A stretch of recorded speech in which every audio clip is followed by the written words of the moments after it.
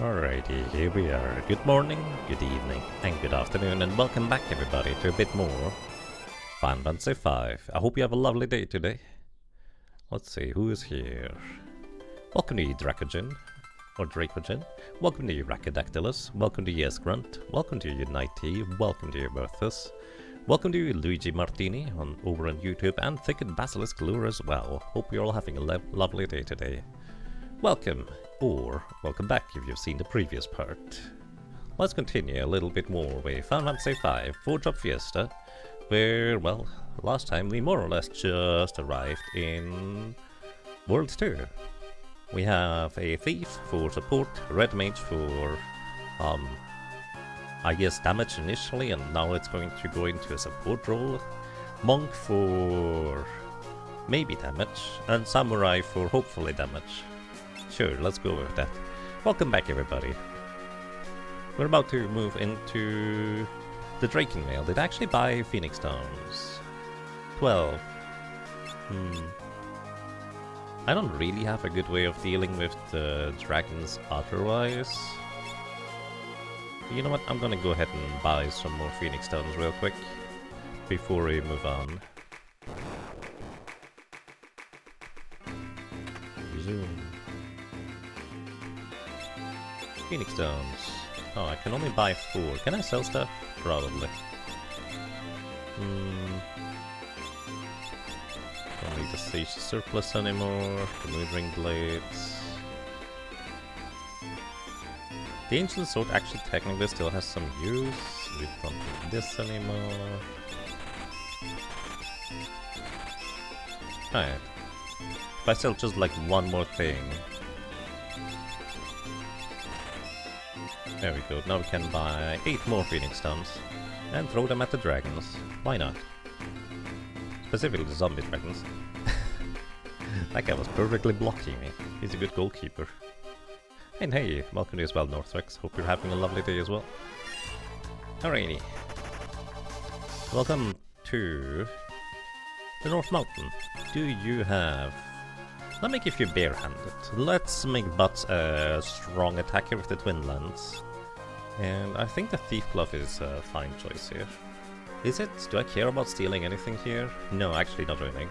So let me give you the Elemental instead for a chance to dodge physical attacks. Aside from that, if I want to run away, we can always flee with Galuf, who is reasonably fast I suppose. Welcome to North Mountain. There's a bunch of decently strong enemies here, and it's actually occasionally worth your time to fight stuff along the way, because they give good experience for how relatively straightforward they are to knock out. So we can absolutely knock out this Drippy with one butt attack. The Poison Eagle, we can...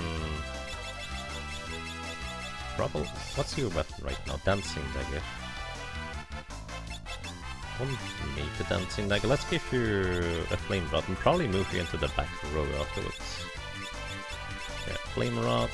And we're going to buy Rob both targets. I don't know if this deals damage to the Poison Eagle. It does, okay, it knocks it off. The guy in the back is weak to fire, but he's also weak to getting murdered by a Phoenix Stone. You actually do not want to select a second Phoenix Stone,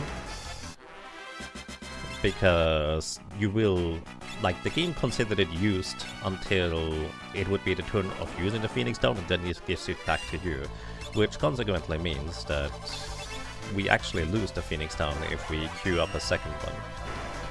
These dragons always drop Dragon Fangs, which are worth 2,500 gold if we sell them. If you have a chemist, they actually can be useful for mixes instead of. Or a cannoneer, that works too. Timer! Thank you. Timer started again. Welcome to the Block World, hope you're doing well. Also, what I just realized, I do have a spell raised to try and one-shot you instead that way.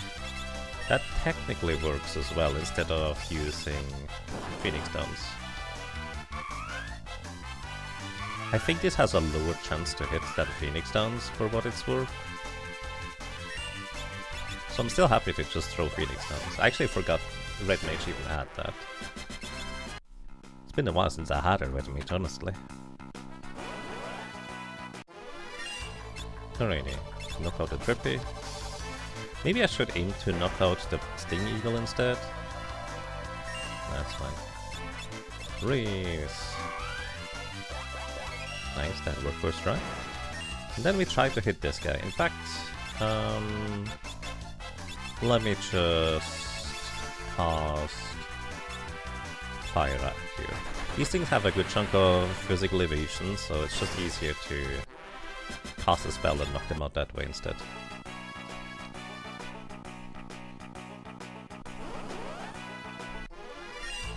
And I don't want to fight this one. We could, but the big bone dragon in the back is not susceptible to the Phoenix Down insta-kill. But they also don't have as much HP as the zombie dragons, so it could still be fine. Also, Golem, he will slap you and then run away. Unless you get a preemptive strike, then you can run away first before he slaps you. Also, shoutouts to the Pixel Master that actually makes a crack in the floor, so you go and investigate it. Because otherwise you might get stuck here if you don't know how to proceed, which I've heard some people get stuck here. No, that's the wrong target. Wait. No, just knock out this guy.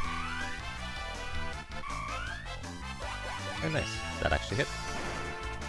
If you play the Pixel Master, these zombie dragons are not in fact susceptible to instant death through Rays or Phoenix Downs, because they are flagged as heavy in the current death version, which is probably a bug fix rather than anything else, because there is another variant of the zombie dragon in this game that is in fact flagged as heavy, but it's specifically the one in the golem battle instead. Okay, you missed. Raise. Galuf is sometimes faster than the zombie dragon, unless the zombie dragon just skipped its turn, which I guess is possible. We could also just deal damage to it. I don't remember how much HP it has, something like 4,500. It's quite a good chunk. But with its fire weakness and our probably pretty decent damage output, this would be most likely reasonably doable still. Unless we run out of MP. There we go. More dragon things. This is why I bought more Phoenix Stones earlier, so we could actually use them here.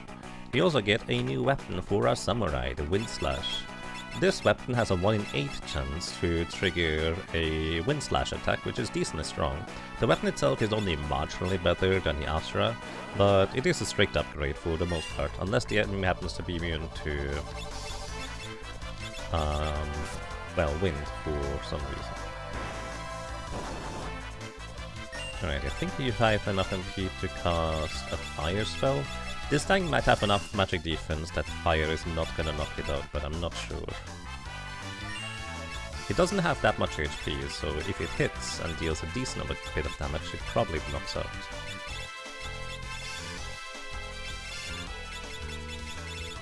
Where's Race? There it is, 29 MP cost.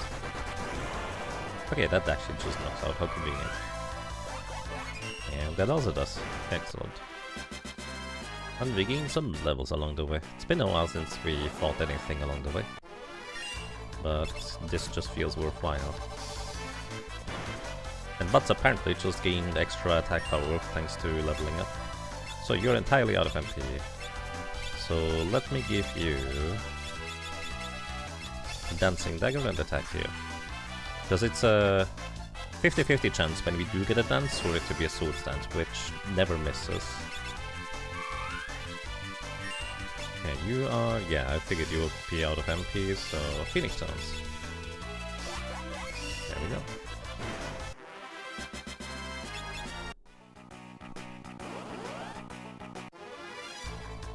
Alright, these are the encounters I like to see overall. Dance. He has the Lamia's Tiara equipped, which is why we have a 50-50 chance for a sword stance instead of the usual 1 in 4. Raise. Missed. Well, we could just probably deal damage. Would still take a while, but we would probably get there. Although this guy can also throw a zombie breath at us, which deals potentially a lot of damage. It has high variance in how much damage it deals. So it would be relatively unpleasant to get hit by that. Right. The Drippy only has about 900 HP, so this is a bit overkill. But also very convenient for us to deal that much damage. Phoenix down. And that thing is down. Let's see if we hit. We do get to try hitting twice with punches, but again, this thing has a lot of evasion. Oh, we hit. Nice. Alrighty, and here, this is why we have cottages instead of just tents. We can fully recover our MP and are ready to go again. Plus, we are just before a boss fight, so the MP is gonna be useful in there too.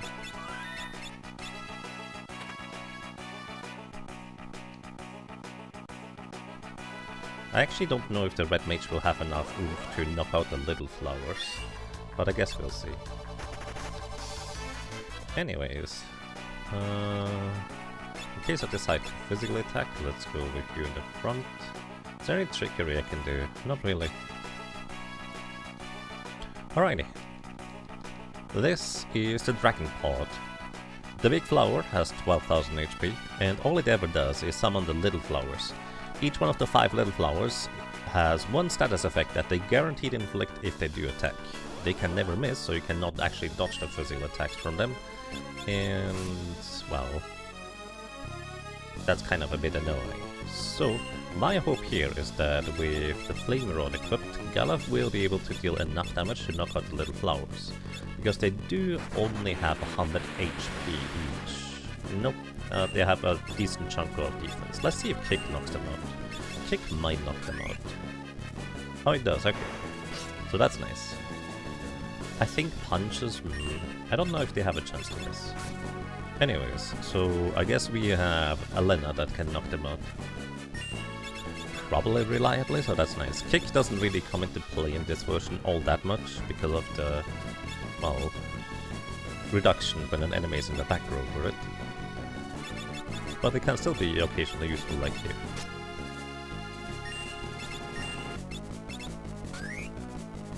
We can also throw money at the thing, but, well, if we reliably knock out all the little flowers every round, we really don't have to do that. Our damage output is, I would argue, much more than just good enough. I targeted the wrong thing. Yeah, Monk actually just makes this easy, that's very convenient. If you have a way to deal instant death damage, slow or stop the big flower, all of these effects do actually work. Just a casual 2000 damage from Gala.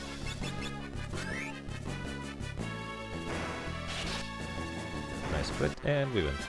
Yeah, this team is pretty solid, I would say, and we get the guaranteed elixir drop. Each one of the little flowers can actually drop a dark matter, which is a rare drop chance for each of them. Hope you're not doing a run where you're trying to get all the rare drops, because, well, then you might have to get a dark matter from every one of these little ones. That is half of its HP gone. Let's actually see if we can knock out one of these guys in one round. Then it might be worth fighting. Probably. Oh yeah, that actually just about works. Right. The Bone Dragons are... they don't give as much experience as Zombie Dragons, so I tend to skip out on them. Plus I mentioned, you cannot Phoenix down them, so they are a bit more resilient in that respect. But they're still weak to fire, so this largely works. Red Mage still coming in handy. Right, we use a tent to recover all of our MP. Oh, to recover all of the MP that we just used in the battle, and then we walk back. At this point in the game, you actually receive the teleport spell for the Time Mage, which would allow you to teleport out of a dungeon. Well, we don't have a Time Mage, so we just have to walk, but I would argue that's okay. A bit more experience along the way. And also arguably a bit more money. And we're going back to raise some dragons.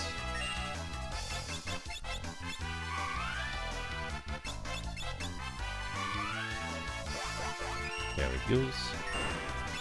Hit him. Oh, nice. I wonder if... No. Samurai swords do not have an increased chance to hit. We're just getting lucky with Barry's attack here. Hey, Richter Shade. Welcome to you. Hope you're doing well today.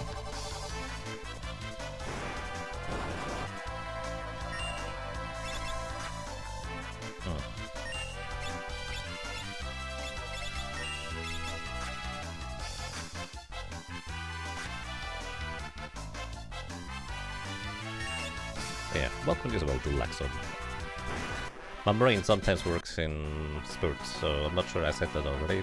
But better twice than not at all. Hope you're doing well today.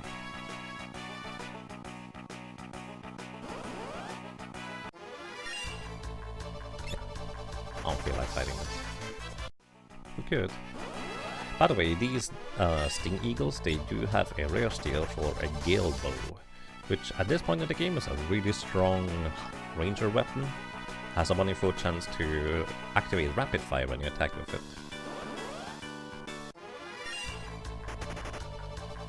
Oh, Galuf is in low HP. When did that happen? No.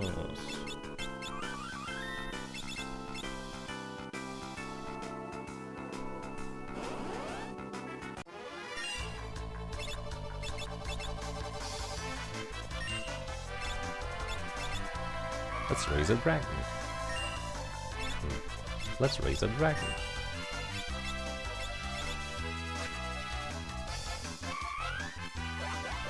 Here it is. More dragon fangs. This mountain here is basically full of money one way or another. Even if you use the or get the chests in here, some of the items in here, like the coronet, sell for a tremendous amount of money, plus there's a bunch of chests with just straight up money in them too, which is quite convenient to have. Alrighty, anything else we need? Not really, we just leave.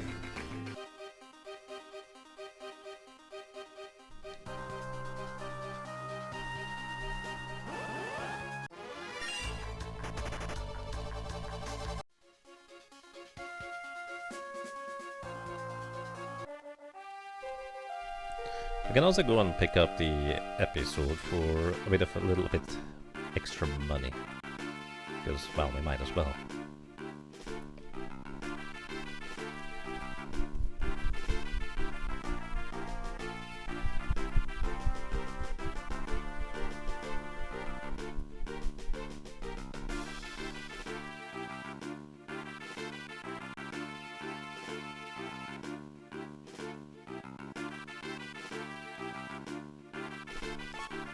Money! A great sword laying in the water.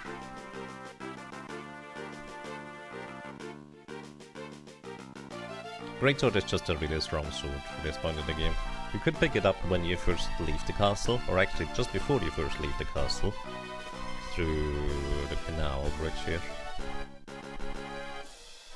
And it's, I mean, if you have a Mystic Knight, it's a good weapon for that one. I guess a Rectal Knight can also use them.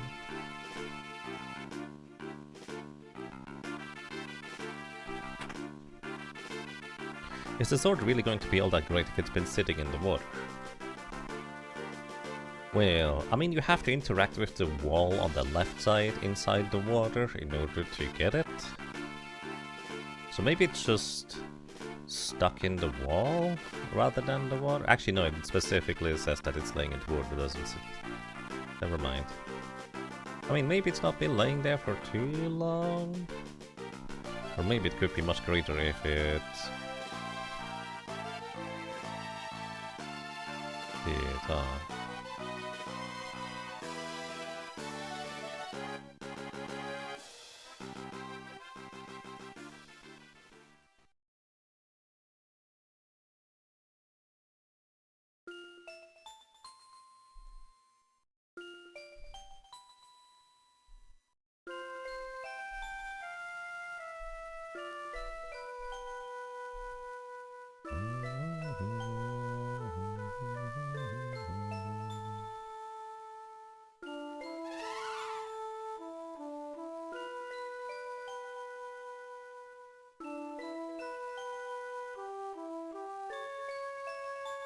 Famously, a really good sword came from the water, made some guy king, you think?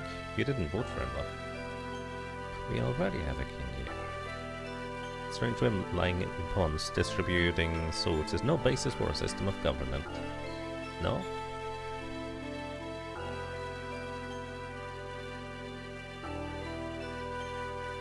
Shame.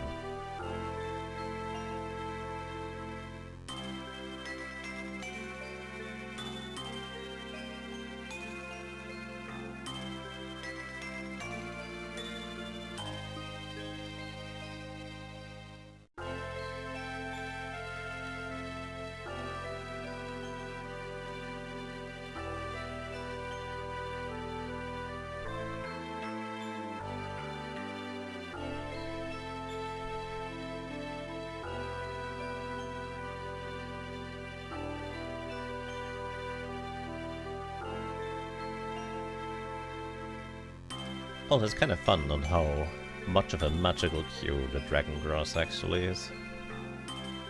Because the hero is immediately ready to fly back into the world.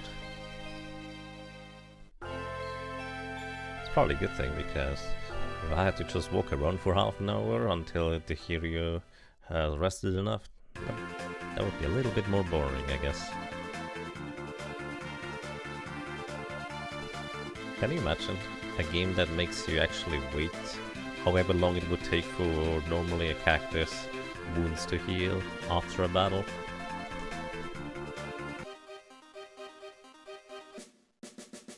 Has anyone ever played... How's that little game called? It's a little game that took a long time to complete.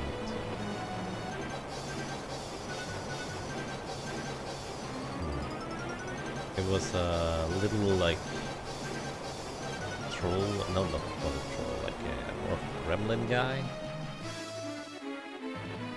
What was that game called?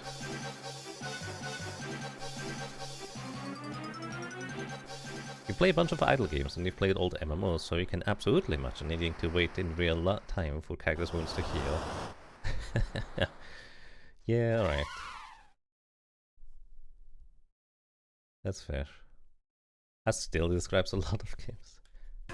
And thank you, non-offensive username, I appreciate that. I wish I narrated audiobooks. Oh. I've occasionally tried to pitch for...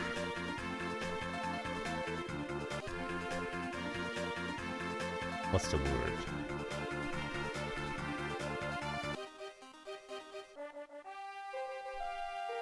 Voice acting roles, but I suppose that's an entirely different thing.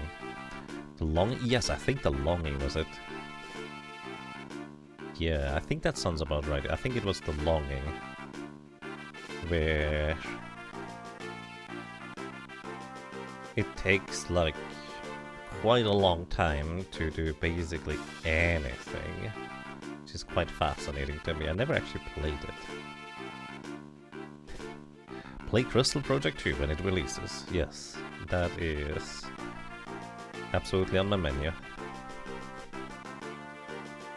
400 IRL days, good lord. Yeah, I think there are like means and methods to speed it up technically. Like if you make your room more comfortable, you can wait inside of the room. And because you have more books to read and stuff like that, time passes a bit faster. Something like that.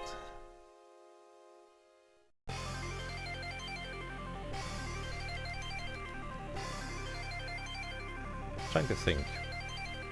Could I put a different ability on my red mage here for boss battles like this? I guess since I'm mostly going to be attacking with the chicken knife, maybe using the monk's bare-handed ability would be the way to go then.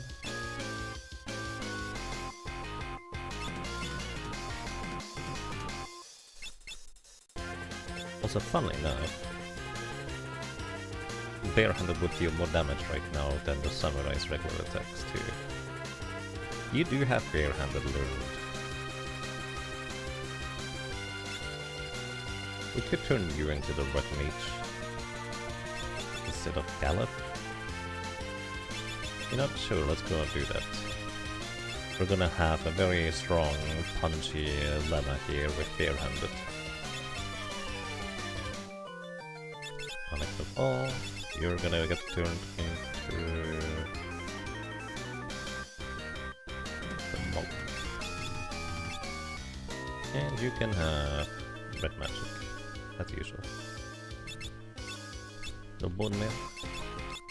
Power armlet? Sure, why not? It's like the one character or job class that I want to have the power armlet on, to be honest. Power sash, Lamia's tiara, elemental, dancing dagger. I guess the episode is technically like better raw damage, but it's fine. Wait, I think we went the wrong way, didn't I? I don't usually menu there, so I was a bit confused as to where I was supposed to go.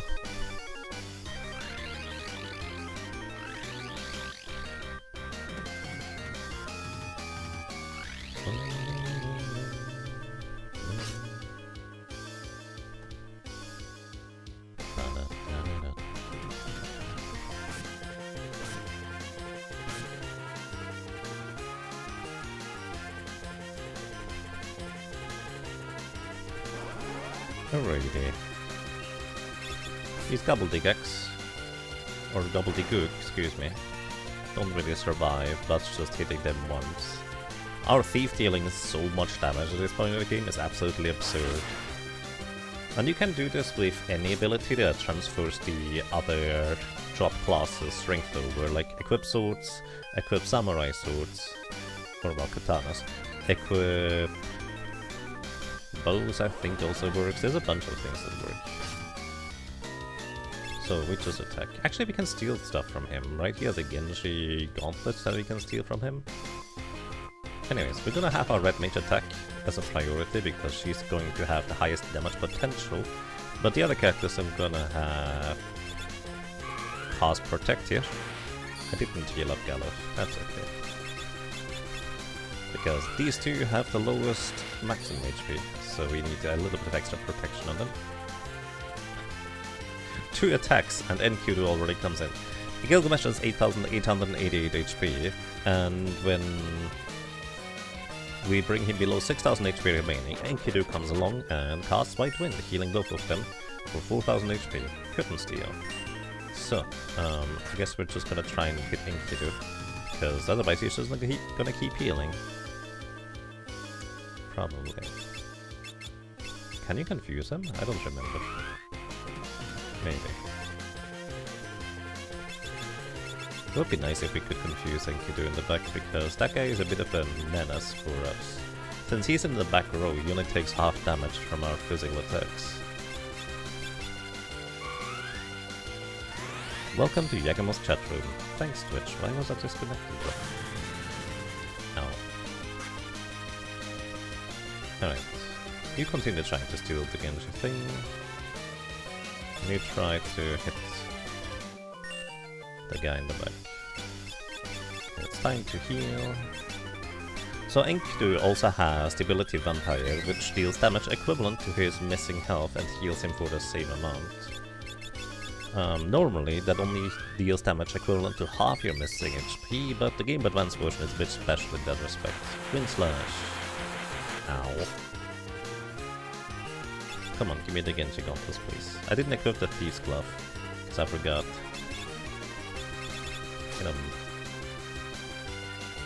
You know, I'm just gonna throw money at Enkidu, so he goes away. Yeah. Because that guy was gonna continue being a huge problem at this point, so that just made more sense. Come on, there we go, got the Genji Gloves. Genji Gloves are a heavy armor piece of equipment. For the accessory slot, I think it also gives you immunity to some status effect, which is quite nice, like Confusion, I believe.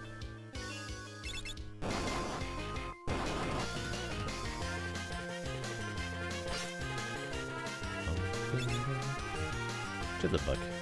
Jitterbug is literally the exact same as the Black Mage Terrain spell. Which is kind of funny because Well, our red mage cannot actually use that spell because it's one level too high in the black magic book.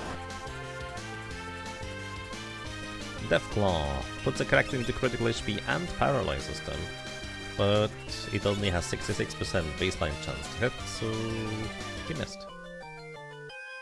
Hello, welcome to you, Lefty. Hope you're doing well today. Thank you for the good luck.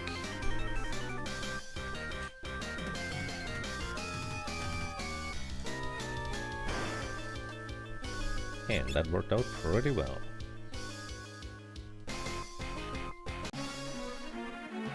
Trying to think, what's my strategy against the crystals? Probably just throw money at them, let me be frank. Might as well use the samurai when I have it. The alternative would be going to steal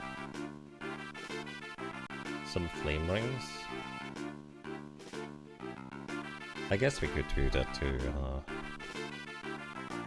put them on the samurai and the monk and then just punch all the crystals one by one down. That most likely would work.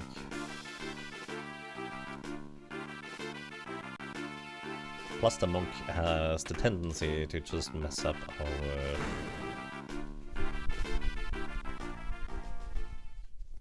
setups because of its counterattacks.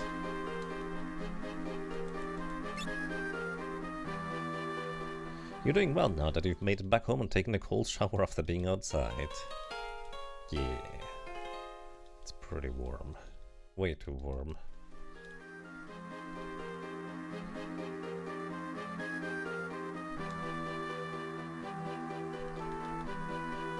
And we're off.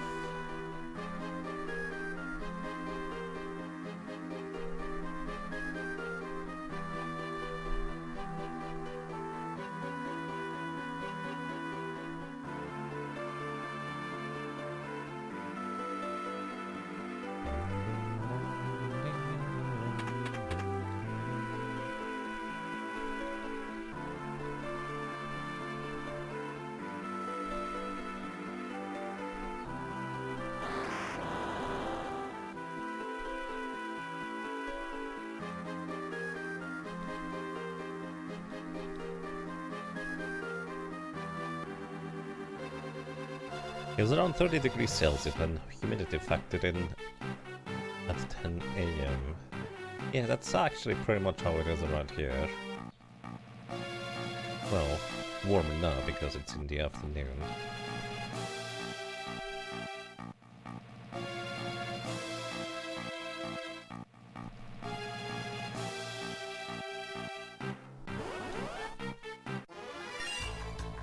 Alrighty. These guys have reflex rings. And we also have FF5, so we might be able to just steal them later down the road, so it might not really matter. Anyways, 1 in 16 chance for them to drop us the rare reflex ring. Do I want reflex rings? Honestly, they would make XDF at the end of World 2 a lot easier.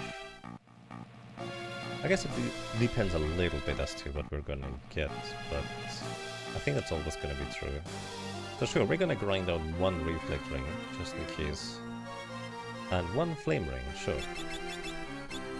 Maybe this time we're gonna get a little bit luckier with the stealing part of things. That would also be kind of nice, where we don't always get terrible luck with stealing in this run. Let me run! I probably should suspend my turn with bots. Anyways, so red dragons have 35 speed, I believe. Lena right now does not reach reliably more speed than that, so we're gonna switch jobs around. Ferris is gonna be the red mage for the explicit purpose of fleeing with higher speeds. And I sold my dang ninja robe. I'm such a dingus, guys. I am such a dingus. And the green beret too. Alright, change of plans. We're farming 2 reflect rings, and that'll be sufficient. Such a dingus. Also, Genji gauntlets, totem paralysis immunity, which is nice. Might as well equip those. Balloon hats, that's better. Well, better is subjective. The Hypno Crown is extremely heavy. Why did I open this? I did not want to open this. We have a flea on our red mate, but we might get murdered before. We don't have flea. Oh no.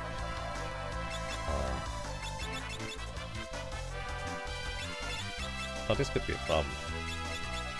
This thing has 7,500 HP.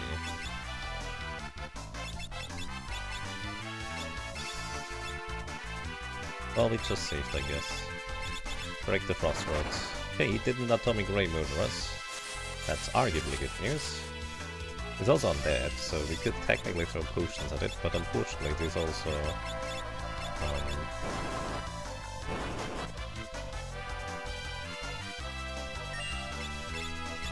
it's black as heavy, so we can't just knock it out easily.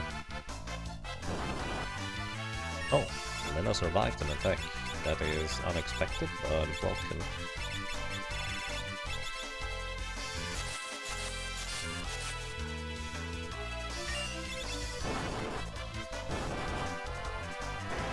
Alright, I guess we survived. We get the blood sword. This is a knight exclusive sword, so our red mage cannot even use it even if we wanted to. And I didn't want to because it has a 75% chance to miss. So it is very questionable as to how useful that thing really is. Where is your dancing dagger? Okay, lucky. He didn't have Lena. I'm too stingy to use Phoenix Stones, so I'm running back to use a tent. Anyways, it would be nice if you could drop us a reflex ring. Nope, not today. Boost.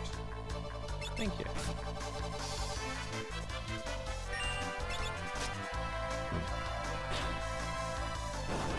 Also, counterattacks. They can sometimes happen. And the monk gets hit and, well, we counter. It's a 50% chance, to my knowledge. I prefer the counter from Crystal Project, where it's 100% if you have it equipped.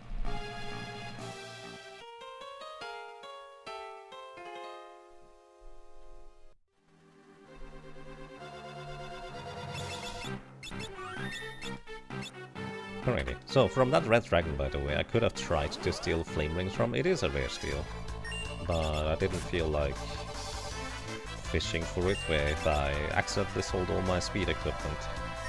I remember mentioning that we had just enough agility, so our red mage should usually go before the red dragon. But then I forgot today. Oopsie.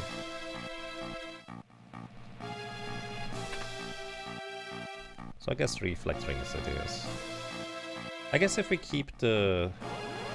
Well, we're gonna have 5th job. There is a decent chance we're going to lose our thief soon. Let's give you flee.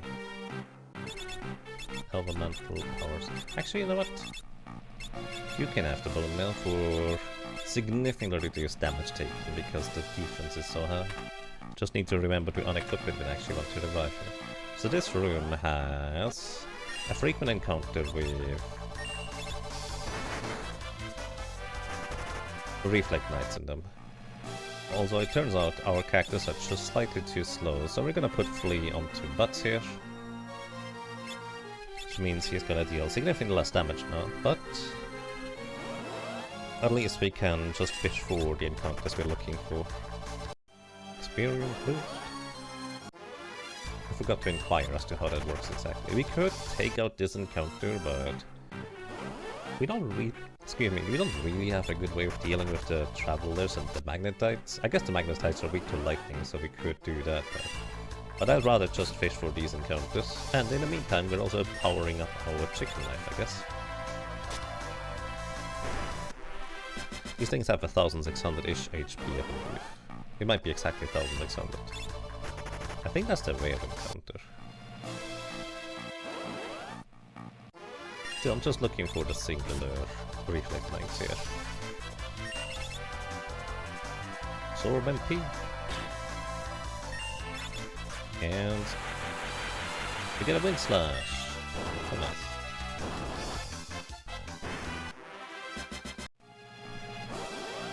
If nothing else, we're gonna get a bit of extra experience along the way. Again, if we keep the thief, we would be able to easily get 2 reflect rings, no problem.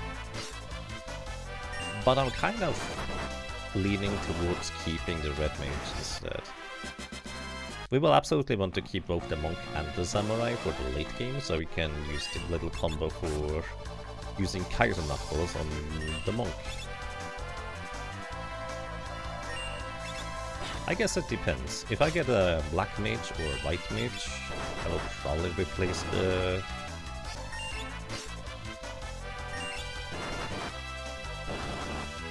These guys have a good chunk of defense, so whenever you crit against them, it does way better damage.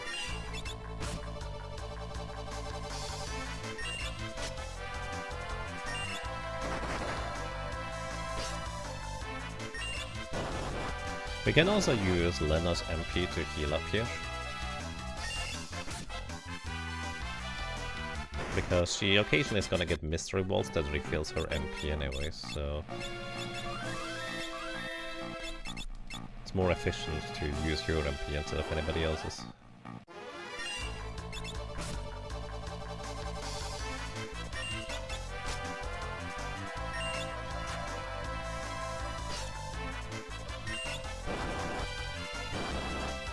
I guess I could put barehanded back onto Lena technically, but I guess I'm also not too worried about it.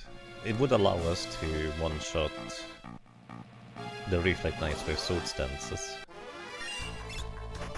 since we already have Flea on butts right now. But also, it's fine. We get a sword stance. Fairies or Gallif will usually finish it off anyways. Then again, it does get to attack, if so.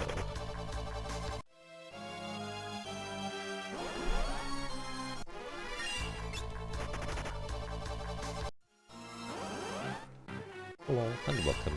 Hope you're well today.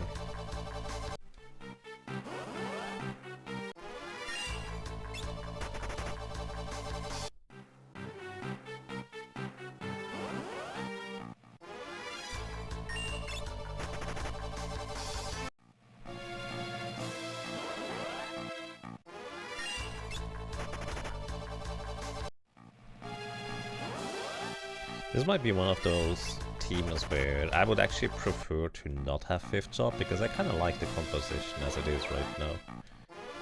It's an interesting mix of utility and a bit of a challenge, unless I throw money at the problem.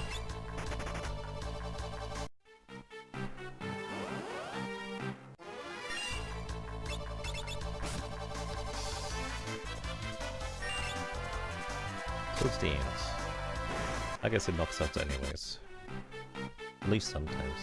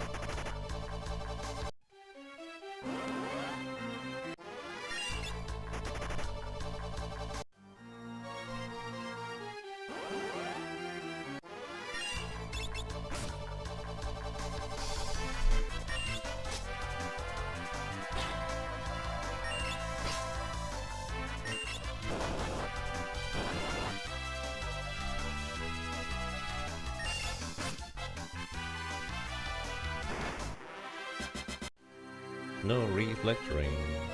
We'll get them someday. Someday.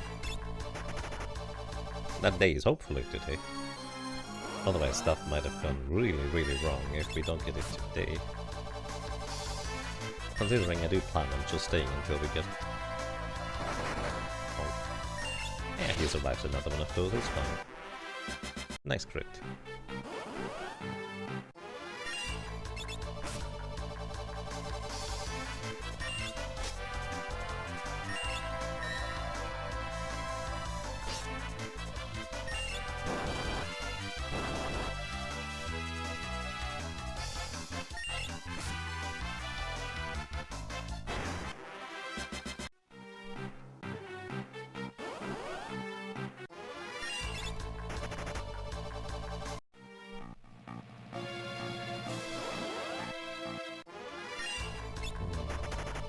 Trying to think whether we have a better matchup into yellow dragons or the red dragon again. We defeated the red dragon, but if we'd used atomic ray at any point, we would have had a problem earlier.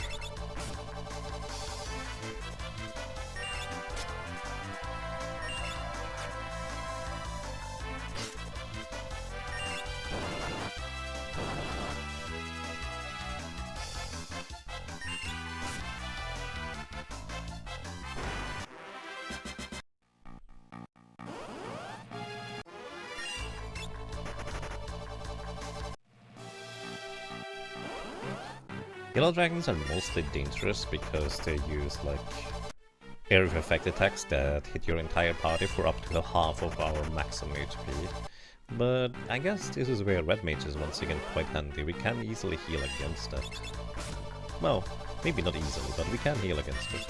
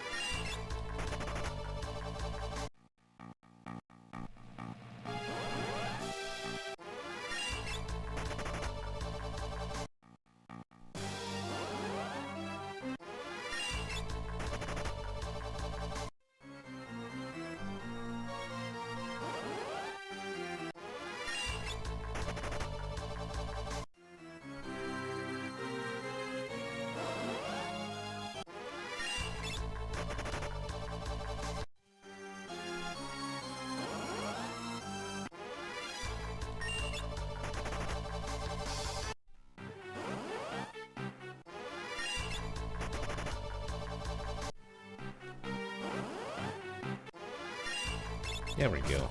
These are the guys we're looking for. Footsteps. Can't blame them for not showing up, because every time one does, that's the treatment they get.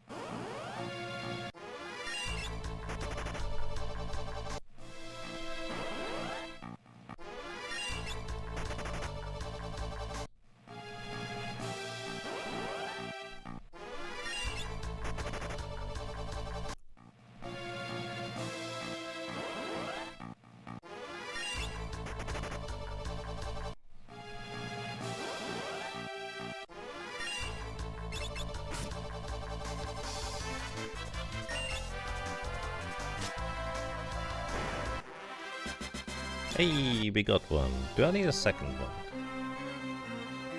I think worst case scenario, our samurai will be able to solo the last phase. So let's just go with one. Took already a while to get that one, so it'll be fine. I mean, maybe we can try for another one along the way. I'll take some more encounters, I guess. Magnet, everybody's already in the front row, it does nothing. Well, I guess this is where barehanded on Lena would actually make more sense, if I fight other encounters too.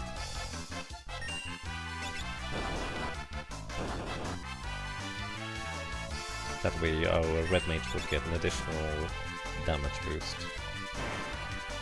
Or alternatively, put barehanded back on to butts here. It actually would probably be more damage on average. Right.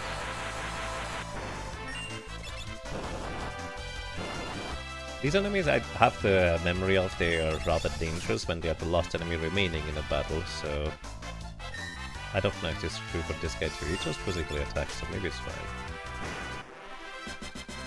High potions. Probably a rare drop from the Gravitors, I guess.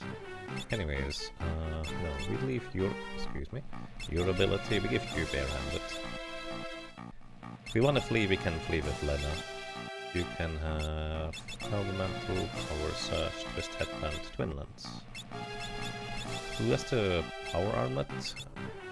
Kind of the weird type of team where 2 Power Armlets for this team actually would be helpful.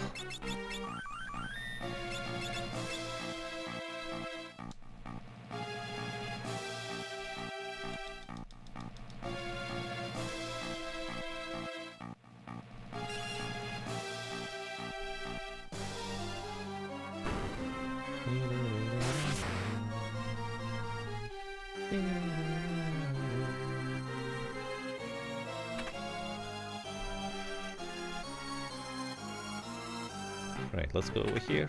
Save before we encounter the chest, because that chest might just murder us. It's entirely plausible.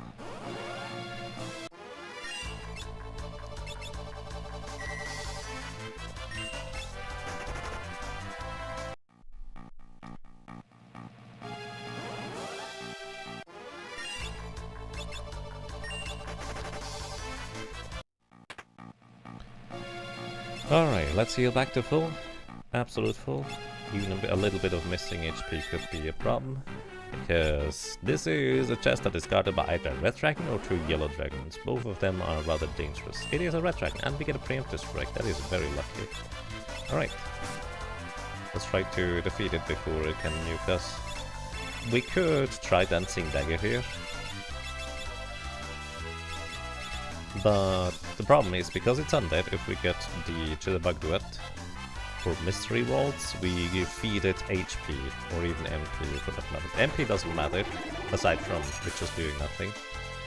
But I think this is just more reliable this way.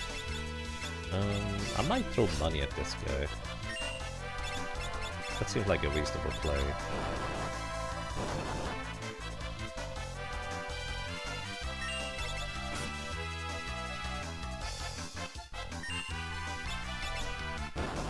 Alright, no atomic ray. We live another day. We might survive if we have maximum HP on Lena, although I'm... Oh, right, never mind. We wouldn't survive anyways, because she has the bone meal equipped, and I forgot about that. The classic. Forgetting about the bone meal. Alrighty, I think our... Yeah, we learned Shira Hadori. Catch and stop enemy attacks. As in, it's the samurai innate evasion that they have, which is honestly... Samurais are already really tanky and defensive, and that makes... Like, they're having an additional chance to dodge or block physical attacks is just extremely handy. Here, I would love to unequip the bone mail on Lena. That would be reasonably ideal, but I have to wake her up in order to be able to do that. You never understood the decision to make the red dragon undead. It's a weird one. I have no idea either. Anyways, let's equip the power sash on you instead. You do want the dancing dagger. Then we also will give you barehanded before you reach the top here, because we are almost there. One more encounter. Magnet does nothing, because it pulls you from the back row into the front row. But we already are in the front row. Alrighty, ability, barehanded for extra physical damage output. With the dancing dagger, this should be really good. And the Lamia's tiara. Elemental, reflickering. None of these matter realistically. I guess the Elemental gives us 1 extra agility, but Reflect Ring actually helps us sometimes against the spells this thing will unleash upon us. But we don't really have a particularly great way of taking care of this thing. I guess we can put it to sleep and cast spells. That is always an option, because we do have the sleep ability, but our damage output is not particularly convincing if we try to hit an enemy that is asleep. Mostly because most of our damage output is just physical in nature. I guess we could use the Mini Uchi from the Samurai, which apparently does not wake up sleeping characters. But it'll be fine. Anyways, this is Atmos, almost 20,000 HP. And it is hasted, so it's about twice as fast as it is for us. And whenever it gets a turn, it has 2 chances to throw a comet at us, comet dealing anywhere between, I'd say 200 to 1,200 damage, so it can one-shot one of our characters. In fact, it can one-shot 2 characters, because he gets a double turn every time. Because he's hasted, he just goes way faster than we do. Alright, but he only does that while nobody is, well, knocked out on the floor for our party. And while somebody's knocked out, most of the time, he will just keep dragging them closer and closer over to his big open mouth. So effectively it's a damage race. If the character reaches the big open mouth, they will be absorbed and removed from combat. So our best damage dealer here is our thief, funnily enough, followed by the monk, and then I guess I could unequip and use barehanded on the samurai, which would technically be more damage, but it's fine.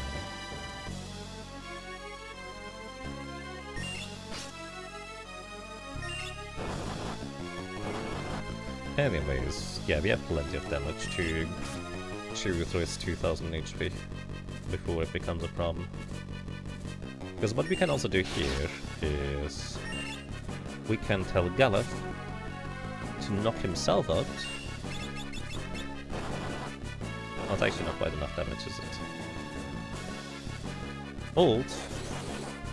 Alright, never mind, we're knocking on butts because that ult status effect is extremely debilitating. And if we knock out our character before it can take for too much, he actually does not lose as many stats here. So the old status effect is now gone. We revive Lena, and now we just continue hitting. I was actually gonna knock out Galef here because I figured that would be the easiest one to knock out reliably in one turn, but I was wrong. Technically it was Ferris. Actually, I guess Ferris always has a 1 in 8 chance to Wind Slash, which always hits enemies, so if she tries to hit herself, she could activate a Wind Slash. Just by the music. Also, amusingly, again, Atmos sometimes can decide to use other spells and ability, like slow and stuff like that, which is pretty rude. But that's why the Reflect Ring is quite nice to have. Full sense, there we go, this is why we have you right here. Alright. Let's have Galef take a nap. And instead revive Butts again. Oh, never mind, we didn't need to do that.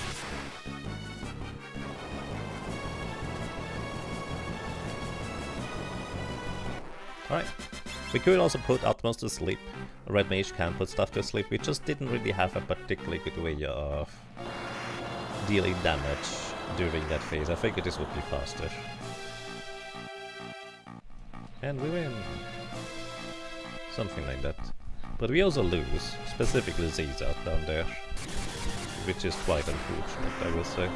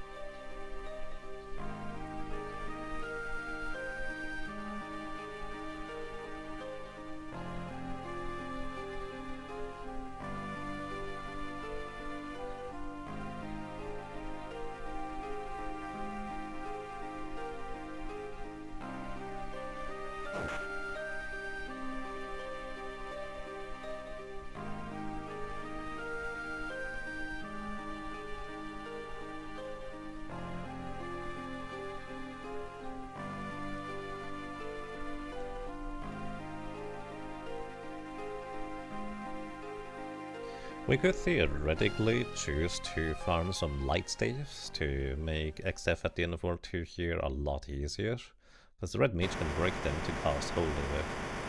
I will guess it would be about like 3000, 4000 damage. I actually don't really know how much damage it will be. But it would be quite the investment, I suppose.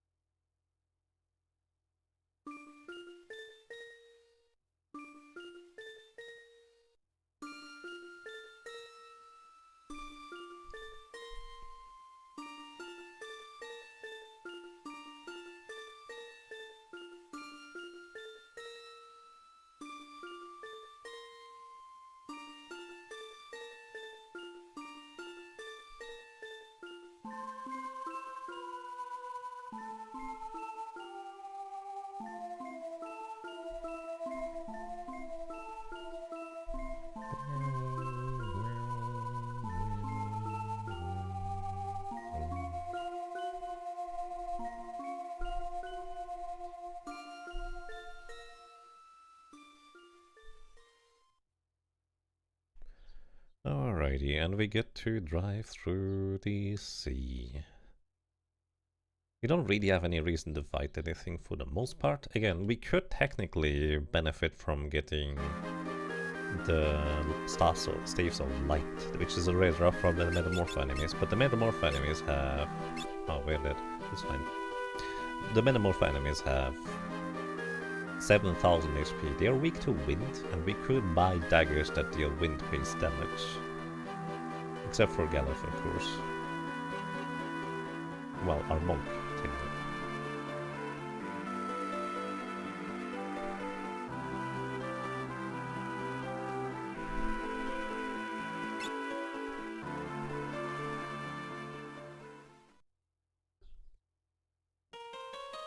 We can also berserk these Metamorph enemies because we specifically need to knock them out in their humanoid form, because otherwise we do not have a chance to get the Staff of the Light drop. But also, there is a non-zero chance we're gonna replace our Red Mage instead of the Thief in the near future. Let's give you Flee to run away. Doesn't matter what you equip. So we might want to just hold off on that, because maybe we cannot use the Absolute Light anyways anymore. Plus, well, you saw how long it took to get a Reflect Ring. That one would not be any faster, realistically.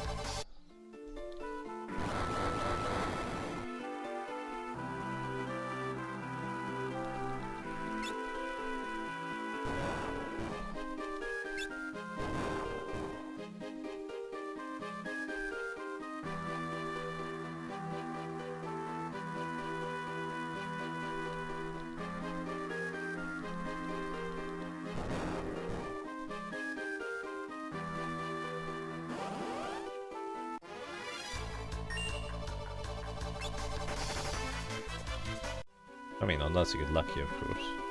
You can always get lucky. That's the interesting thing about rare drops. The pendulum swings, sometimes you get lucky. And then it swings again, and then you are just going 3, 4, 5 times the drop rate. On average, it will be the middle. But the stories we get from getting either really lucky or unlucky are usually more interesting, so I guess that's usually fine.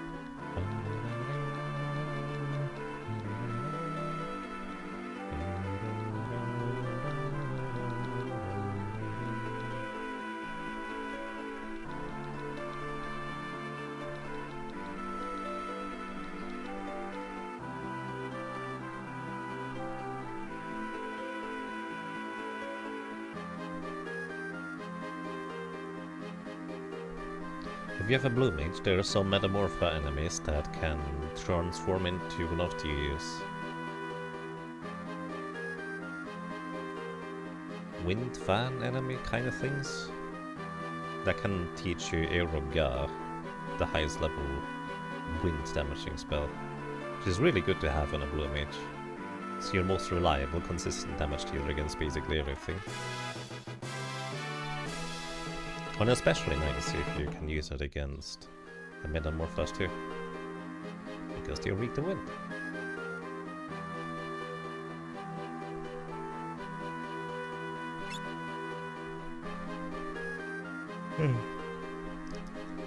Daggerbot making me sleepy with the yawning.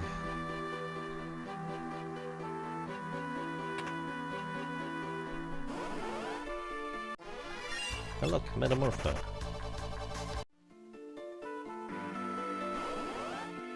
I mean, goodbye, Metamorpho.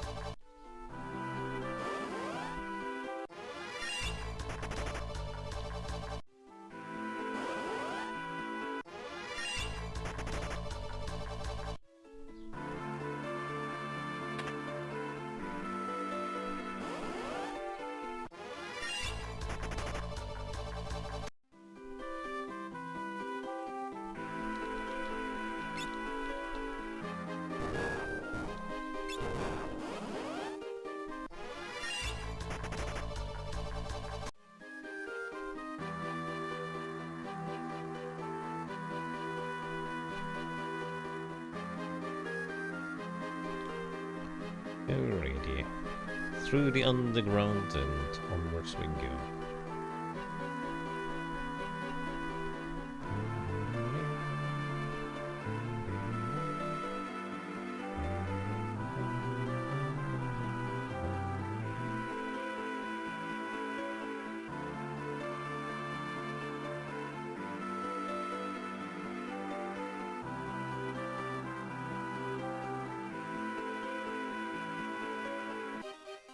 And welcome to the village of Moor. Normally a fantastic place to upgrade your equipment, because it has the next level of magic spells, except that we can't use them. They do, however, sell these little daggers, the air knives. They are pretty strong, like consistently good damage output, so I guess they might be useful. Maybe. We need a minimum, a maximum 2, because we have the double lance on our thief. So maybe Red Mage and Samurai might want to use them. We do also get some armor upgrades. So finally our Samurai gets a proper helmet. Diamond helmets, I feel like, are the first like heavy armor that is worth picking up, since it does increase our not just physical defense, but also reduces lightning damage received by half. All diamond equipment does that for that level. And aside from that, we don't really need anything. Our equipment gives us extra strength, and while these other pieces of equipment would be a little bit more defense, I don't really care that much. So it's good enough. Also, we're gonna put the air knife on you. It's just straight up stronger than the samurai sword, yeah, which is quite amusing. Aside from that, I don't plan on stealing a whole lot of extra high potions, so let's just buy them. And maybe I need a bit of money. We could try to sell things. We could always sell the Hypnocron. I guess we're not going to use the Ashra, but it's the old shield. Silver specs. Gold hairpin reduces MP usage by half. It doesn't give any defensive stats though, but for the most part it is still usually the item of choice for spellcasters. Except for our red mage, but maybe we get something else afterwards, so I don't want to sell it.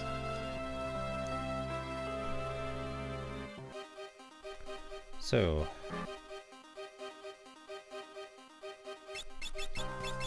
you still have the ability to run away? And we move on into the Forest of Moor. In here there's a bunch of encounters. If you have a way to deal with all of the enemies in like an area of effect fashion, like Fire 3 for example, Fire Aga for example. Excuse me, Fire 3 is the Super Nintendo fan translation name. then that's pretty effective. Except for these Gala Jellies, I think they absorb all elements as healing. Maybe not all of them, but a bunch. Also, I never remember where the 2,500 gold chest is. Is it this one? Yes, this is the chest. Most of the forest pieces have like one money chest in them. Or at least something equivalent to money. So that can be handy. These mini-mages also can mini us if we choose to try and get minis, which I guess I don't really care for. I think the chest on the right contained... I actually don't remember. What is it? An ether. Maybe useful sometimes. Not really. Then the money chest in this place is on the far right side. These imps can be pretty annoying because they frequently will cast Confuse on you. And Confuse is just a mean status effect. Especially in the Pix remaster, where you cactus don't get their time bar set to 0 after they get confused like they do in the older versions here. So they immediately get to take a turn and slap you around while confused before you get the opportunity to unconfuse them. This village has more equipment. Yes. Ignore me trying to reply to something 3 minutes ago, but... nice. Okay, just on the left, I think that's like a chemist rink or a cottage. No, this is a cottage, isn't it? Yeah. Full heal. Just on the bottom right contains a chemist rink. But we don't have a chemist. I guess we might get one. But even if we do, they're not that expensive to buy later down the road. Elixir for full heal.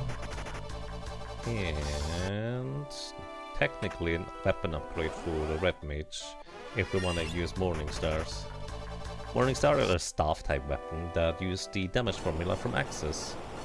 Only I think a 10% chance to miss, but if you do a solo white mage challenge, this is the best upgrade you will ever get, because up until now you've been using the flail from the ship graveyard, you know.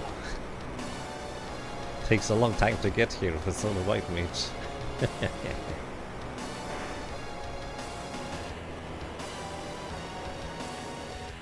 Alrighty, so we could pick up the Aegis shield here, or we could pick up the flame shield. Which one would I prefer? The Aegis shield has the benefit of blocking all potential magic, which can be really nice. The flame shield is good against specifically the crystals coming up. I think I'm taking Aegis shield. This is also going to be a shield upgrade for Ferris right here. Aegis shield blocks 33% of the physical damage incoming. Flame shield would block 40%, which is a substantial upgrade, I suppose, technically.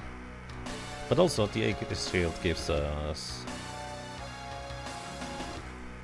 a good chunk of extra chance to, well, just resist literally any spell, even damaging spells that don't normally have a chance to hit. The Aegis shield can just block anyways. I don't know if this is the correct choice, but worst case scenario against the crystals, we can just throw money at them. And we should probably be fine. I'm actually mostly worried that when we throw money at the crystals, it will deal too much damage to them initially. So we might need to whittle them down first. But I'm also kind of curious on how much damage it's gonna do. So maybe I want to guilt us right away.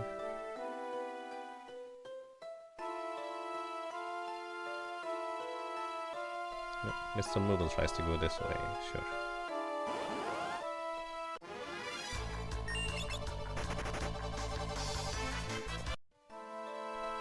So...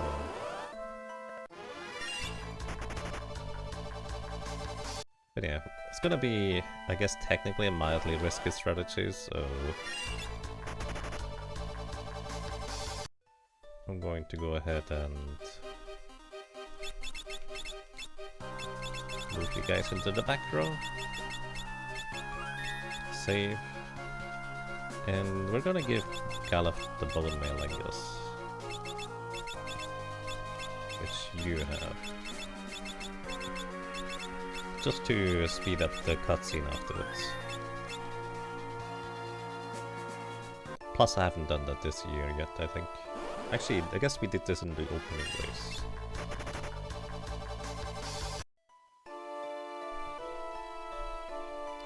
So, I suspect that Guild Toast might deal a bit too much damage. So what we want to see is, ideally, we want to see, let's see, just about 3,500 damage. Would that be enough? No, that wouldn't be enough. We'll need to deal about 1,000 extra. So more like 4,000 damage? Yeah, 4,000 damage would be the ideal number to see for Guild Toast to be ideal here. Let's see how that's gonna work for us. Also, Ferris, did you learn Guild Toast by now as a samurai? I don't think you did. Oh, you did? Okay, so what we can do is turn you briefly into something else. Let's go with Monk, why not? The class functionally doesn't really matter. Monk for you. You get the ability to throw money at our problems. Good enough. Turn you into the samurai with the innate ability to throw money at our problems.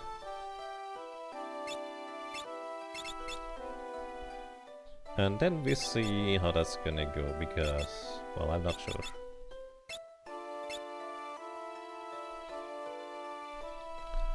No. Save the frogs.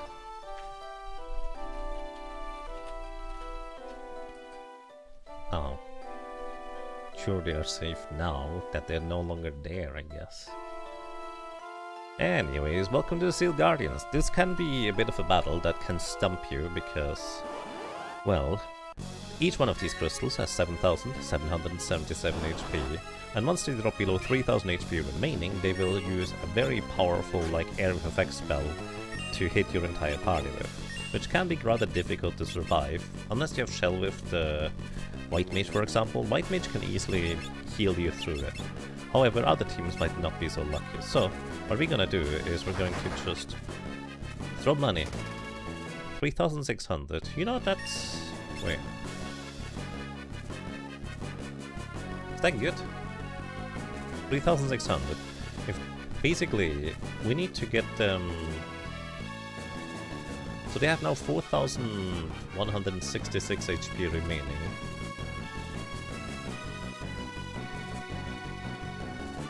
So we need to hit all of them for 566 damage to knock them out from here.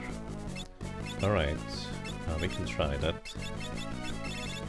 So each one of the crystals has a different element attached to it.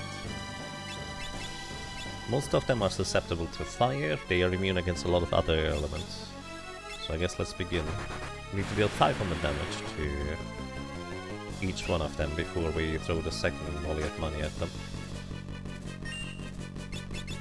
And Twin Lance from you.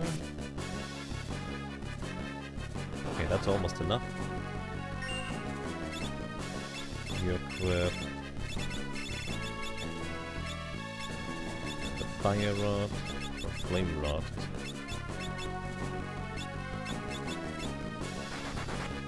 I guess alternative, like just throw 2 more times money in quick succession instead. Okay, that guy is in critical HP now.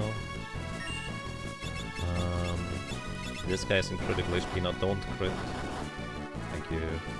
Actually, probably wouldn't push him below 3,000 even if you did crit. This one. You hit this one.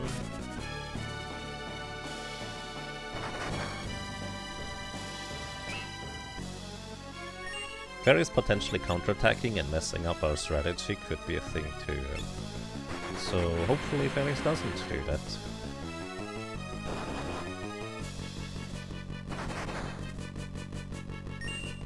Right, hit this guy one more time and then we throw money, and I think we win.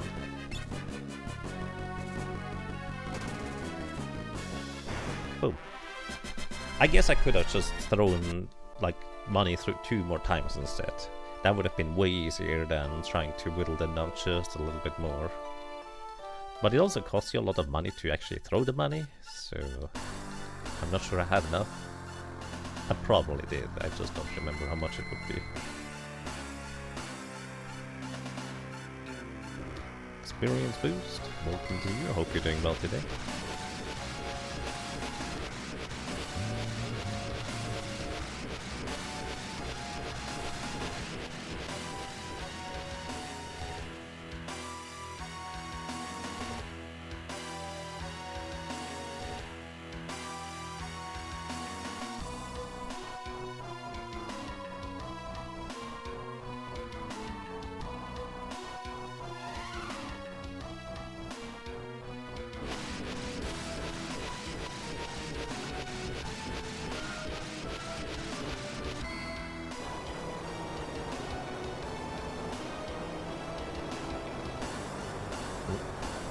Welcome to you as well. Hope you're doing well today.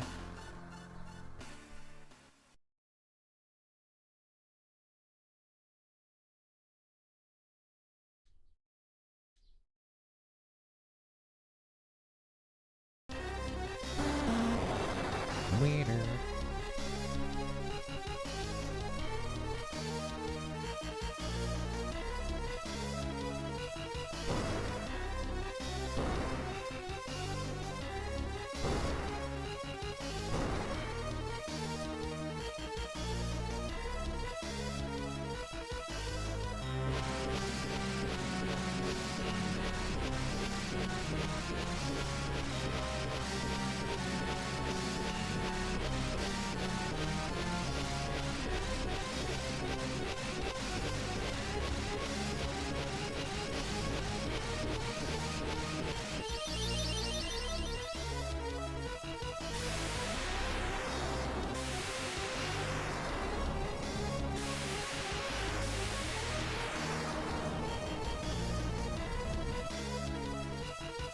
Galaf just becomes too angry to die in this encounter.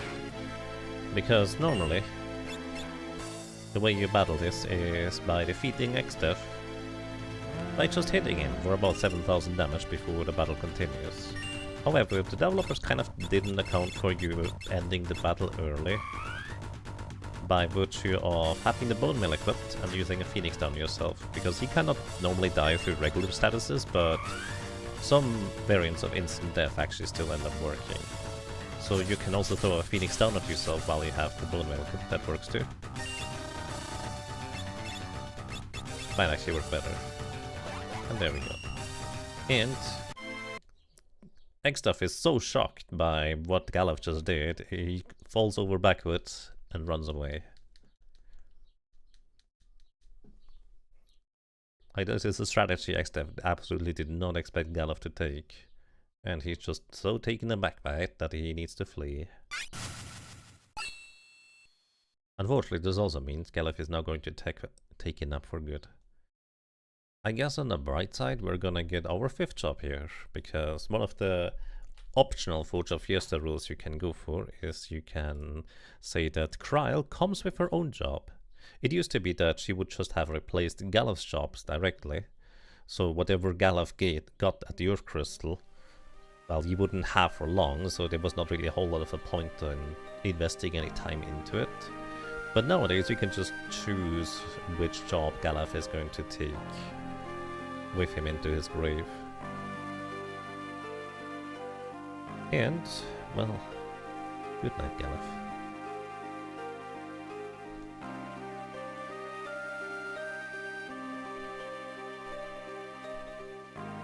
Alrighty, and our next job is going to be...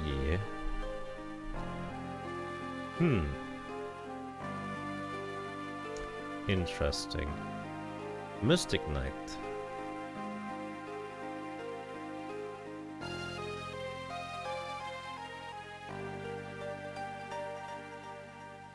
That's very interesting.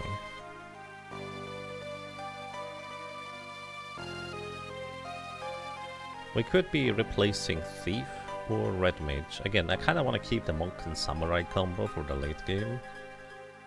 So if you replace Thief, we still have a Red Mage that can help with Protect and Sleep, and even occasionally throw some spells around for convenient healing. The Protect is especially really nice in the late game. Plus, we actually don't have a way to take down Omniscient right now. So that would probably be the way to keep the red mage. Thief, as mentioned before, Thief is just very convenient to have. Guaranteed running away from encounters, never getting back attacked, stealing valuable items like reflect rings in the near future. All of these things would honestly be quite helpful. I think arguably the strongest replacing thing that we could do would be replacing monk instead, funnily enough, or samurai for that matter. But again, kinda just wanna keep those for variety. Plus, I suppose we had Thief a bunch of times. But also I suppose this is gonna be the second time we're gonna be replacing Thief. Yeah, we're gonna replace Thief. We're gonna have a Mystic Knight instead. I have decided. Keep the red mage.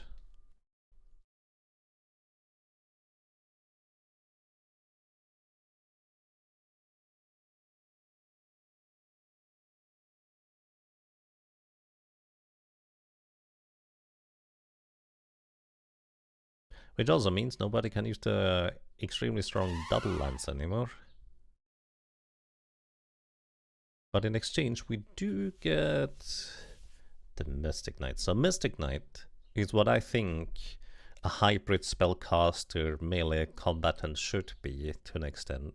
Because they enchant their swords with various abilities, spells, in order to extend their power greatly.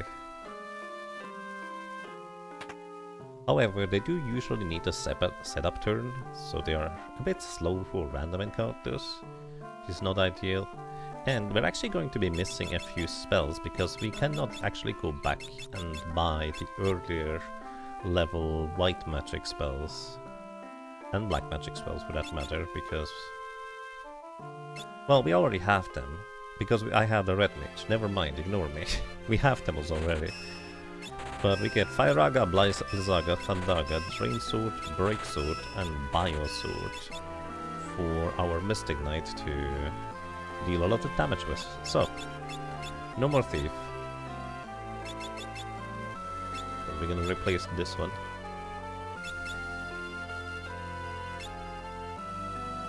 And what can we give you? No more Flee a lot. Red Mage or Red Magic is always a reasonable choice, I would say. Plus, Mystic Knight is honestly really fast, which is kind of odd. It has the second highest speed stat. It's tied with Ninja for how fast it is, which honestly is quite convenient. Also, while the Great Sword has one more attack power than the Air Knife tends to be just better, because of its innate ability to cut enemies' evasion in half. Plus, if we use Breakblade against various encounters, we don't really care as to how much damage we do. We just need to hit them once and most enemies will die. Anyways, Monk, Red Mage, and I guess Samurai. Although I'm probably gonna just turn Ferris back into the Samurai for now. You get red magic. Which also means we actually need another diamond helmet.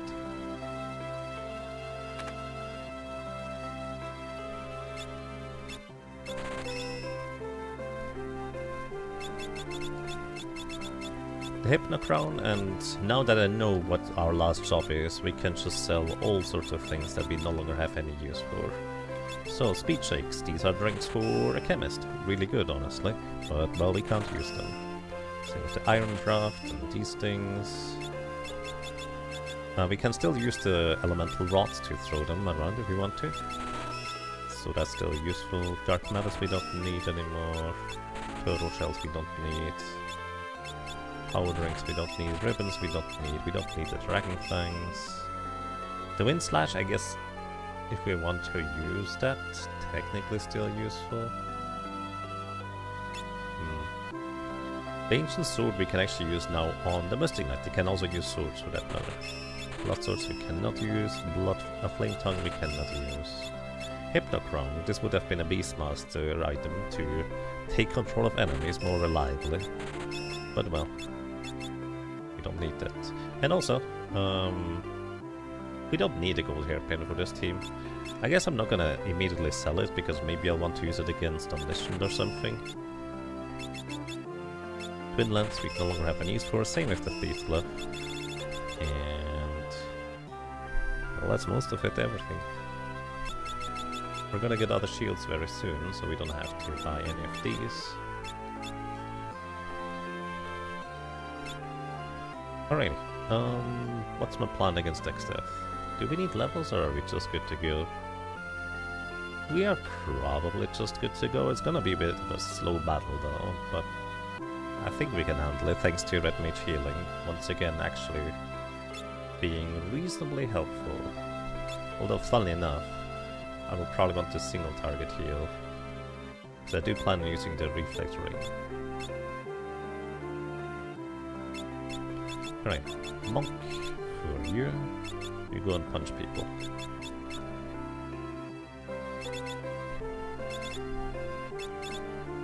Power armlet for a monk, I guess. And that's everything we need. Nice adjust. We go and knock on X-Dev's door and tell him that he's a big meanie.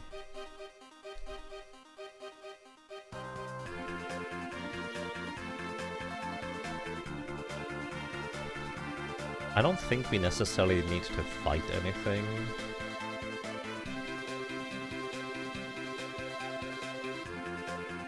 In the castle, like technically we could just use Breakblade to break everything except for the Adama Golems. I think those are immune.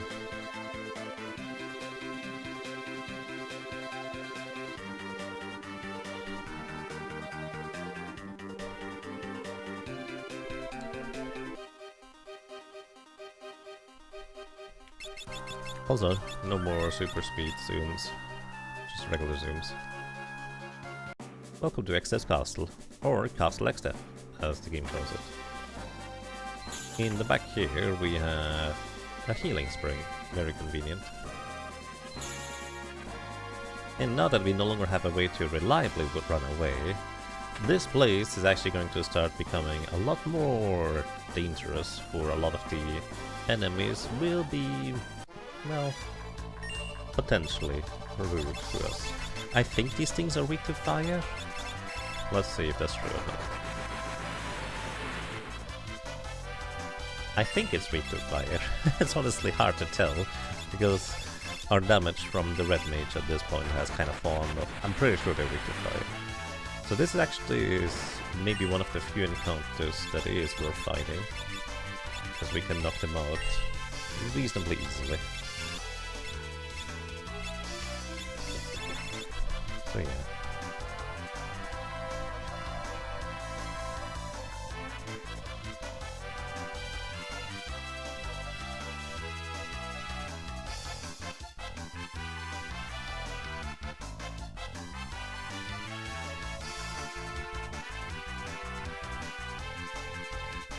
I just received a snack. Oh, nice. So I'm gonna mute myself, intentionally for once. And we're just gonna run through the castle, trying to survive.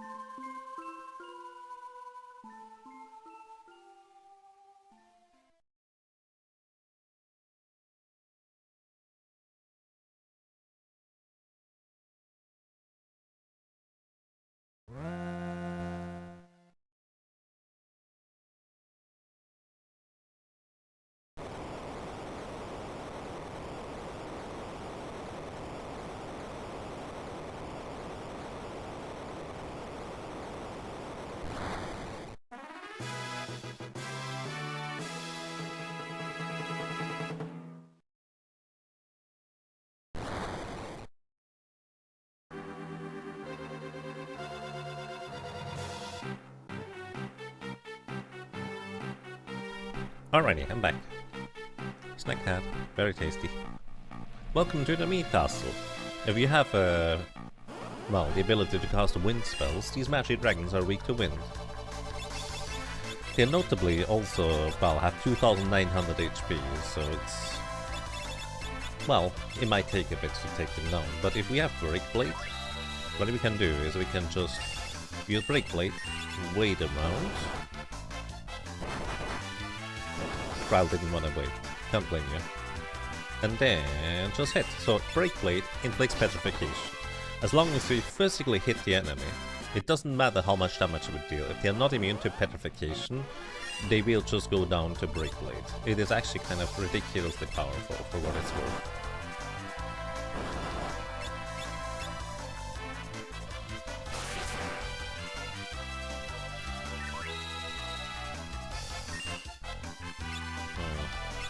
I guess we can also just try to knock out these enemies. Most lizards in this game are weak to lightning. Ice! Ice is what I'm trying to say, not lightning, my goodness. And this guy is no exception. You can also try to put them to sleep so they don't do anything silly. If we want to do crowd control, or we could just throw money at them if we were so inclined. I actually don't remember how much HP the twin lizards have. Is this already enough damage? It is, actually. Nice.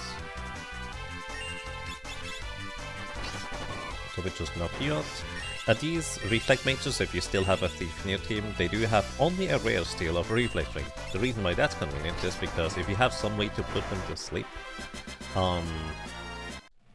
or just run them out of MP, they don't have that much MP. You can just continue trying to steal from them until you finally get the rare steal, instead of having to get a new encounter over and over again.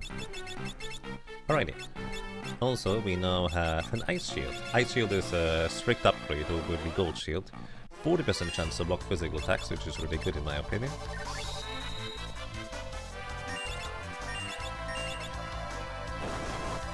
I think the magic dragons mostly only do just the regular physical attacks on their first turn. In turn 2, they would cast level 2 ult, Aeroga, or other stuff on you, which I can potentially deal a good chunk of damage to your team.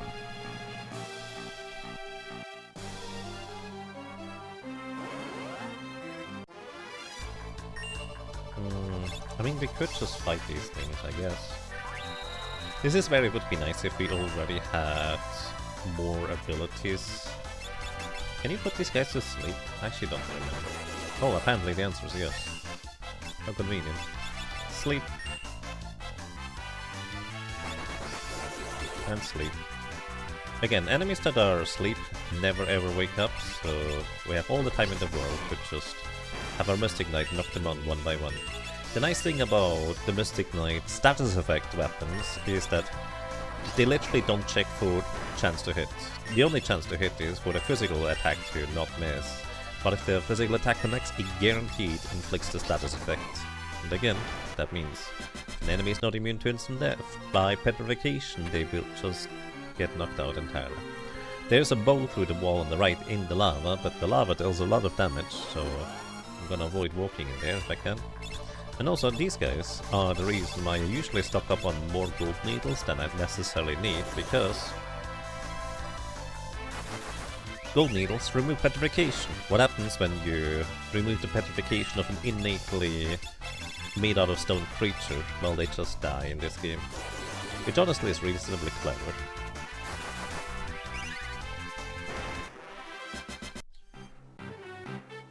Just on the right, as I mentioned, has the guild bow. And Breakblade. Adama golems are notably quite fast.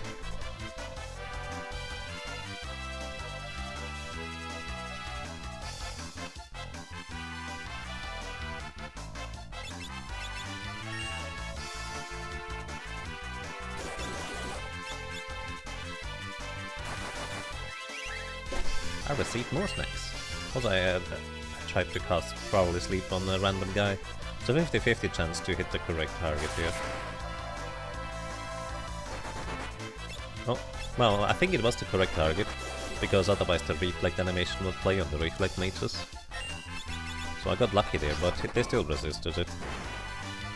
I didn't actually think I would fight anything in here, but honestly, we do have the tools to just straight up dismantle the enemy's defenses very easily. In fact, since I don't really care about how much damage I do, we might as well equip the Mangouche. The Mangouche, we picked up the second one, gives us a 25% chance to block physical incoming attacks, which is just, honestly, very convenient.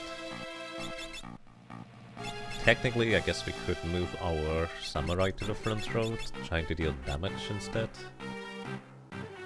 I'm gonna do that, actually. Because that damage can technically be useful. You can always cast spells from the front row. Alrighty, so, one of these chests... That's not the chest. Has a samurai weapon upgrade. An abductor. Rude. I believe these guys are not immune to Break Blade. I don't remember if you can put them to sleep though. Apparently the answer is yes, so if you stop the bridge at the wrong time, you get into an encounter with one of these enemies. You cannot run away from these enemies, and they also don't really give experience. There we go, got the correct now. And this room also is where... Oh my goodness. We can run into big problems. Blue dragons are susceptible to petrification. Red dragons, on the other hand, are susceptible to murdering us, which is not exactly great for us. I don't think we have anything to deal direct damage to them in great numbers, so I guess just Blizzara is as good as it gets for us. Yeah, I should definitely cast Blizzara with Ferris as well. We got lucky that we got a preemptive strike, so we can knock out the blue dragon before it can murder us, so that's good news. This encounter in particular, we would probably be fine, thanks to Lena having Reflect. Actually no, the Frost's Breath goes straight through Reflect, doesn't it, so that wouldn't help. Anyways, we wanna... No, we prioritize dealing damage. If Ferris goes down, we can revive her out of combat easily. At least I'm pretty sure red dragons are not susceptible to petrification. But I don't know when the last time is that I tried.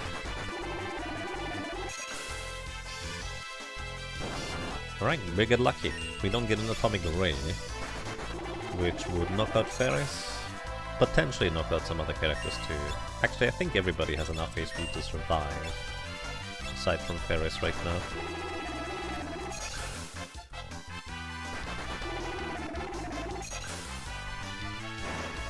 Alright, so this is basically the room before the dragon room. We also get our Katetsu sword, so now our samurai has a much stronger single target weapon, I guess.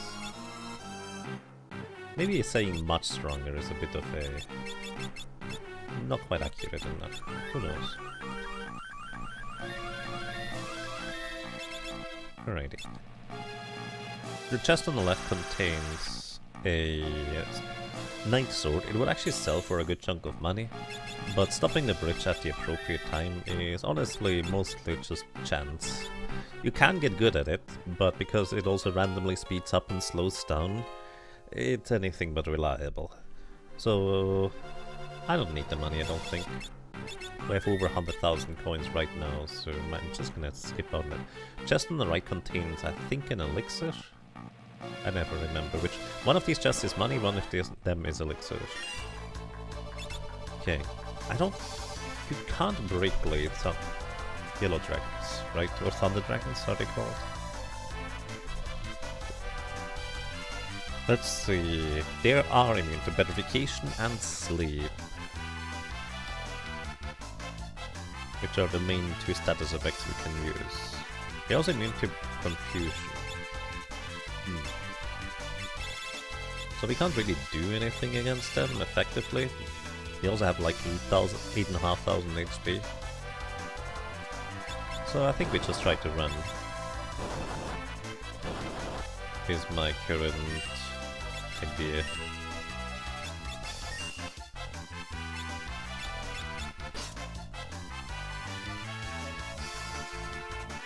Running away from the encounters in here is... well, it's reasonably challenging. It's not the highest difficulty for runaway resistance, as I tend to call it, but it is up there. Also make sure we have the... I think what we want to do is we want to equip the ice shield on our Mystic Knight here. Just in case we get into the Frost Dragon encounter, we have one character that can guarantee to win against them.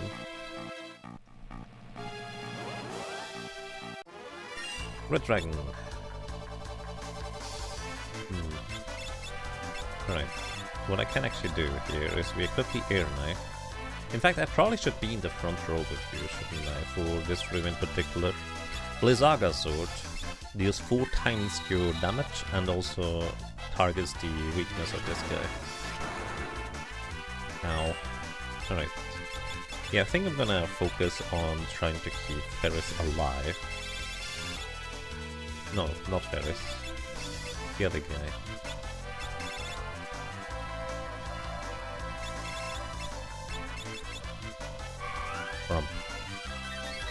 So we're gonna heal him up as much as we can. I guess you can also try to stay alive here.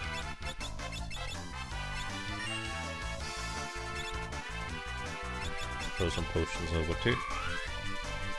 Because Blizzaga Sword should be a tremendous amount of damage against these things. We just hope it doesn't atomic ray us the entire way through, because that would be very inconvenient. You have the Frost Rod still, so you can actually start using Blizzara for good damage. And then we have the other 2 characters focus on healing. You heal yourself, and you throw a potion to Ferris. Excuse me, Lena, my goodness.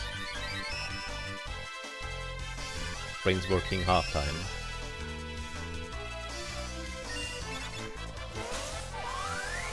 $2,500 damage with a regular attack. Well, regular-ish, I guess. Pretty good.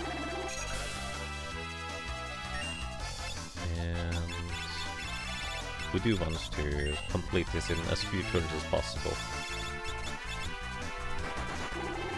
Maybe I should attack with the Kotetsu sword, because it does have a chance to crit, and we preserve a little bit of MP on Ferris if we do that.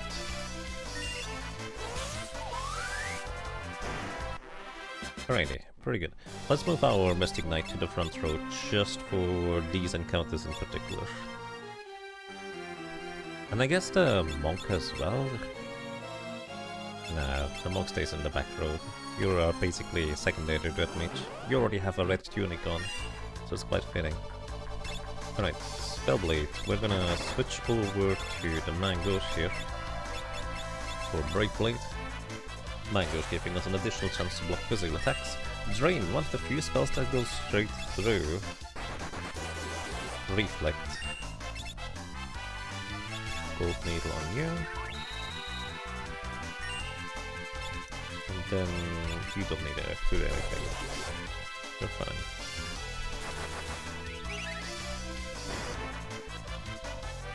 Thunder.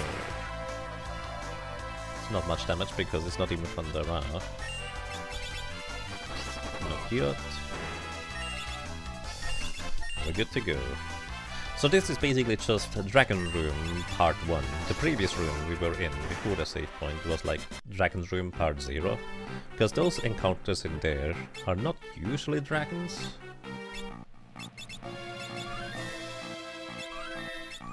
But they can be.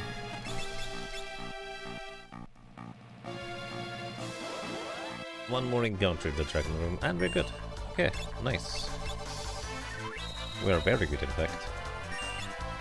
Sleep. You missed. Sleep. And Gold Needle. Missed a sleep twice. How inconvenient.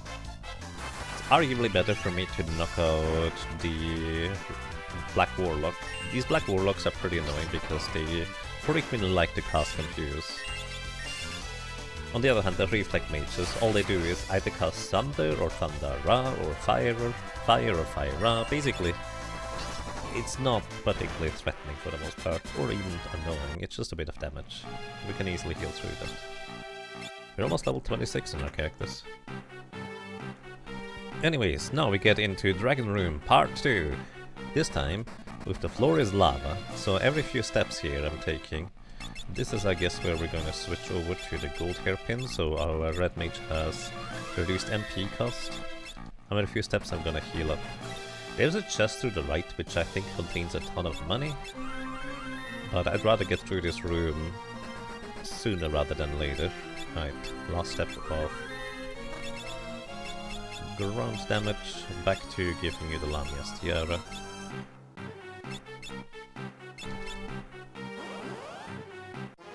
And we're good.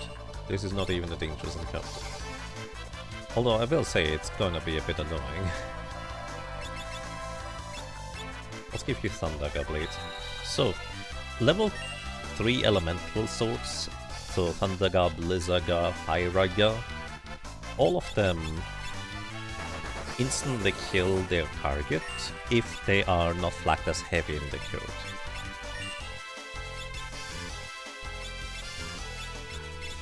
And Adama Golems are not heavy. I was actually just gonna knock out the Adama Golem over and over again while defeating the bunnies in the meantime, but well, I guess we can just put them to sleep, which is much easier, so never mind, we don't do that. So break blade and just knock them out one by one. Actually, I'm pretty sure they cannot counterattack, so normally when you knock out the red bunnies, they will counterattack by casting a Rise, reviving a random ally with maximum HP. Random does mean random. They can target themselves, they can target allies that are still alive, even if they're the ones that are already dead. They're not smart about it. But if they're asleep, they can't do that.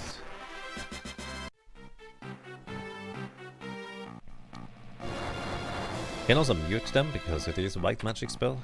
Twin Lens. So yeah, this chest up there contains a lot of money. But you need to walk through a lot of lava, and that room previously has a potential triple blue dragon encounter, which I suppose we survive with Mystic Knight's abilities. It would still not be the most pleasant though. Alright, we want to get one more encounter so Ferris levels up, I think, before we get into Gilgamesh battle. This is fine. Break blade.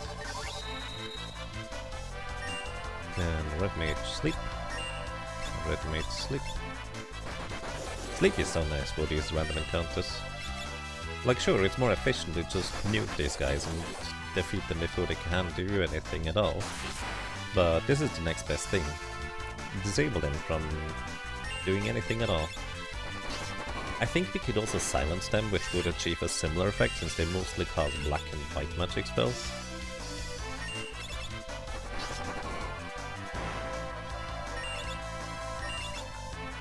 But sleep is just a complete... they can't do anything anymore instead. And there we go, Spellblade level 2. I think we need at least level 4, was it, in order to get Breakblade on a second character. That's alright. So, now we actually do want to start dealing good damage. And I think we're gonna go back to our previous strategy of using melee damage. So you have barehanded. We're gonna give you the Dancing Dagger with a Lamia's Tiara. Elemental for physical evasion. You know what? You get the Elemental, you get the Genji Glove. Because doing it this way around means that the Samurai already has an innate chance to dodge things anyways. And now you have as well with the Elemental. I think Air Knife is as much damage as it gets for you. Same with you. Alrighty. And funnily enough, our Red Mage is our strongest damage dealer right here. Because I'm pretty sure the sword stances are gonna be the bulk of the damage that we're gonna deal here. Anyways, this is Gilgamesh. He has about 13,000 HP. And he immediately discords my main damage dealer. Great news, everybody. So he's mostly annoying, having lots and lots and lots of various status effects. He does hit decently hard with his physical attacks too. Let's see how much damage his sword stances are. Actually, they're still fine, just not as powerful as I would like them to be, because if you get your level halved, you're lose a dramatic amount of attack power, unfortunately. Protect, of course, reduces all physical damage received by half, and that is still extremely helpful here. Even if you have a decent chance of resisting. He's not weak to any status effects or anything like that, but what we can do is we can actually do Drain Blade in our Mystic Knight, because whenever we attack we heal for the same amount of damage we deal now, which can be quite nice. 1,500 damage with sword stances. Honestly, pretty good. And Cryo is just not playing around, immediately 2 crits. That's impressive.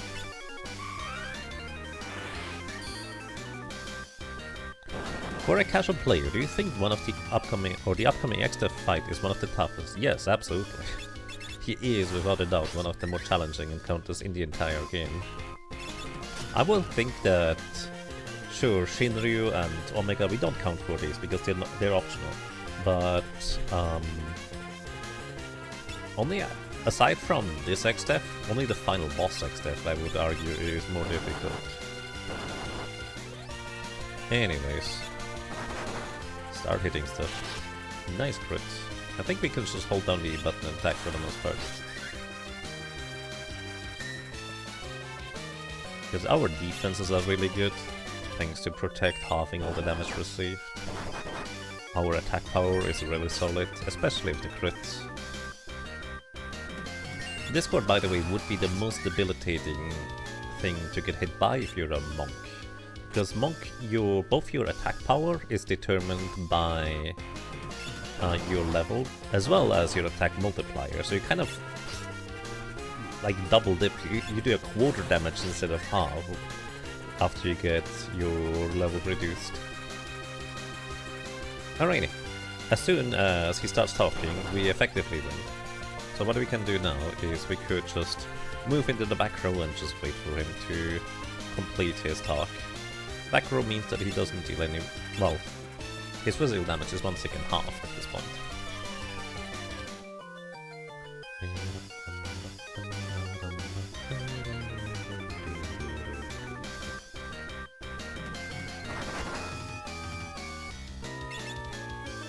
Alright. I think of it.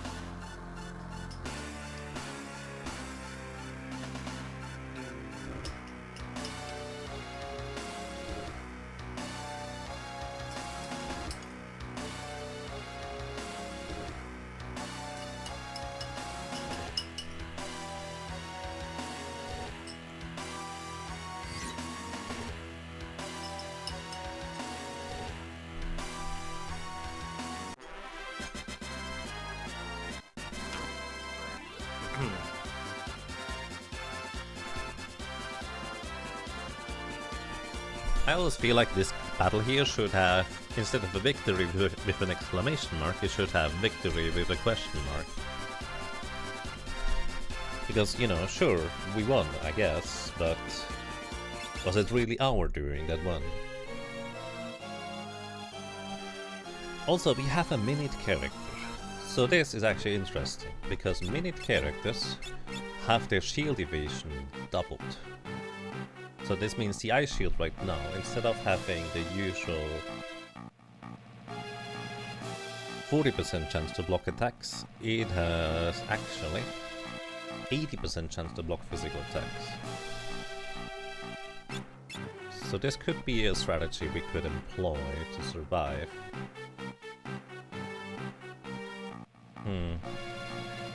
Yes!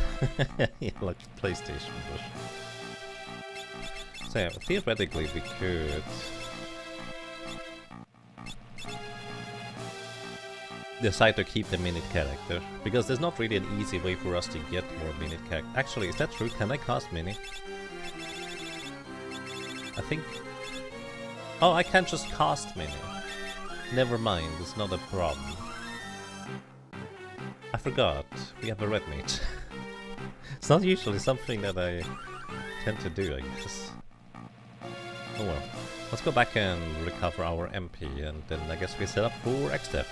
I think we're strong enough here. Probably. Although I'm not entirely sure on how effective our team is going to be, realistically. Our monk is probably going to sit in the back row, just supporting and healing with red magic and cures. It's empty. How terrible. Our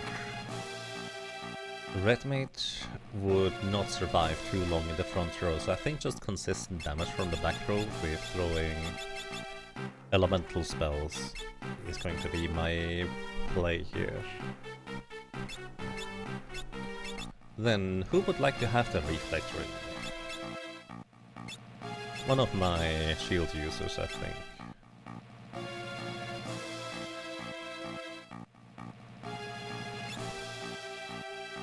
I guess who's gonna deal the damage? That's a bit of a...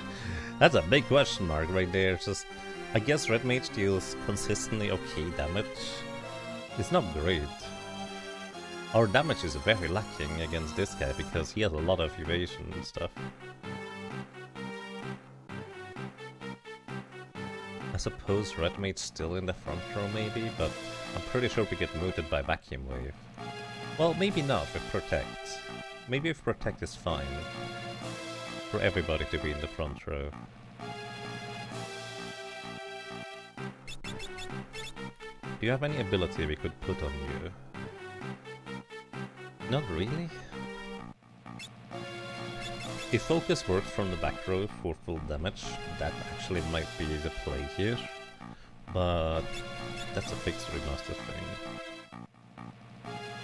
I guess we just attack.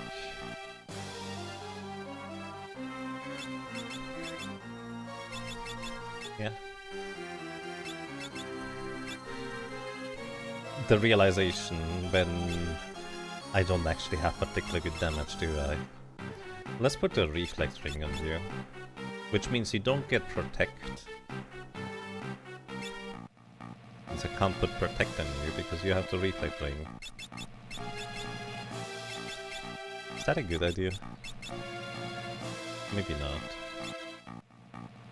But then again, phase 2 is going to be a huge problem if I don't have a reflex ring on somebody.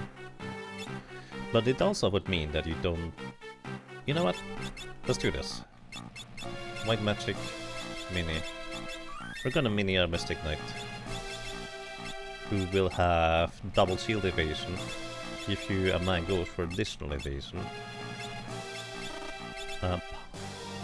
Other than that, nothing really matters. And we're just gonna have our Mystic Knight support from the back row, and hopefully survive into phase 2. And then I will just aim to try and keep the samurai alive. Alrighty. Good luck, everybody. In phase 2, I guess we could also try to keep the red mage alive, breaking elemental rods in the back row. So this is XDEF at the end of World 2. Without a doubt, one of the most challenging encounters in the entire game. Arguably the second most difficult one that is mandatory. He is really fast, he hits like a truck, and he has all sorts of nasty spells and abilities he can use. We're gonna protect Lena here, so she takes half damage from physical attacks. And then let's just see how much damage do you dish out with Thunder. 472, it's not terrible. He has 32,768 HP, so pretty hefty chunk. He also has really good physical and magical defenses. He's immune against almost every status effect except for slow. But if you slow him, you probably don't want to do that. Because he will cast haste on himself, inverting the relationship. Let me see if our dancing dagger does well here. I hope I have the Lamia's tiara equipped. Aside from that, nothing to do aside from just attack. He has a chance of 1 in 3 to cast Dispel whenever he takes damage from a regular physical attack. So that's going to be a bit inconvenient for us. 100 Gs removes any floats that we might have on the team, but we don't float, so it does nothing. Just cast spells, I guess. It's not rot boosted, so 200. Come on, sword stance. There we go. 2000 damage. That's really good. Like, genuinely, that's really good. I might want to not attack with the monk because of the double chance to retaliate with Dispel, which would mean I need to remove the effect much more frequently, or like I need to recast Protect much more frequently. Is it really worth casting? Sure, why not? I mean, he doesn't retaliate spells, so it's a little bit of extra damage.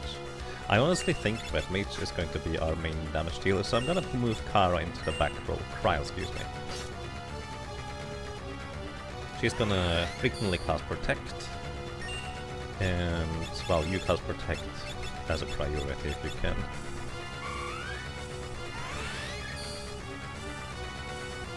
Blaze, that is 25% of our maximum HP just gone. Bit inconvenient, but we can manage. So we're going to just throw... Well, the funny thing is, what I could do is I could Cura everybody on our team. It's gonna heal Xdef a little bit, but at least we wouldn't spend too many turns healing. But then again, the only really important target for us to heal immediately is Lena, because she has such low maximum HP. We prioritize attacking with Ferris and Lena here, I think. Hurricane. Single target would put somebody into critical HP if he hits, but he didn't hit, so we're good. Recast Protect.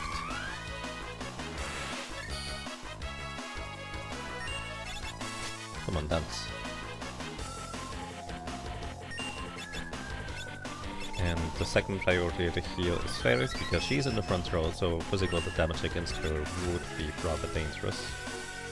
Zombie Breath. Extremely high variance on how much damage he can deal. It can actually straight up one-shot Lena if we're unlucky. But he didn't one-shot Lena, so I guess we're good to go. But it's another reason why we need to keep basically our HP high across the board. Nice sword stances. Bio, that's not gonna survive. Yeah. No. We're gonna prioritize healing up our characters here.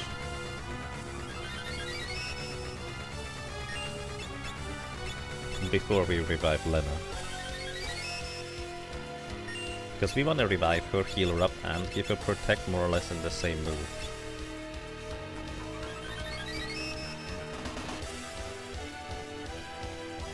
Level 3 Flare. Well, his level is divisible by 3, so he deals about 1000 damage back to himself, and now we are back to turn 1. 2 in 3 chance to cast Doom on us, which by the way, he just did a physical attack at the beginning, which means that now it's a high chance of just getting doomed instead. Alright. Heal you up, and Protect.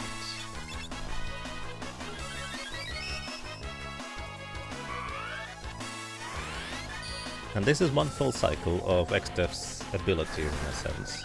Doom will just kill you after 30 seconds. Even if you have the Bone Mail equipped, it doesn't matter. It will just knock you out anyways.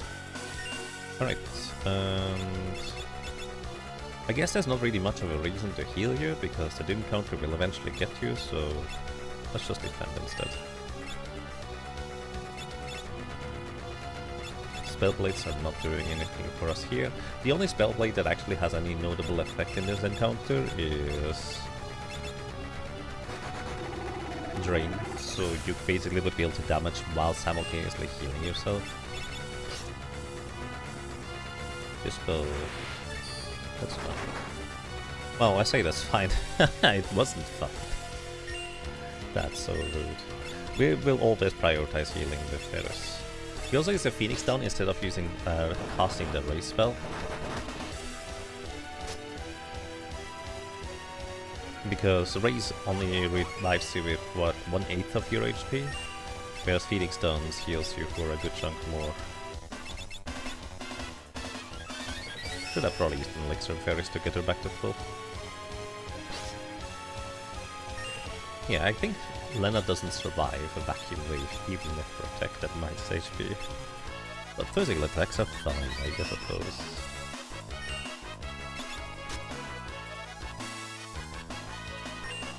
So this is going to be a bit of a challenge going to phase 2, I suppose.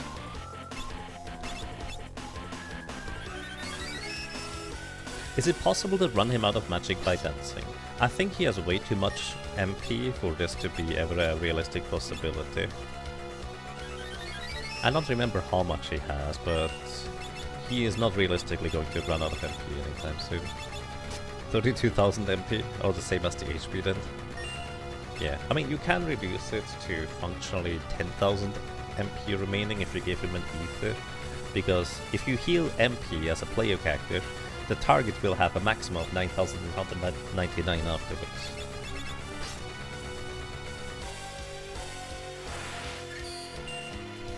Okay. Red magic, protect. I think it would be quite a challenge. It's technically possible.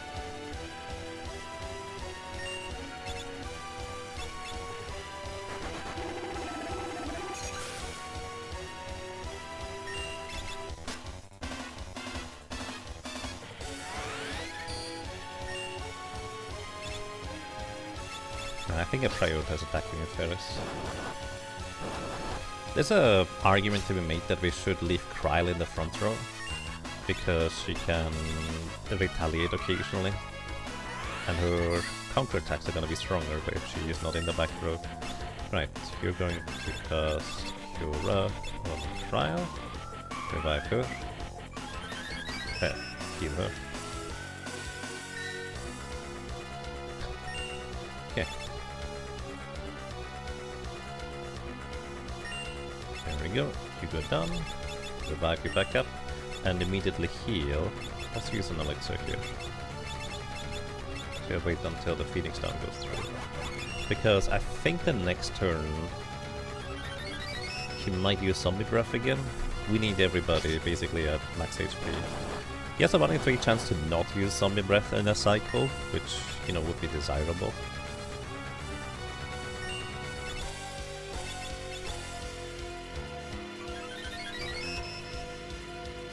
We might also already be past that turn where he would normally cast Zombie Breath. It's also possible. Anyways, add a little bit of extra damage here.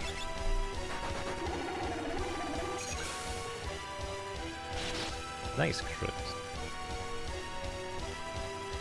Level 3 flare. Oh yeah, we are way past Zombie Breath. It's only 2 in 3 chance to use level 3 flare, so that's nice when we get that. And now we might be in phase 2. Phase 2 is when he drops below 16,000 HP remaining.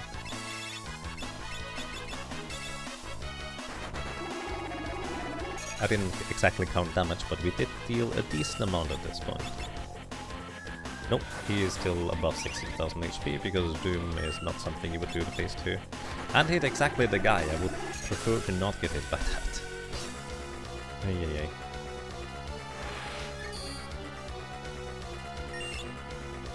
Nice sword stance.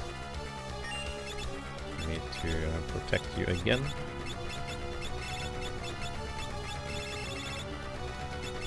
I could use LNR to scroll the menus, I just remembered. Oh, there we are. We're in phase 2. And in phase 2, on average, he will use 1 physical attack and 1 level 3 spell. Thundaga, Firaga, Blizzaga. And that's on average, however. So I'm just gonna wait until he gets another turn, so we can heal immediately. The thing is, we don't really have good resistances against his spells, except for that 1 reflex ring down there.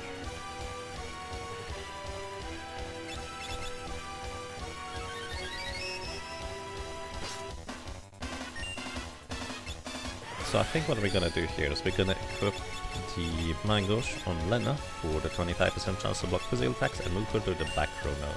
Because I think we're done attacking with physical attacks with her.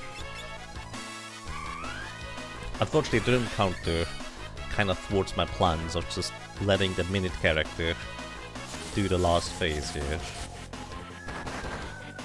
Vacuum maybe survived it. In the back row with Protect. Just about good enough.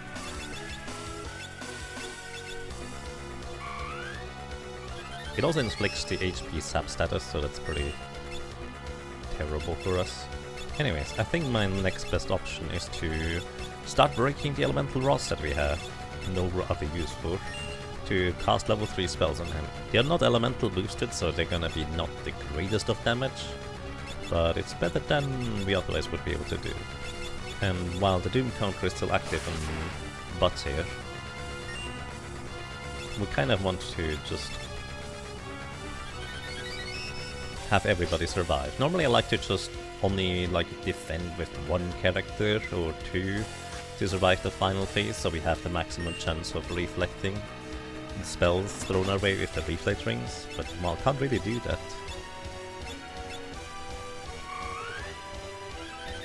When our minute character is gonna get doomed here. Anyways, more thunder rods. We actually want to keep some flame rods technically, but I suppose we also could go back and buy them. You defend, you attack. Maybe I should check on how much damage Seninage does against him. Vacuum Main. The chance of hitting Ferris with that is not particularly high, thanks to all of our evasion stuff. But I mean, I guess it happens. 61? Another name bites the dust. Thank you for so much for 61 months of support. Welcome back. And I'm glad you enjoy your stay. Hope you're doing well. Thank you kindly. Sometimes he also skips one of his 2 turns, so it's convenient that that happens. Alright, let's see. How much money do you take? 1,650. You know, that's actually very respectable.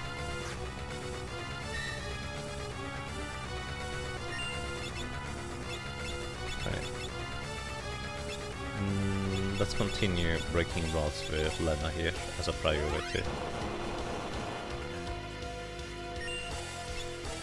Because I think it's the most reliable damage we can get out of most characters.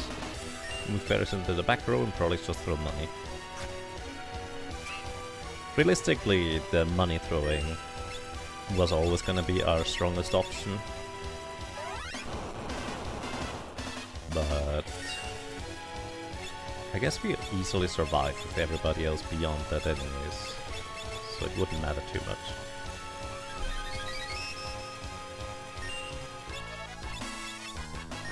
Yeah, I thought this was gonna be more challenging with this team, but I think we're getting there. I mean, you can't just murder one character by double attacking them. Or I guess in the case of Lena, she doesn't survive a single hit.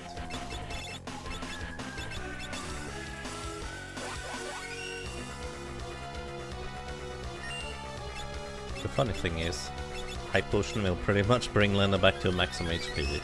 I think she survives a regular physical attack. Just no spells. Oh, I think we blocked the spell with the Aegis Shield. And apparently we just win. Alrighty, not bad. Protect, just reducing physical damage by half, is incredibly valuable here. We did not need to technically throw the money, because I feel like with Protect, reducing the physical damage incoming was actually making it very sustainable for us to survive for a long time anyways, even if we didn't have the greatest of damage output.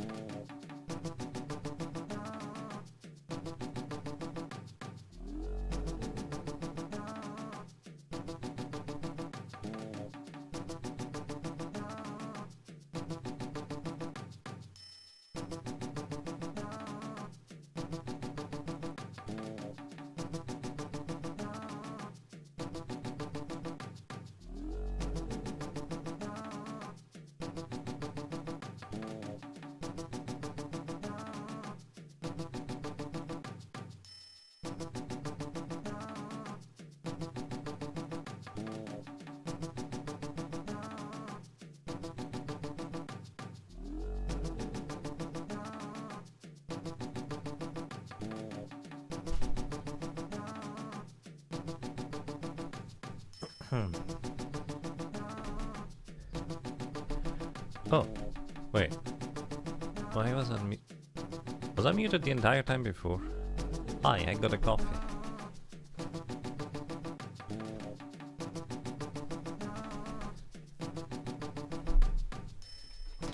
Anyways, moving on. I suppose it's technically possible. You assumed I was eating sandwich. You know, that's a fair assumption. No, I got a coffee just now.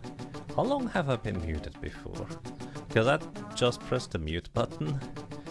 Because, well, the fire up was gonna take a while to knock out the antlion. And I just came back and realized that the mute button was inverted. The whole antlion fight. Okay, that's normal. That was intentional. Just now. Okay, so I was kind of worried that I might have forgotten to unmute after I muted earlier at Gilgamesh or something. Because, well, that was a different button I needed to press there. There's like a difference between the mute symbol and appearing in the bottom left like this, and me sometimes muting in the middle of a sentence even, while I'm talking, I guess. It's a difference between muting the audio differently, because I don't always want to necessarily show the mute stuff in the bottom left, although in most cases I do. You should explain to us about how sleep works with magic in this game. That's fair. Yeah. Welcome to Siegfried, Watson. Hope you're doing well. Good afternoon.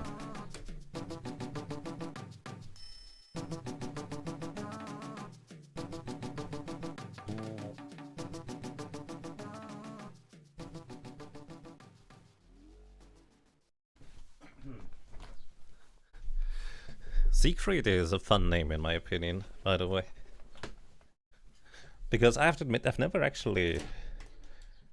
Like, I think it's a very German-ish name, but I've never actually met anybody with the name Siegfried. So, in my mind, I always associate the name Siegfried with, like, medieval comics and stuff like that, where there's a bunch of characters Siegfried, or fantasy novels, or games even for that matter. I really like the name. But it also would feel really weird if somebody was actually called Siegfried. But at the same time, that would be awesome. Sorry, just kind of randomly reminiscing about your name. It's a really fun name in my opinion.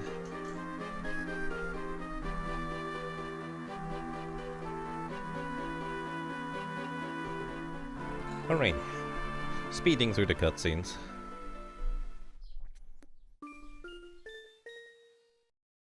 It feels very Nordic as well for Siegfried. Yeah, I think that's fair. That's fair. That could very well be Nordic as well, I guess. But I've seen it like in medieval comics about all sorts of stuff, let's put it this way. That's usually the context that I think of it.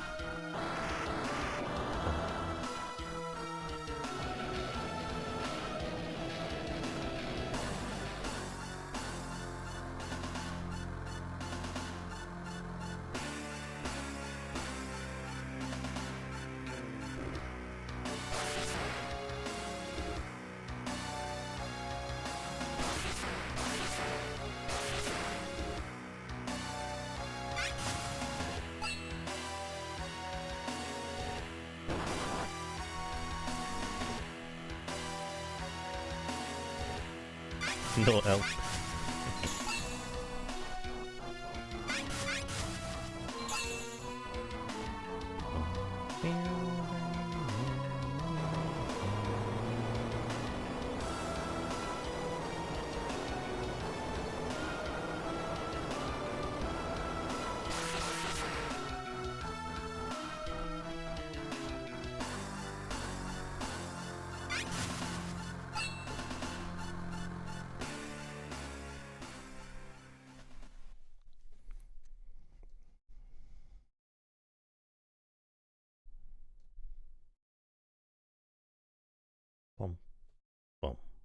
bum, bum, bum, bum.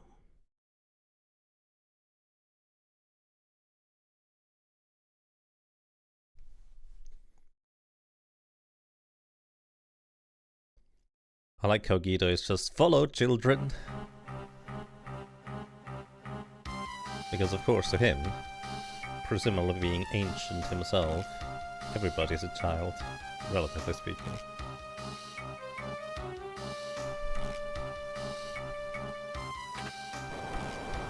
I like how he basically just waltzes into the room, presses a button that nobody knew about, probably trapping like 2 people on the roof, and just calls in this conference.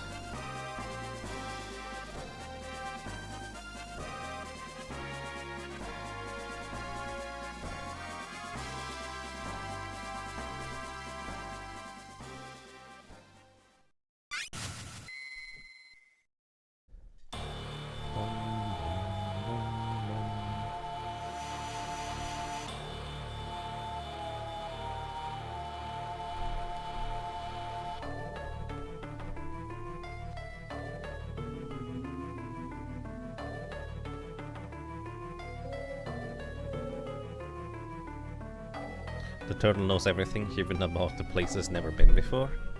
I mean, I feel like the implication is he has been here before the world split into 2. I don't know if that's accurate or not, but that's just kind of what it feels like.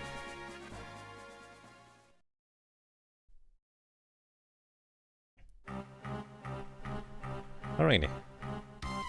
Healing pot. Oh, nice. At some point I mentioned that, oh, I think the Pixie Master starts you inside that room, but apparently every other version does too. Okie dokie. Back attacks. Yep. This is the danger of not having a thief in your team anymore. Back attacks can now officially happen again. How very inconvenient. Running away is now once again subject to randomness. If you take 1 step south, you can avoid the cutscene in front of the tree. Once again, unless you play the Pixie Mask, because for some reason they made that cutscene mandatory. So no matter how far down you go, you just always walk back up to the tree afterwards. I mean, arguably it kinda makes sense, because it gives you more context as to what this place even is about.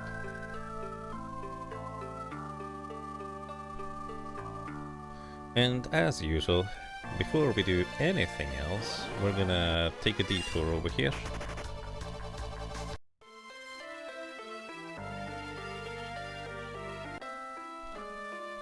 Welcome to more, where there is now another secret here that wasn't here before. If you go right, then down, left, and at some point down again, we meet this guy. He offers us the choice of being brave or being a chicken. We can't use the Brave Blade, because that's a knight exclusive sword. And the chicken knife is insanely strong, so the choice is easy. Bark, bark, bark, bark. Now there's more stuff in the more, yes, accurate. Alright, the chicken knife should probably be already fully powered if I were to guess. It gives us 127 attack power. To put that into perspective, our strongest weapon before could have been around 80 attack power. On top of that, it gets a double scaling. Most weapons only scale with strength. However, the chicken knife scales with both strength and agility, effectively doubling your ability to get additional damage out of the multiplier, making it ridiculously much better. Welcome to the pyramid. There's gargoyles in front here, and as much as you might think these things are petrifyingly terrifying, they are not immune to being petrified. So what we can do is we can return them to their stony state that they once were. Plus, what you want to do in this encounter is you don't want to knock out... Well, you want to knock them out more or less at the same time, or you want to knock them out before they get a turn, otherwise they will revive each other. Because the Mystic Knight has innately just, for some reason, a lot of speed, we easily get 2 turns if we just wait until the gargoyles move and then immediately knock out the other guy. And then knock out the first gargoyle before they can do anything. You're sad. Oh no. That's not fun.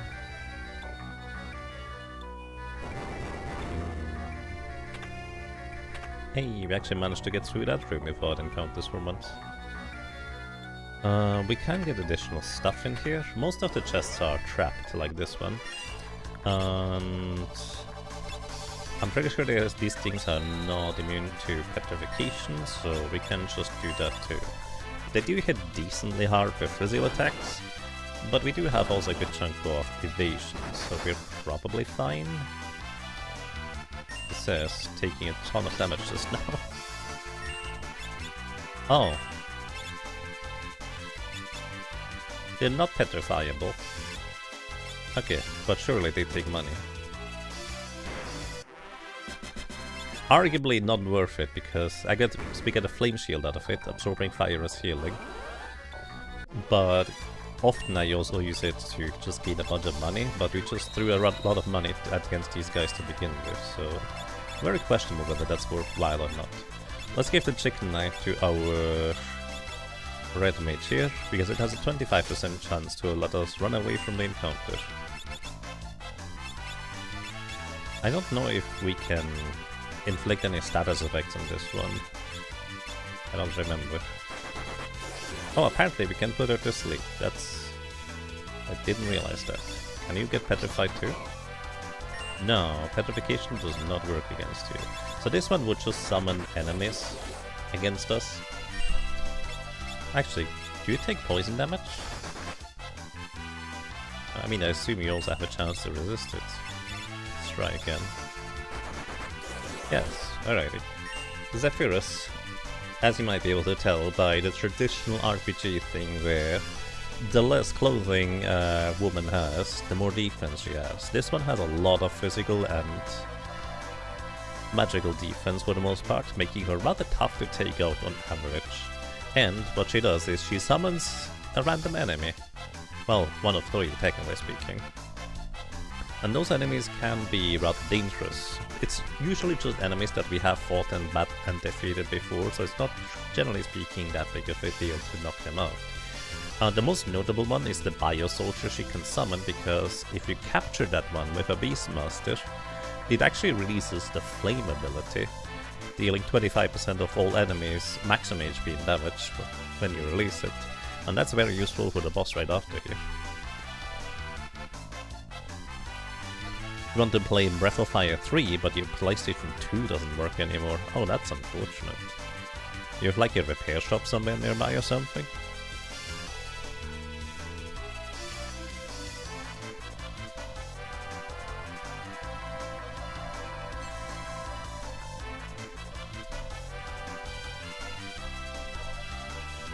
Anyways, running away from Zephyr Zone is... well, it's unlikely that you get to run away naturally. It's possible. If you just keep trying, eventually you'll get away.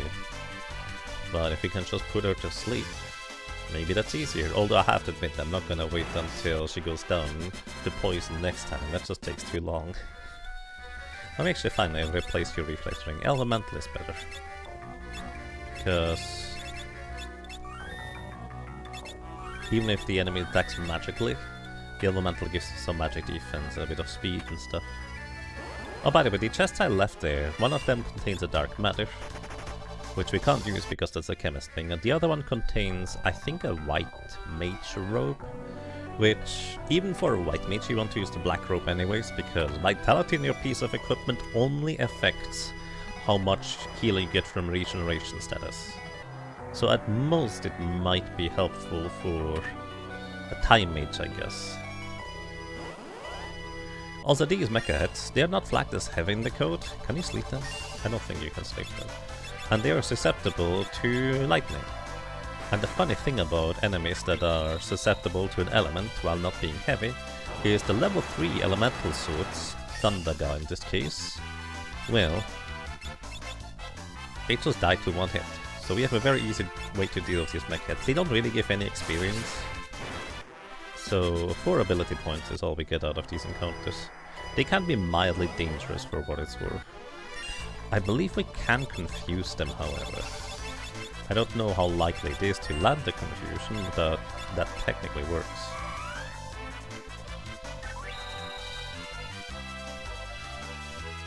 But also because Ferris is too slow, she moves after the mech heads. There's no reason for her to confuse because, well, we knock it out in the next turn anyways. They have no evasion, so we always hit. At least I think they have no evasion. Also, as long as you don't face these things, they don't actually encounter you in combat. The chest up north that I skipped there contains a Thornlet. A Thornlet is a heavy armor equipment with the highest physical defense in the entire game, but it inflicts a permanent HP sap status on your character. So not great. The chest on the left, I think that contains a black robe. That's pretty good. It's also guarded by an Archaeosaurus. You know what, I guess we can go and grab it. Let me actually just confirm whether I remember this correctly or not. Too bad there's no confused blades, that would be kind of fun. Confusion is generally speaking a decent way of taking care of the mecha heads here, because they can hit themselves with revenge attack, dealing damage equal to their missing HP. So even if they only have 1 point of damage on them, the next time they hit themselves they have 2, then 4, and then 8, and then, you know, duplication repeated, eventually knocks them out. Monster attack. I'm pretty sure this is an Archaeosaur. I don't remember. This thing is weak to fire, but I don't. I'm pretty sure we actually want to equip a strong weapon here, because I believe it is flagged as heavy, so I can't one-shot it. I guess I would remember if I could one-shot it, because you could just use a Phoenix Stone. It is undead after all. And we're just gonna have Ferris. Wait. Protect. Move to the front row to deal damage. The nice thing about Magic Sword, by the way, is that samurais can also use Magic Sword. Not every weapon can be enchanted, but samurai swords can. So we'll be able to use this with the samurai as well later in the game. But well, we need to get there first. Anyways, I don't remember how much HP they have, but we should whittle his HP down rather quickly. Ooh, Poison Breath. That's potentially a lot of damage, because it has high variance in how much damage it deals. But once again, a Raid Mage coming through for us.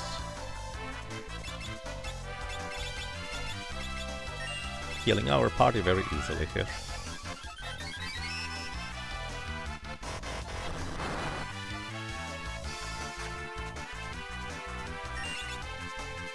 Hello, welcome you, Anthony. Hope you're doing well.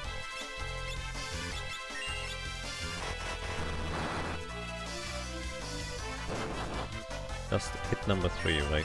So it might be like 10,000 HP in this thing. This would be what was guarding the white robe earlier as well. Yeah, there it goes. Dragon Fang. And there we go, Black Robe. Black Robe gives plus 5 magic power, which is a very substantial amount. I'm actually gonna equip this on our Red Mage here. I also kinda don't want to take consistent poison damage, so let's just poison R. And cure.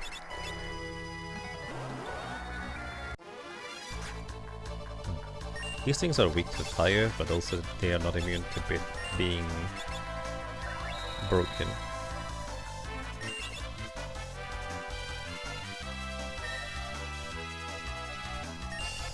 You overslept. Good morning. And welcome. Hope you're doing well today. As long as you don't have to worry about obligations, oversleeping seems pretty nice. There's technically a possibility for me to run through one of these mech heads.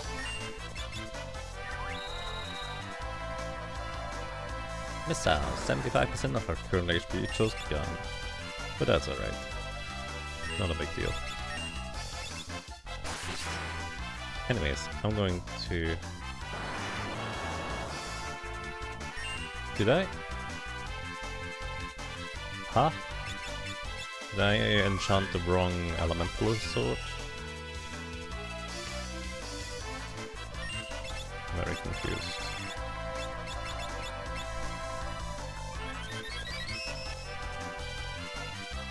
Messiah. Ah ja, just Thundara instead of Thundaga. Good.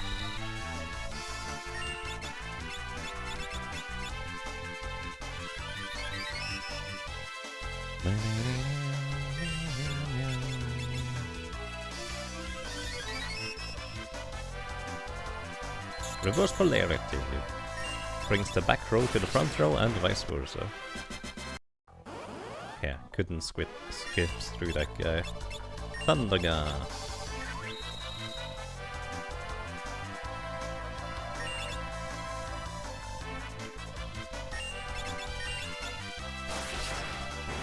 And goodbye. Spellblade level 3. Need some more.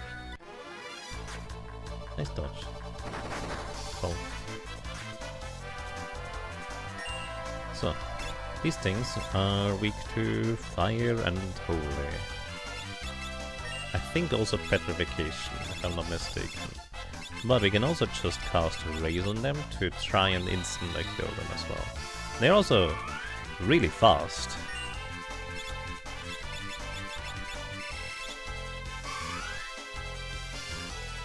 And yeah, an absurdly high speed for some reason. Plus, when there's only one of these mummies remaining at the end,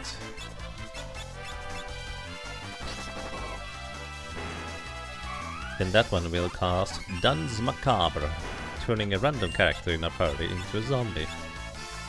Zombies just attack your own party, and that's all they do. But they don't always use Duns Macabre. Sometimes they just decide to not do that. Which is convenient, I will say. Alright.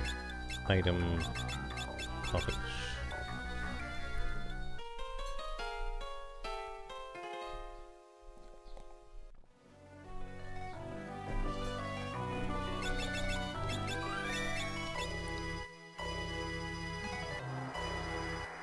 What I could do is I could give our Mystic Knight a chicken knife. This also gives +5 agility for what it's worth. And if I try to run away, I can just attack with the Mystic Knight for a 1 in 4 chance to run away guaranteed, because it's the exact same thing as the Thief's Flee effect. Of course, it doesn't exactly work that well if we get back attacked. It's pretty rude if you ask me. Run! There we go, chicken knife proc. How convenient.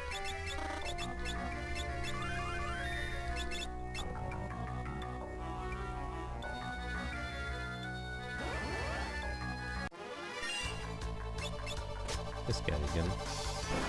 There's also the chance that we can just defeat this guy, I guess, if we don't run away multiple times in a row.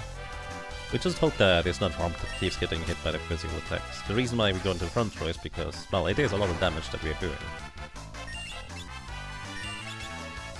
So... we're getting somewhere.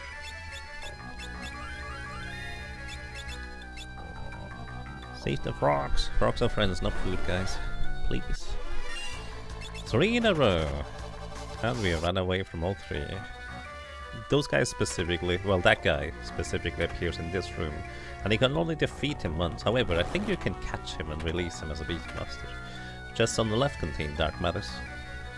Once again, we don't have any use for those. If you drop down through the sand into the lower area here, you can actually gain some extra chests. Also, I think one of them contains like a dark robe. It's like the medium armor equivalent of a black robe and white robe, which gives you agility, no strength though. Good defenses. And then there's also...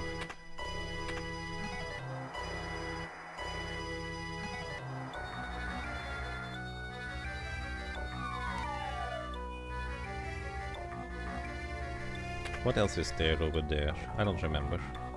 One of the potential enemies guarding one of the chests over there are ones that can give you the Kaizen Knuckle early if you get the rare seed from them. But we no longer have thieves, so it's not exactly a viable thing for us to try and get.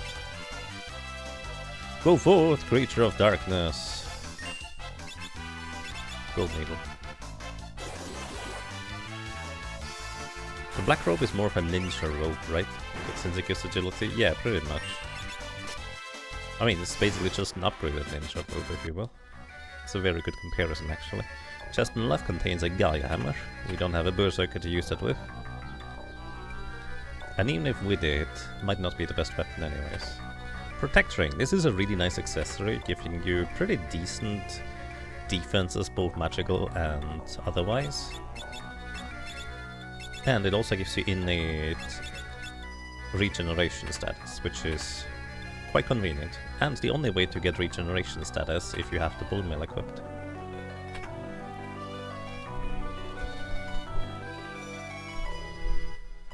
Alrighty.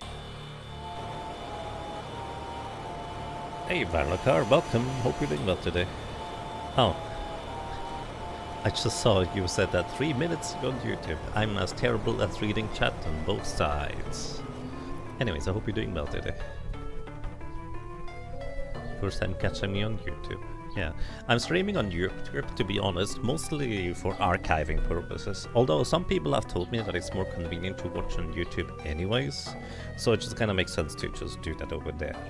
I don't necessarily plan on having anything more fancy for YouTube, it's literally just so I don't have to keep remembering to do local recording and then go through the effort of uploading, thumbnailing, etc. All of that should just be done, well, with a lot less effort on my end beforehand.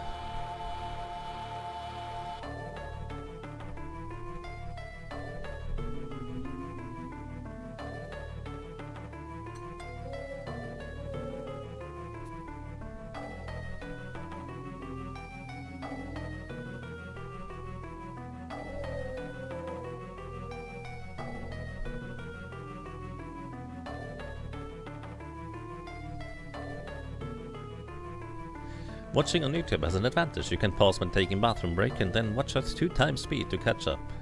Yes, you can technically do that on Twitch as well, I think. But only if you're subscribed. I still don't understand why Twitch locks that feature behind subscribing. Don't get it. Because it just feels so nice to do that on YouTube, I completely agree. Or you can just briefly skip 5 seconds back in the thing to easily check, oh, what just happened there? On Twitch, you either have to make a clip or you need to be subscribed. I guess it's technically an incentive to subscribe, but it's just annoying. Anyways.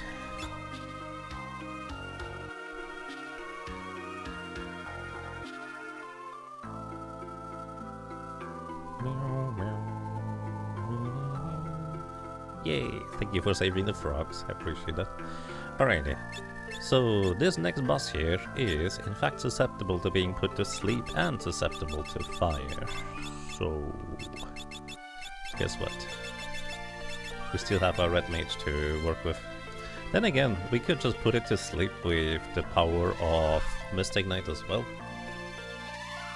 And then alternate between hitting it with a level 3 5 Raga sword and then immediately putting it back to sleep, because I'm pretty sure at this point Bots has high enough Mystic Knight levels, so we would be able to put the Mystic Knight magic sword onto, let's say, the Samurai, and then have the Samurai attack to put to sleep, and then the Mystic Knight attacks to deal damage instead.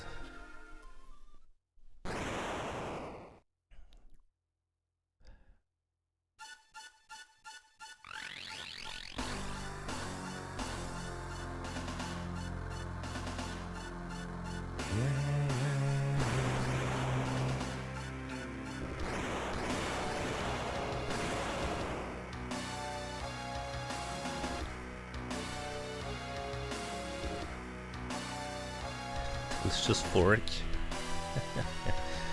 The thought box has now a fork inside.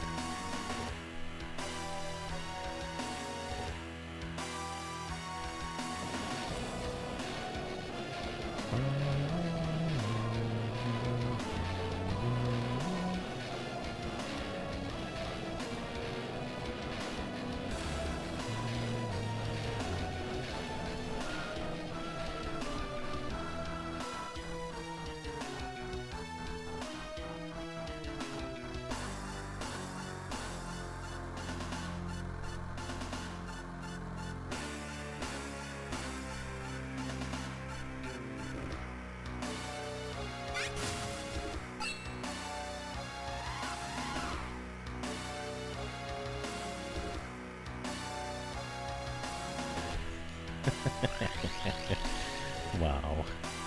I can resurrect the frogs? Yeah. Yeah. Anyways, welcome to...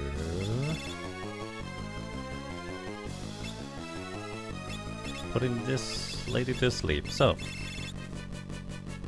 Sorry, just reading chat instead of paying attention. So this lady can be both confused and put to sleep. She's also initially weak to fire, so she's supposed to have a random weakness to fire, ice or lightning or physical attacks, and she absorbs all of the other elements or has ridiculously high physical defense. But she always starts out being weak to fire, so you can take advantage of that.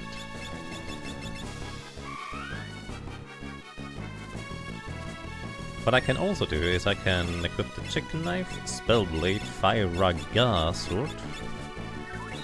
Because let's put it this way. Our red mage is trying her best, okay? But the damage at this point has well and truly just fallen off on how much we can reasonably do.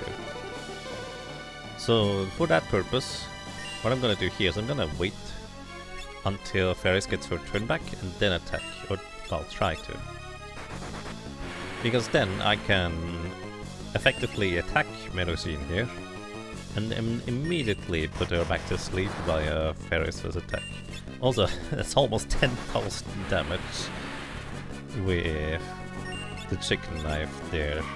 Kind of ridiculous on how much it is. Oh yeah, I guess I could put to sleep or confuse. Yeah, the power of a chicken knife.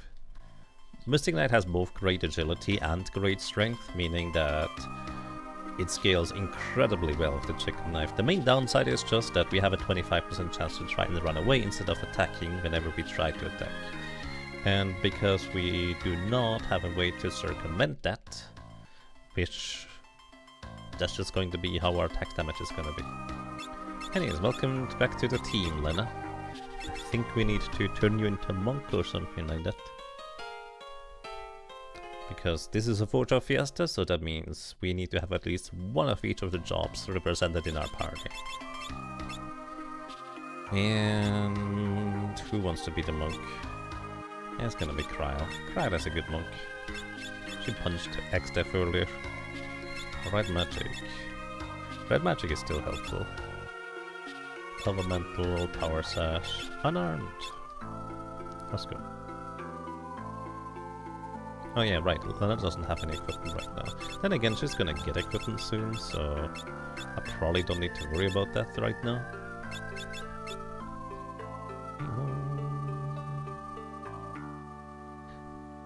The rabbit opens the food box and the twig flies out, but it's a crab?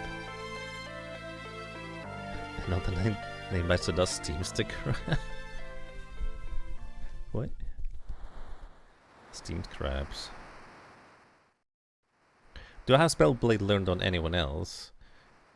No, not currently, because Mystic Knight was the 5th job, which means we haven't had it for that long yet, so we haven't had much of an opportunity to accumulate ability points on it. Crab, yum.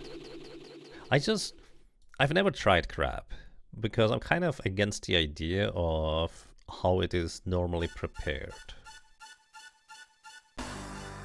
Be completely honest. 5th job, yes, basically when Kryle joins, she comes with her own job, and you can decide which one of the jobs you want to replace instead.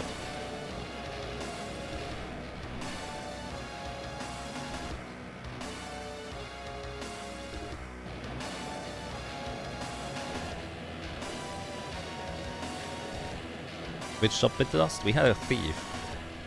That's actually the 2nd time that we replaced thief with a 5th job here, which is quite amusing in hindsight.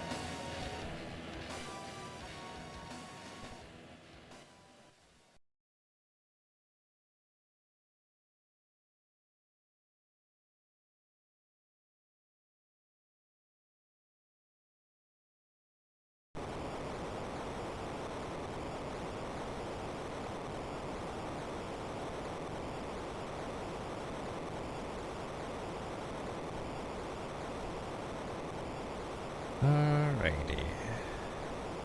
Welcome to World 3, proper now, because now we have access to most of World 3 in our airship. A very, very angry butt at the helm, who needs to calm down for just a little bit because, you know, circumnavigating the globe 5 times unfortunately doesn't bring back the part of the world that are in the void. For that we have to go into the void ourselves and punch a big tree. A very big tree. Alright, welcome to World 3.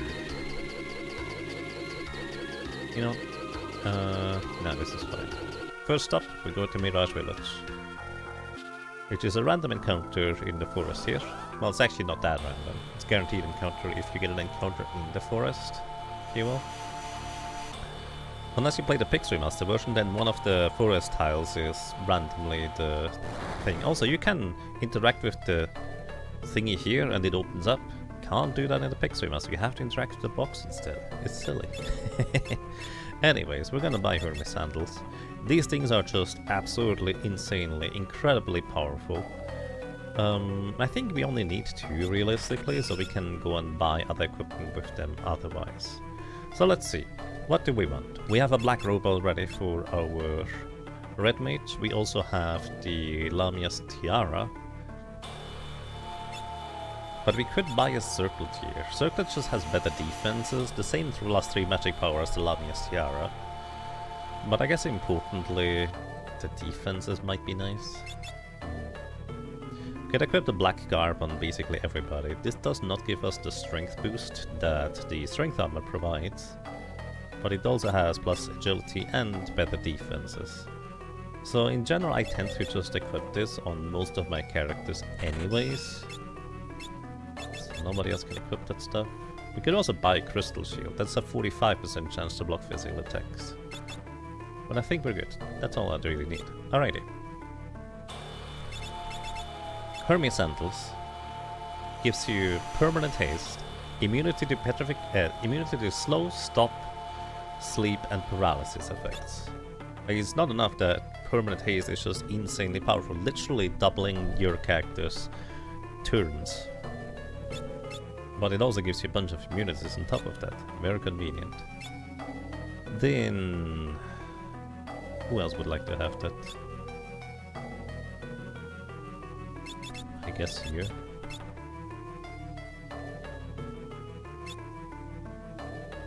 I'm actually not sure who else would like to have that for now. Kinda depends on how much I plan on doing in World 3 here. We definitely want to go and grab Flare Blade. Do we want to grab Osmose Blade? Guess we could. Osmose is absorbing MP from enemies. And Mystic Knight can use it.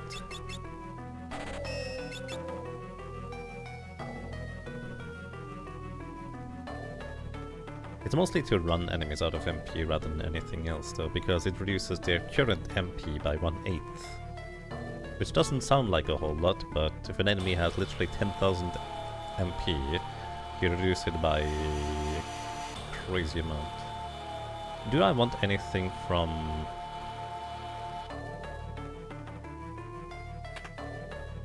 Phoenix Tower? Not really.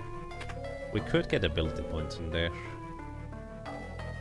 I suppose we don't really have a good way of grinding out levels until we go into the void. But once we do get into the void, we're gonna be really strong, I suppose. Anyways, I guess we're gonna do the Fork Tower here. That will probably be it. Unless I really want the second Aegis Shield. And we could run through History as well.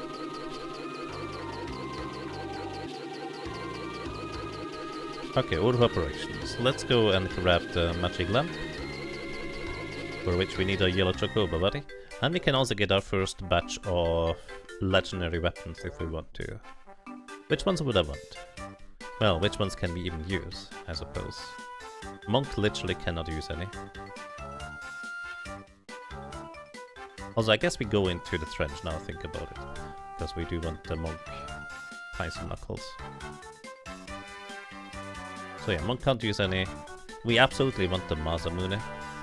That thing is just too good not to have, and the entire reason why it's actually worthwhile for me to go and pick up the Monk's accessory. And in effect, the Monk's legendary weapon is an accessory in a weird way. But normally you have haste on your accessory, which is usually strictly better. But if we have another way of casting haste, such as with the samurai in a second, it's still worthwhile. So yeah, Red Mage doesn't get any specific legendary weapon. I guess we can use the Sage's Staff to deal extra damage against undead enemies. That might be worthwhile in some niche situations. And aside from that, we can't really use any of them. Literally, we can't equip most of them. The Assassin Dagger is the only other one. Well, aside from... oh no. This is like the encounter we don't want to see. Noxilly confuses a character. He might not have the Lamia's Tiara equipped. I'm attacking with the Chick Knife in the hopes for the 25% chance to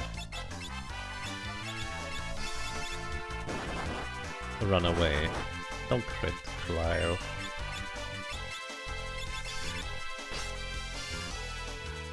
Anyways, running away from this encounter is incredibly tough normally. Chick Knife saves us right there.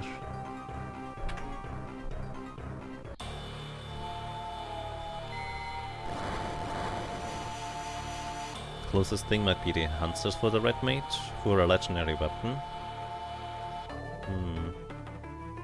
Yeah, Red Mage can use the enhancers, so that's true.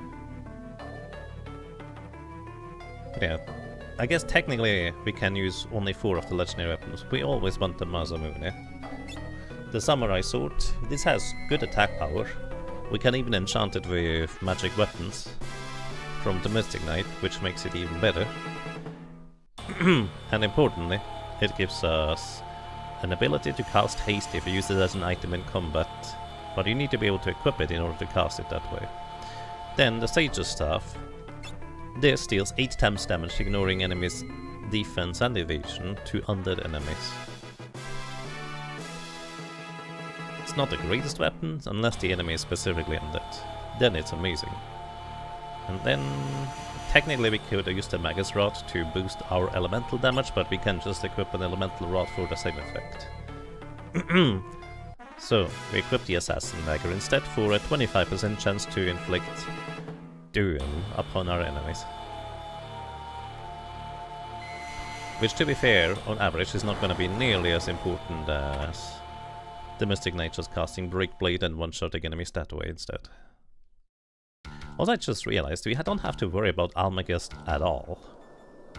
Like, Almagest is just straight up not a concern. I didn't even think about that, but it's true. Because we just one-shot that part with a Mystic Knight. The Superman trick didn't work. 7 minutes ago, I don't know what that refers to. Sorry, I'm terrible at reading chat time. No, not you again. Whenever this thing receives damage, it counterattacks with Noxilly, which is very silly. Ah, that's right, we have actually really high chance of just not getting hit by this. Would be nice if you guys could block these things sometime. Let me run... This thing has 20,000 HP. And it runs away after it drops below 10,000 HP remaining. It's actually very rude like that. 1 in 4, come on.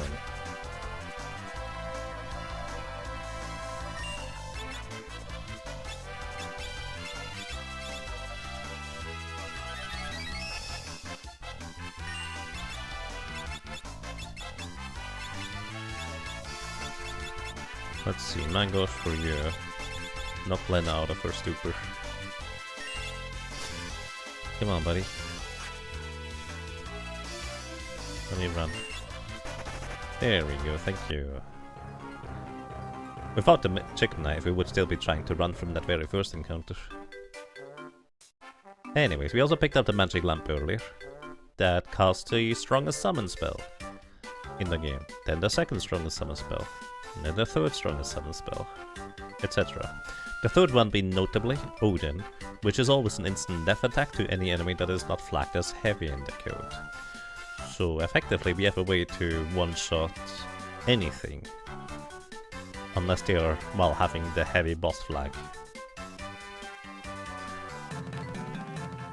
And that's relevant because even though you might have a summoner to cast Odin instead, that Odin will always check whether there's any one enemy at all in the entire encounter that is flagged as heavy. And if there's even just one, then it will never actually use the insta-kill move and only use the physical damage single target spear.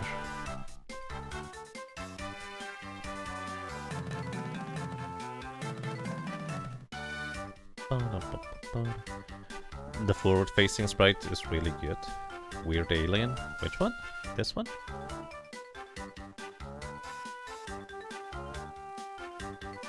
It does look a bit goofy.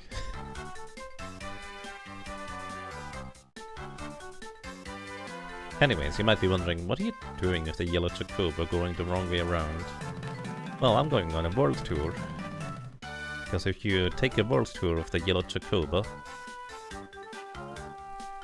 you can get a Mirage Vest, which is a very unique kind of armor that gives you 1 charge of image or blink, effectively nullifying 1 physical attack take. And if you shuffle items around in your inventory, you can actually re-trigger that effect multiple times. But it's great for grinding, because while you might not necessarily want to re-trigger it if you don't like using minor glitches or so, which is fair, it's still great for just avoiding physical attacks. So, 2 things to note. 1, if you play the Pix Remaster, you have to talk to this guy before you do the world tour on the yellow Chocobo, otherwise it doesn't work.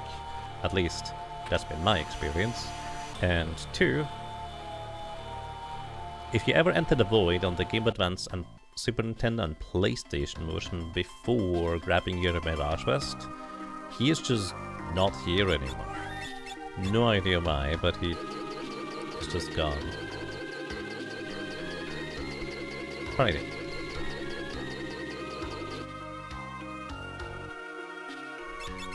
Next up, we don't want to use the chicken knife for this because I would like to have a reliable physical attack here.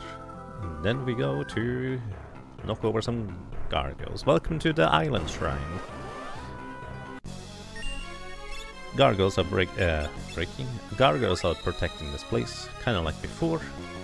What we can do is we can just equip Break Blade, wait for 1 gargoyle to attack, one-shot the other one, and then just have our Mystic Knight go fast enough to knock out the other gargoyle before it can revive his body. And that's the entire encounter. With a lot of teams, if you have some form of reliable area of effect damage, that doesn't cost you a ton of money, I guess. The Island Shrine is actually pretty decent for experience, because there's a lot of encounters with relatively large groups of enemies that you can try and take down. But our best form of area of effect is either very expensive with Guild Toss, or, well, our Red Mage is not particularly well suited for it either, to be honest. Anyways, I'm gonna move our Mystic Knight to the front row again. Just in case we can't run away, at least we can deal a ton of damage with the chicken knife, potentially 1 or 2 shotting a bunch of enemies in the encounter, kinda like this. And at that point... Ooh. Good thing our level is not divisible by 5, because... Oh, now we run away, sure, why not?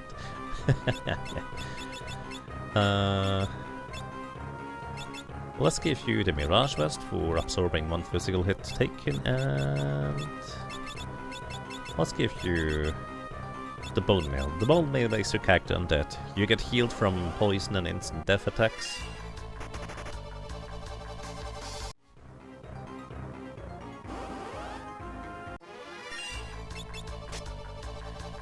And you're immune to blind, berserk, poison, Maybe even the old status. I'm not sure about that one. I never remember the exact list. But yeah, it's a great armor. Except that, again, if you try to heal a character, you take damage instead. And if you have your character knocked out with the bone meal, well, you can't revive them in combat anymore. The chest on the left contains a golden boomerang guarded by some weird random mini-boss kind of thing. And you know what? Let me actually learn about this guy for once. Usually I just skip him because I don't need the item anyways. But let's see, which one do we get? It's either the ninja, or it's like a bundle claw kind of enemy. So, what this guy called normally? Because I don't remember. Well, I say normally. He's called Covert in this version of the game. I think he basically, after he dies, he summons 3 images. Oh, he's not immune or susceptible to petrification. That's interesting. Anyways, he summons images in the sense that he summons 3 more of himself. All 3 of them basically just start fully attacking your characters. He's called Invisible on Super Nintendo. Thank you, Dryslaser. Let's see, Invisible, what does he do? So the first turn, he either attacks, does nothing, or uses a Wind Slash, kind of like Biblos Wind Slash. Then second turn is attack, Flame, which is 25% of our max health and damage, or a specialty attack, which is literally just a normal attack. It says critical, but it's the same damage. Then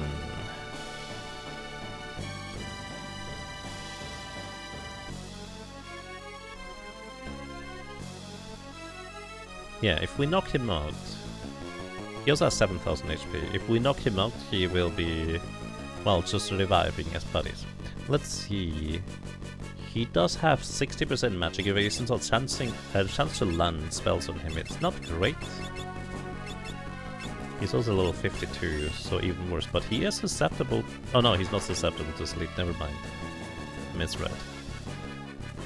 You can also not silence him. Can you mini him? Yes, no, you cannot. Oh well.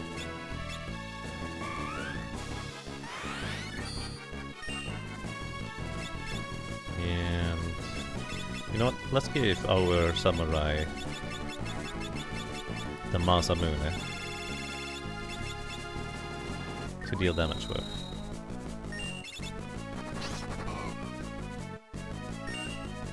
Move to the front row. He does have 25% physical evasion, for what it's worth. Can he be poisoned? No, he cannot. I wonder if you can run away from this chest encounter, because you probably can, right? So I shouldn't attack with a chicken knife. Illusion! So, there's now 2 of him. Afterwards, or 3 even. It's very inconvenient if you ask me. Yeah, I don't know what to do with him. We don't really have a good way of taking care of him in terms of damage. So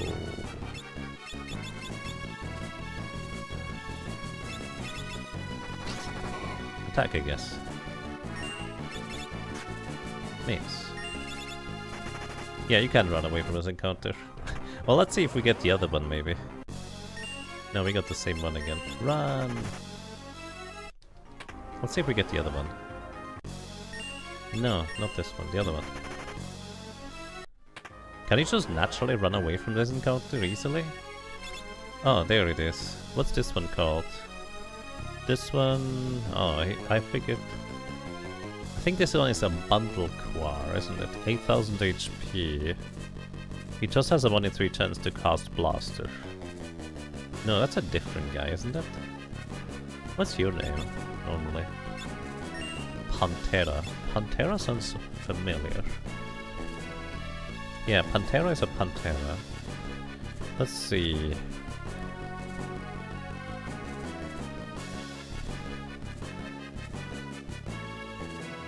Oh, this is mildly complicated. So yeah, he either attacks, uses Blaster, or does a specialty attack, which is literally just a normal attack. Last two is paralysis or instant death on a character, which is quite inconvenient for us. However, he is not immune against instant death from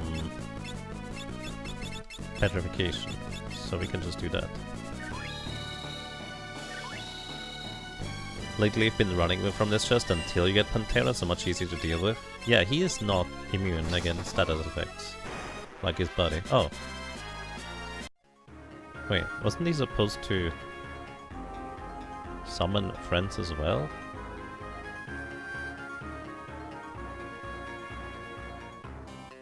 Or was that like turn 2 where he does that or something?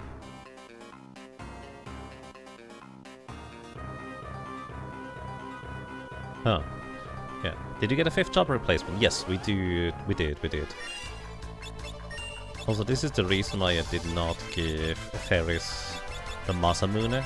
The Masamune allows your samurai to always go first. How much HP do you have? You survived 2 chicken knife hits? That's crazy talk, dude. 5,000, you think?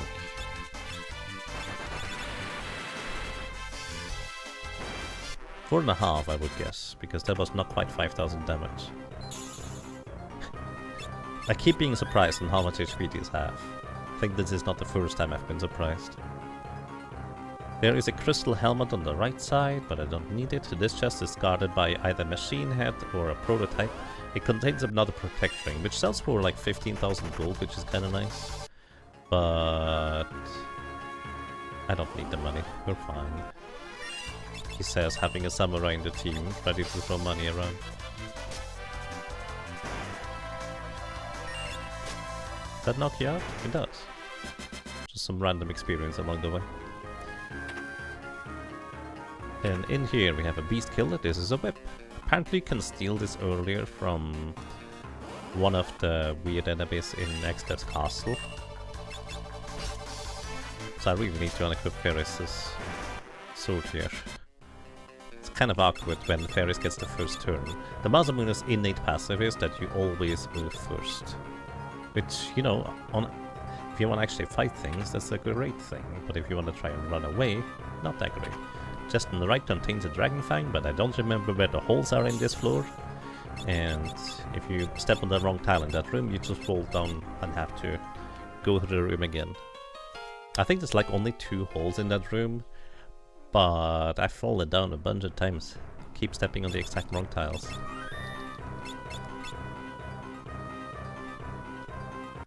Just on the right contains a circlet. I guess I didn't buy one, so I'm gonna grab this one just in case I decide this is what I want to use. Oh, they survive one hit.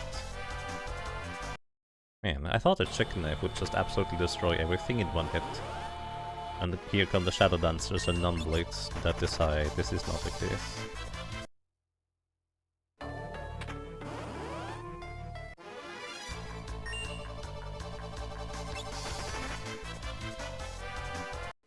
Then, how do we deal with this? Very awkwardly, but we can deal with it. Alright, here's where we do want the Masamune. Also, Genji gloves are nice on you, so we keep these. You can keep a protect ring. You can get Hermes sandals? Actually, no, just we only need one hit guy. I suppose it's good on you too. Right. Let's go. Alrighty.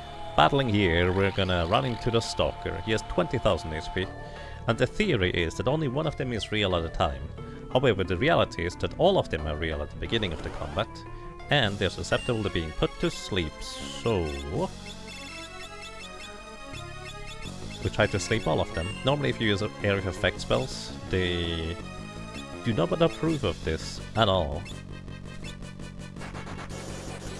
And all of them got put to sleep immediately. Nice, they can't do anything anymore. So we could just cast spells on them in order to defeat them eventually. But this also would be kind of slow. In fact, I actually want a more reliable weapon than this. Suppose... Assassin dagger is my second strongest weapon I have. I don't want a chicken knife on you, because I want to reliably be able to attack an enemy and hit them with damage. Then we move Ferris to the front row here. We're going to just have you start casting spells. Fire, I guess. On this guy in the front. And you... I don't know what you want to do. You know what? Put yourself to sleep.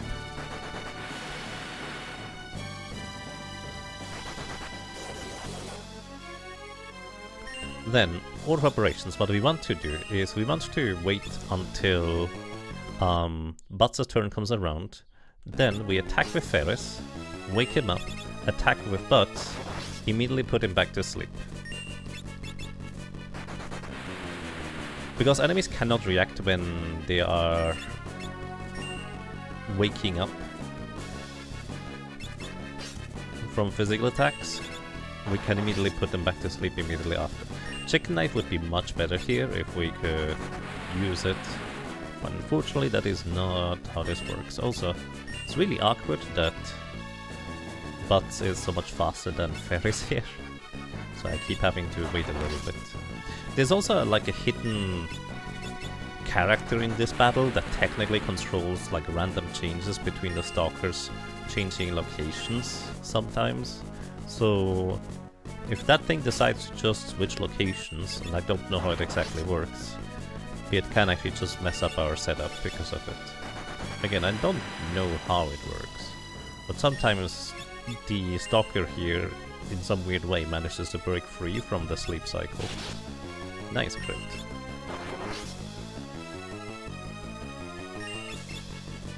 This is also why I'm bothering to actually cast spells with Lena here instead of just putting her to sleep as well. Just to add a little bit of extra damage there.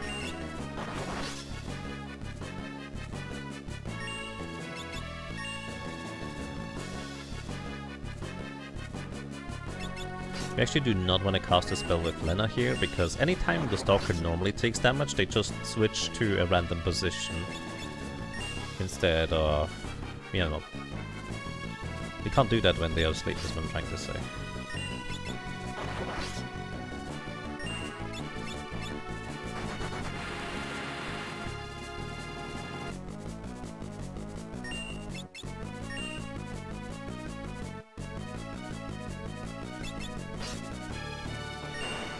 And then, we technically win.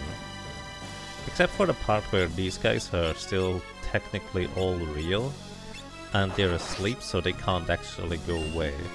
So what we want to do is we want to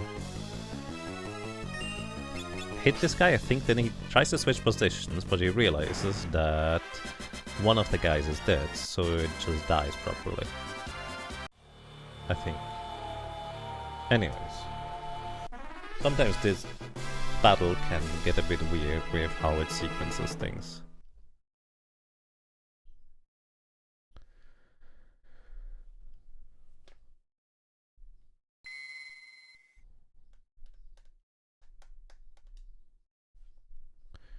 Alrighty, next up.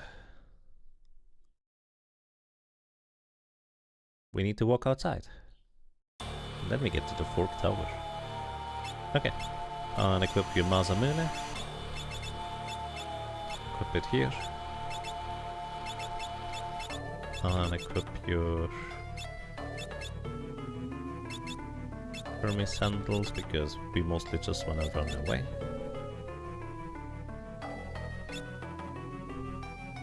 And we're good to go.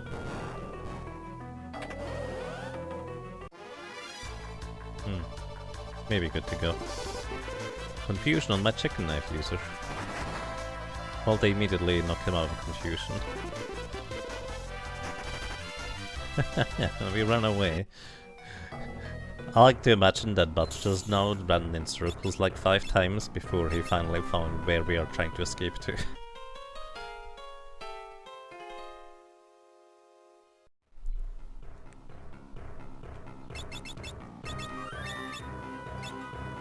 Also, I think we mastered Samurai. Oh no, we didn't. But our Samurai has now learned the ability to equip katanas. So we could theoretically equip katanas on our monk if we wanted to. which in most circumstances would actually be better damage than just attacking barehanded. Unless you level up your monk really high, or, well, you can cast haste in some capacity, so you might want to still use Bare Fist in conjunction with the Kaiser Knuckles. Which is what I plan on doing. Oh. You know what? If you attack twice, those rare birds, then so be it. Oiseau rare is French for bird rare. Probably. Maybe I saw that mimics too, who knows? Anyways. I'm not trying to fight enemies here, but this room in particular has a lot of relatively large enemy encounter groups. And if you have a good way of dealing area of effect damage, it's a pretty good experience around here. We'll have a better place to grind later down the road if we want to do so, thanks to having Mystic Knight.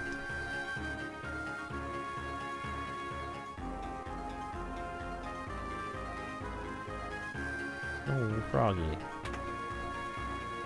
You did it, Unfi. I guess. Congratulations? Question mark?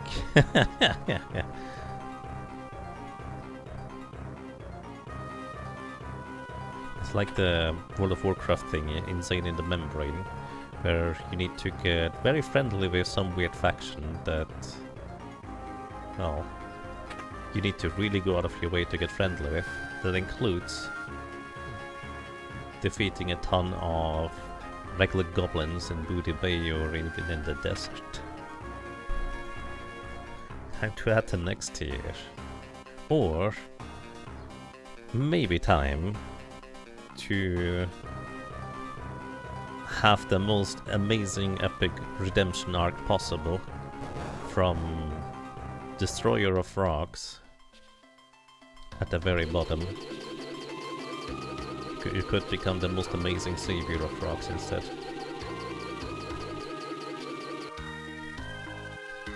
Alrighty, next up. Do we want to do anything here? I think we just set the chicken knife. Yes, we set the chicken knife up on the left side, and we sent the others the other way. I think Mystic Knight can genuinely just solo this anyways. On the other side we can just throw money. Do I want the last ability on the Samurai? The last ability of the Samurai gives us the ability to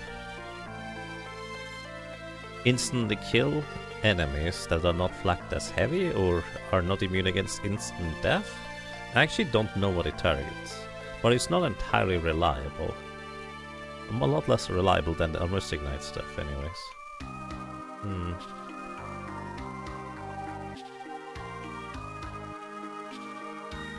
Reputation overflow? Maybe. You know the Gigantify emote? I did? It should still be available for chat, but it shouldn't be available for... like, it shouldn't show up on stream as overwhelmingly crazy anymore.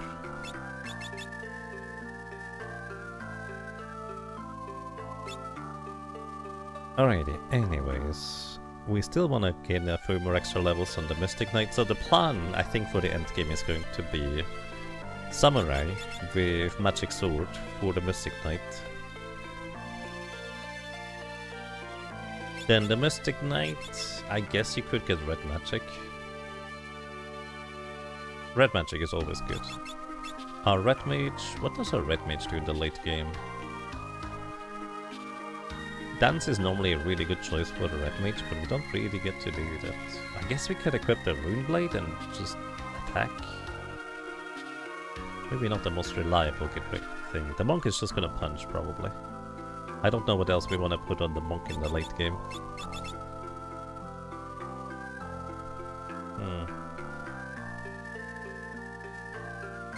I guess I don't really have a reason to switch things around for the most part. It's literally just Mystic Knight abilities is what we want to learn. You were honestly debating on the redemption arc. It would be the literal greatest redemption arc that it possibly could be. I believe somebody else at some point also did the same thing, but I don't know if they ever arrived on the other side. Alrighty, Mystic Knight. Mystic Knight can solo Omniscient, absolutely no trouble, so we're gonna go up here. We could bring a second character over the other side if we want to.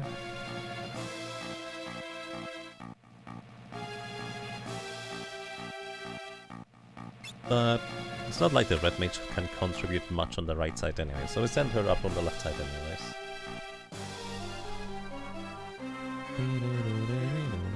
And then our samurai goes to the right. In this case, Ferris does actually get Hermes Sandals and the Masamune back. So we have competent combat capabilities. And our monk is just here, I guess.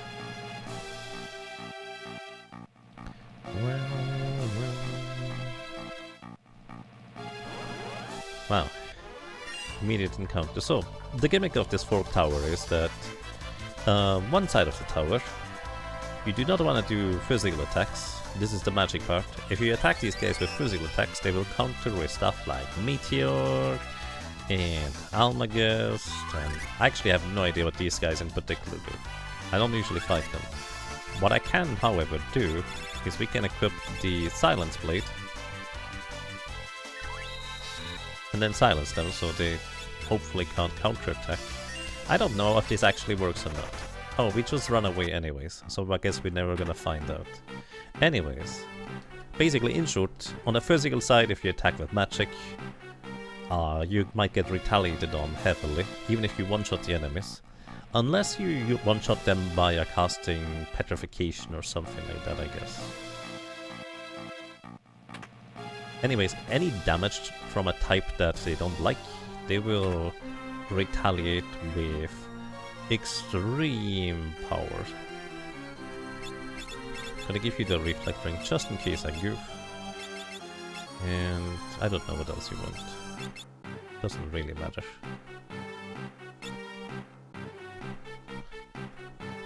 Because the chicken knife is going to just do the heavy lifting on the left side anyways. In conjunction with Mute.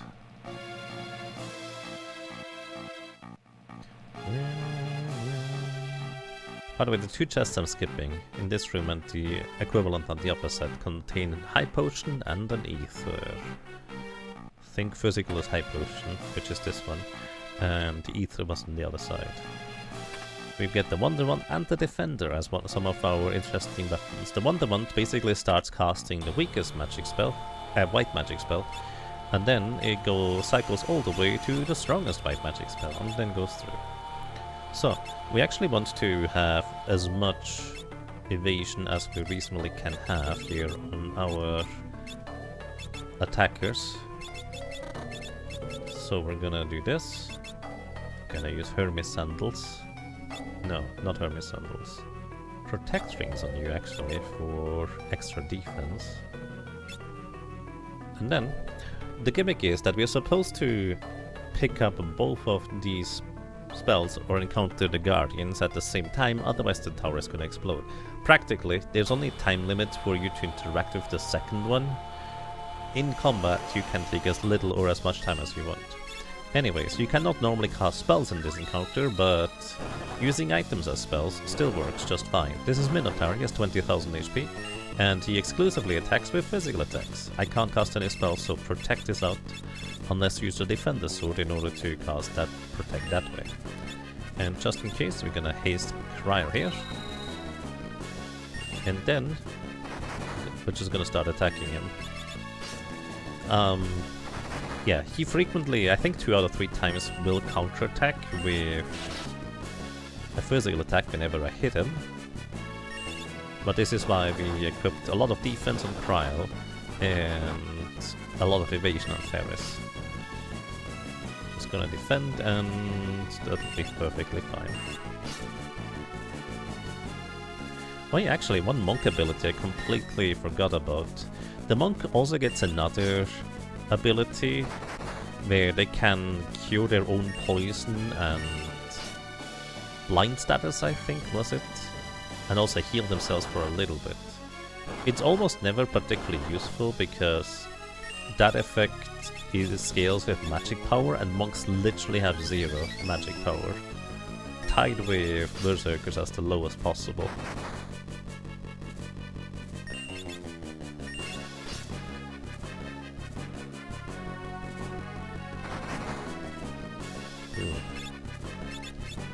Hit fair is there. That's very unlikely actually with all the evasion she has going on.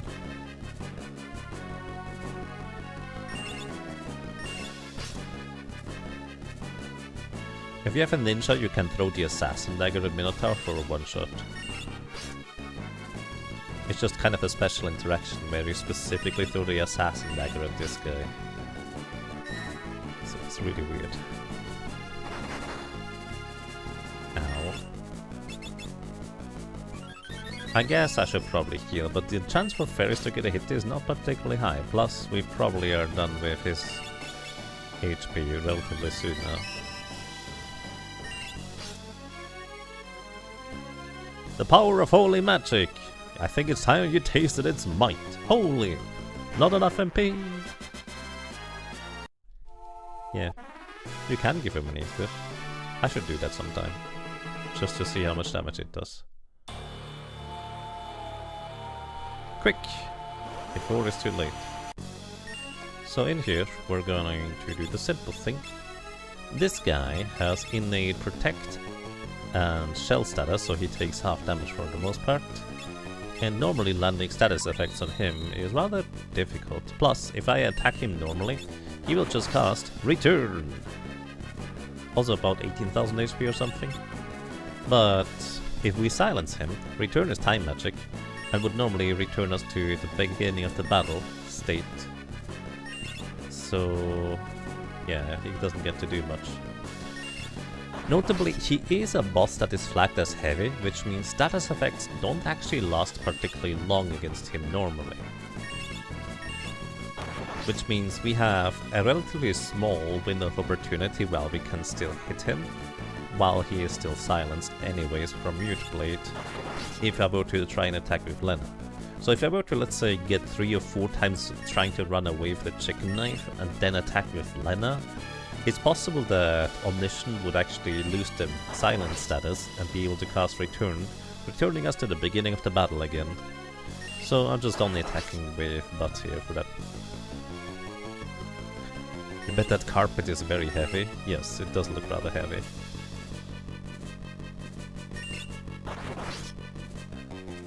But hey, if you are a big mighty wizard on top of a tower, you also have to look the part, so you work out just so you can carry that carpet around when people come to visit.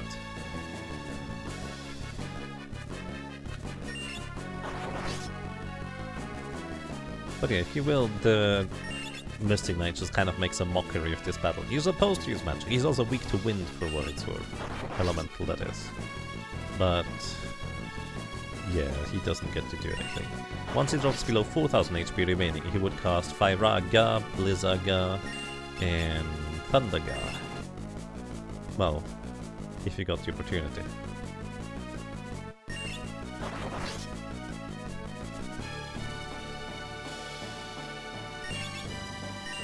I mostly have Lena here because she was not going to do a whole lot on the other side aside from taking a bunch of damage with relatively low evasion. That's the only reason why I sent her up here, honestly. Return! No effect. Also, in case I goof for some reason and the big guy gets a spell through, she's kind of our insurance policy. Let's say we run away too many times with a chicken knife and he lands a Thundaga, Butts will get one shot.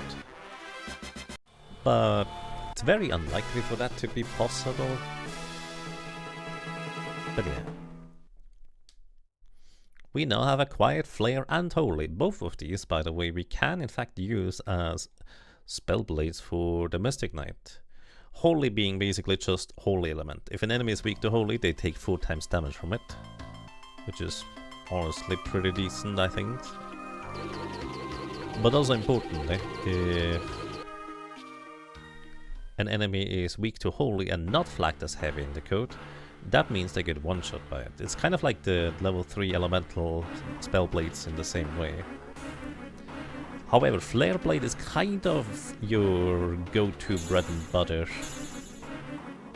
ability at this point in the game, because it adds plus 100 attack power to the base attack power of your weapon and allows you to ignore a portion of the enemy's defense. At least I think it allows you to ignore the defense. I'm actually not sure about that part.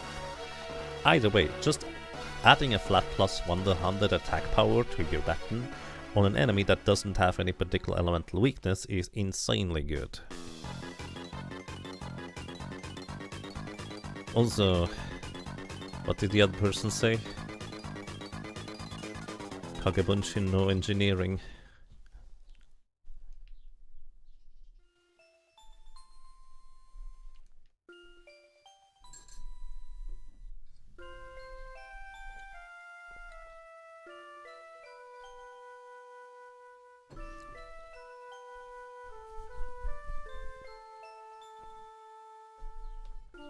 Food for the rabbit, yes I. By the way, you can randomly get the rabbit food to be a frog, which is kind of rude if you ask me. It's a possibility, because it's one of any of the possibilities.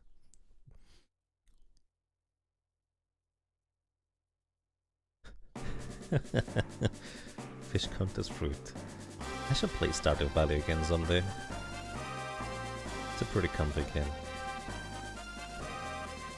Flare Sword does ignore 75% of the enemy's defense. Nice, thank you so much for confirming that, Komaru. Also, this team technically can take down Omega in case you're curious, thanks to having 2 characters in the team that can use fire shields. We could arguably survive for long enough to eventually defeat Omega. Should I, however, worry about actually doing that though? We can even cast haste and equip reflect rings at the same time. It's just our chance to hit with most weapons is terrible, except for, well, even the chicken knife. What was it? I think I calculated. I think against Omega your chicken knife has roughly a 36% chance to hit whenever you attack with it.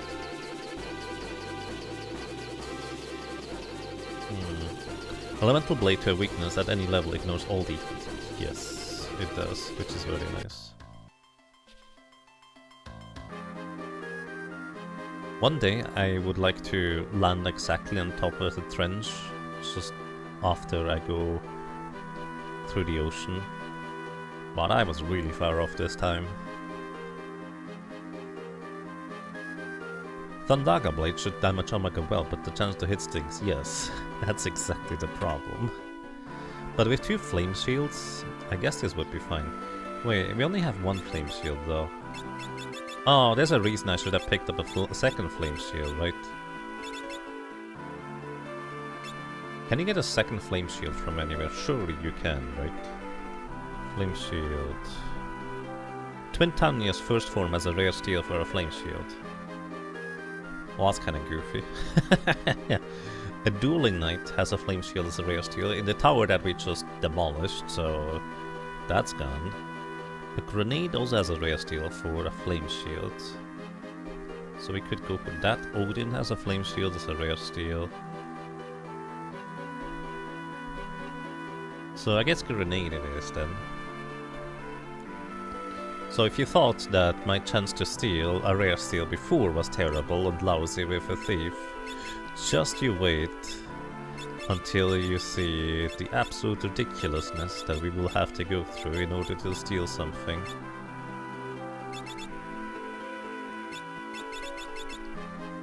With a thief's knife. How would a rabbit even get upset? It just makes... You know how bunnies get annoyed and upset at you? Just kind of like the little sneeze noise. That's kind of how I imagine the rabbit gets upset too. Just...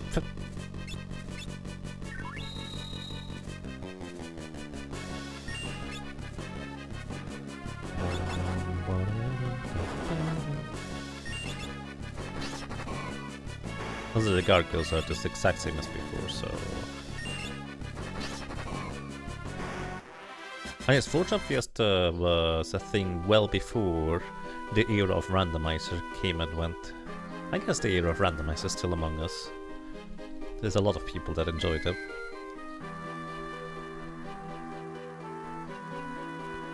It's just kind of not necessarily the hot new thing nowadays anymore. I think all of the enemies around here largely just counterattack if I hit them, don't they? Like, we can try to run with a chicken knife, yeah, but all the enemies will try to usually just counterattack whatever we have here. Running away from these encounters is a bit tedious. It's not the lowest chance, but it's not a good chance either. There's a phoenix down in just south in that junction there, but I'm not grabbing it. Too far out of the way. Stomp, sneeze, noise, portraying annoyance. Bunnies will kick stuff. Yes.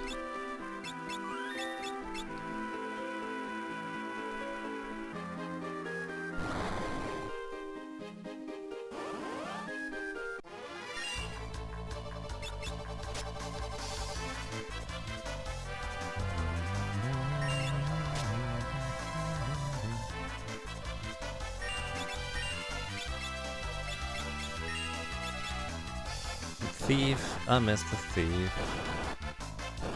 I missed the thief. Sure, Mystic Knight is much stronger, but... Man, do I miss the thief, dude.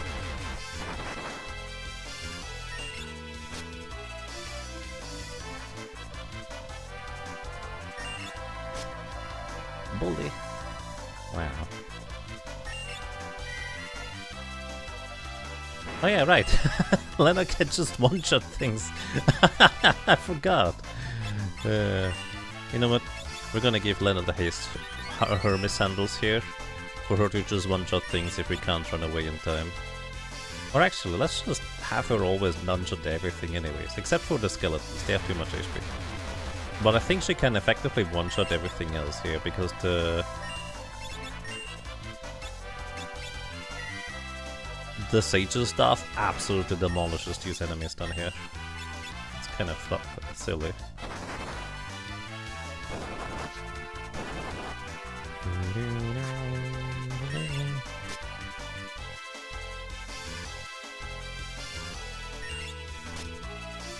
Let me run! I guess at this point we might as well just finish it. Covering gum in liquid. Wait, is this a slow effect? I can't even haste Lena because she has the replace ring still equipped. Yes, it is actually a slow effect. And HP sap status on top of it. How annoying. Come on, Lena. We need a turn coming up.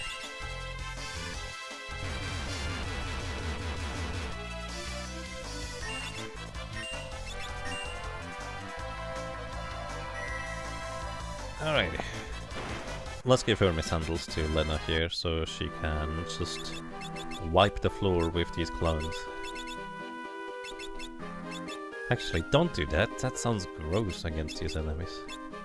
Can you imagine grabbing one of these slime balls and trying to wipe the floor with it? It's gonna make a big stink. Maybe I shouldn't take everything so literal. Experience boost. Hey, take that throw. Welcome. You're doing well.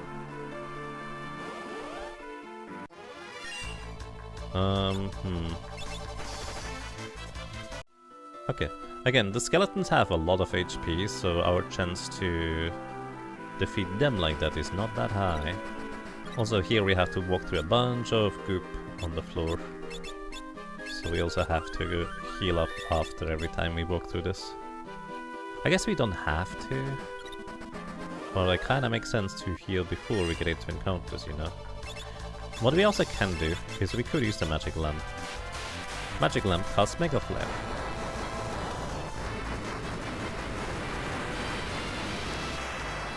Which is the strongest summon, ostensibly anyways. Except Silver is usually better. Anyways. Then we use the magic lamp a second time. This is the Wonder Wand. Then it is Leviathan, big water damage. And then the third charge of the magic lamp is Santetskin, guaranteed one shot against these guys because they're not heavy.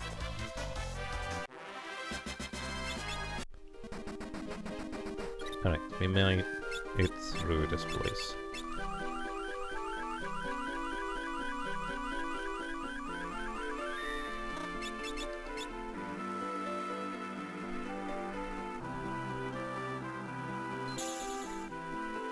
Alrighty, recover MP.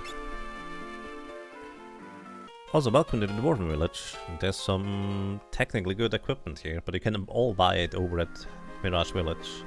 But this is also where you learn about Mirage Village to begin with. So, usually in a casual playthrough, if you don't know about stuff beforehand, that's how you go. Also, stepping into that spot refreshes your magic lamp. I'm not looking forward to walking through the goop here. At least the enemy encounters in here are relatively easy. But... alright, so these enemies actually counterattack with Possess, knocking themselves out and knocking on one of our characters. So... oh nice. If we fail to run away with the chicken knife,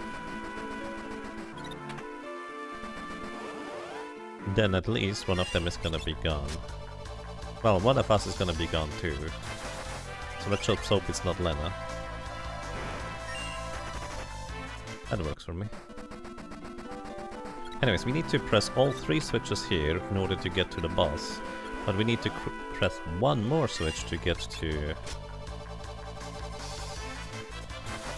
oh no. It's fine. We need to press one more switch in order to get to the chest that we're here for to begin with. The funny thing is, I don't care to get Meteor or any of the tablets, because it's not like any of the other legendary weapons are gonna be useful. But we are literally just here for this room in particular with that chest that chest we just opened up over there. Samurai Slash would have a decent chance of being useful here. That's very true, actually. I just wish we had it already. But it's a pretty expensive ability. Alrighty. We have the Kaiser Knuckle. We could just grab the last tablet too here, but we would just use the third charge of the magic lamp in order to instantly win, which is not the most enticing or interesting, I would argue. Anyways, I think Lena still one-shots these guys. Oh, she doesn't. Oh. That's fine. Get the experience anyway, it's just only on 2 characters.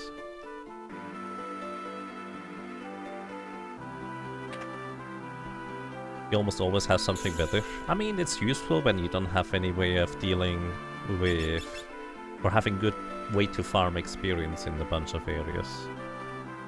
To use the ability. I forget what it's called in the Game Boy Advance version. Was it Shira Hadori? No, that's a different one. Anyways, an ability to kill any enemy that is not immune to instant death. But it's not particularly reliable in terms of chance to hit and has a weird charging time. Weird because most spells don't have charging times. Anyways, we got the Kaiser Knuckles. They look pretty underwhelming here in this menu here. +5 strength doesn't seem particularly great, but they also give you +50 attack power, 5-0. Which is a lot. Like a lot. To put this into perspective, that is basically the accessory variant of half an assassin dagger or a Masamune, half a Masamune worth in power, and then on top of that, of course, at the higher level the monk is, the more damage they deal with physical attacks to begin with. So right now their attack power, or the attack power of a monk is 3 plus... oh no, it's 3 plus level times 2, which is 27 times 2, 54, and then a random number between level times 2 divided by 8. Basically our attack, or base attack power is 54 right now. And with the Kaiser Knuckle, it's +50, so we have 104 base attack power on unarmed Kryl right now. which, you know, it's not crazy, but it's really good. And the higher level Cryo gets, the more damage she will do. She can now punch stuff decently well, I guess. Okay, the insta-kill from the Samurai apparently ignores immunity and only checks for heavy. I see, so it's like the time match insta-kill stuff. That makes sense. Anyways, we're through the... These chests over there are not interesting. I don't remember what they have in them. One of them has like a phoenix down or something. But most of the time it's not... They're not really worth going out here for, unless you wanna fight stuff in here anyways, which I'm not terribly interested in. These guys counterattack with Doom, putting a death timer over our heads. He also have, what, 7,000 HP? So it's quite unfortunate for us to have to deal with them. I don't think these guys are innately particularly dangerous. Only if our low maximum HP and the red mage, I guess everything is dangerous. But I also believe they have pretty high physical defense, I guess, because the chicken knife's damage was kind of underwhelming there. Okay, this should be the last puddle of lava we have to wade through, and we're done with this part.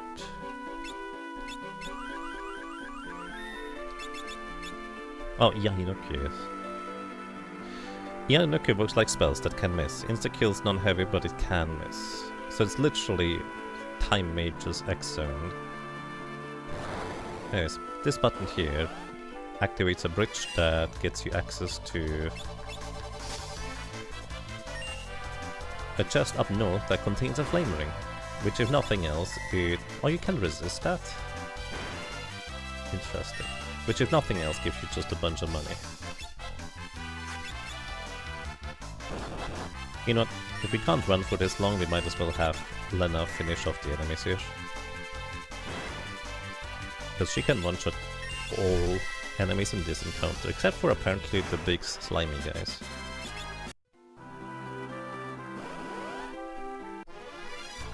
No. Oh, okay. I guess we could have used Holy Blade in order to one-shot all enemies here too, now think about it. It's fine. I forgot about it until just now. By the way, this encounter is really fun in the Pixel Remaster version, because you get experience from every single enemy you knock out, and they revive each other. So you can actually just knock out one, they revive each other, knock out another one, revive each other, etc. until you have your experience overflowed to a way too high of a number and crash the game. I may or may not have done that once or twice. The crashing, I mean. No, not that one! That is so rude, dude.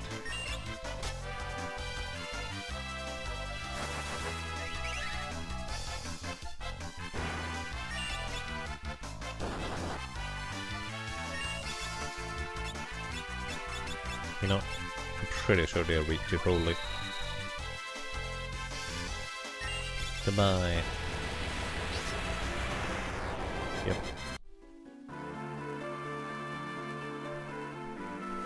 It also has 35% more chance to hit compared to X-Zone. So it's 100%? Because I think X-Zone was like baseline 66%, was it? Or was it even 50?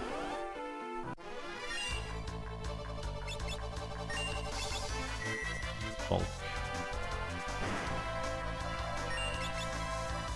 You know, if you do a solo character challenge run and have a red mage, time mage, white mage, you can just one-shot a lot of enemies in here with the Sage stuff. Probably pretty decent experience. Oops, wrong character to defend. X-Zone is 50% chance to hit, Slash is 85%. Okay, I just remembered X-Zone being terrible for chance to hit. That's even worse than I had in memory.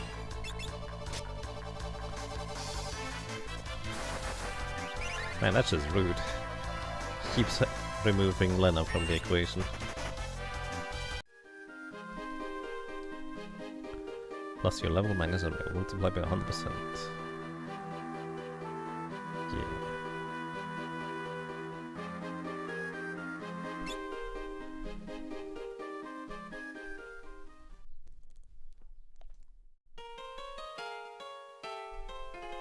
I'm kinda considering power leveling like 2 characters for the final boss fight.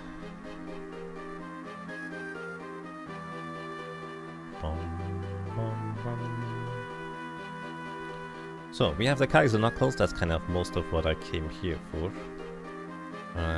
We technically could go get another Aegis shield if I really wanted to.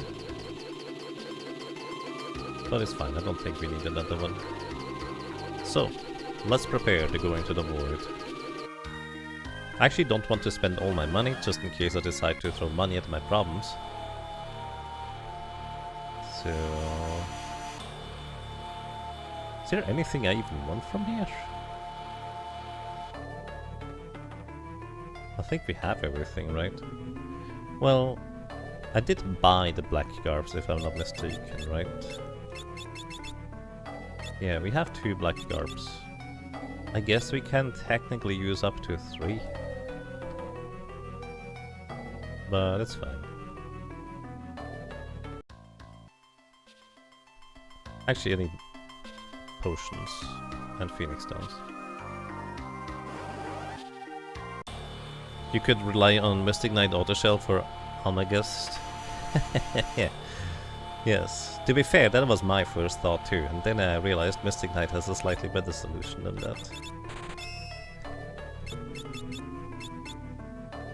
Alright, 40 phoenix stones. Definitely plenty.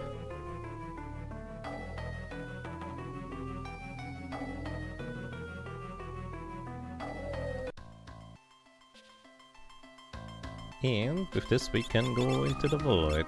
We actually want to take a pit stop. Let me give you the Wonder Rod. Wonder Wand. Wonder Wand cycles through all white magic spells from lowest to highest. And in the end I will want to actually have Shell available probably.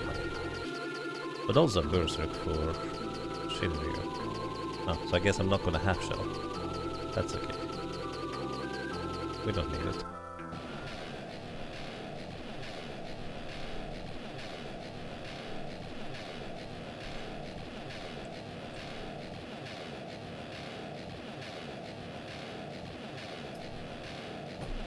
Anyways, welcome to the void. A series of areas that have been absorbed into the void by Xdef that we need to traverse here. We start with the desert. Interdimensional rift. The most notable enemy here is the land crawl. Ankek. Wait, is that the... These cast Quake, so if you're floating, you're safe against them. The most notable enemy is Landcrawl, which is really tough to run away from, but we didn't get any of them. They have 20,000 HP, they are however not flagged as heavy, so time magic, HP halving or reducing works a lot. Summoner, Odin works really well against them, stuff like that. Welcome to Phase 2. Now, we want to fight a grenade in here. So we equip the Thief's Knife on our Mystic Knight. And then we try to steal from a grenade. This one, steal. Didn't work, so we use the Wonder Wand. Except what I'm gonna do here instead is I'm going to run away instead. Now that my cursor is selected on the Wonder Wand, roulette kills a random character, including potentially the enemy themselves. No, this time it's Gryle. Pretty rude. Anyways, now, the reason why I did it this way around is now Lena has automatically selected items and the ability to use the Wonder Wand as an item in combat. Now we need another grenade. see. One of these chests has a dark matter, one is a cottage, one is an elixir, and the last one is like an ether or a high potion. I don't remember. I only care about the elixir. This is not the encounter we're looking for. Search. That's okay. So I would prefer not to take that damage with search, so let me run away, please.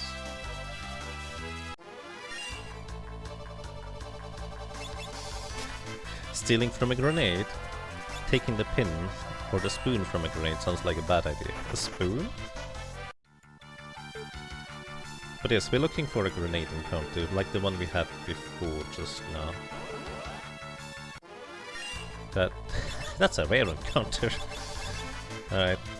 This thing is undead, so Phoenix down will just one-shot it. Actually, I don't want to do that. Now think about it. Because again, I don't actually want to switch what my character has selected, so I can very easily just spam attack and reset because it's already prepared.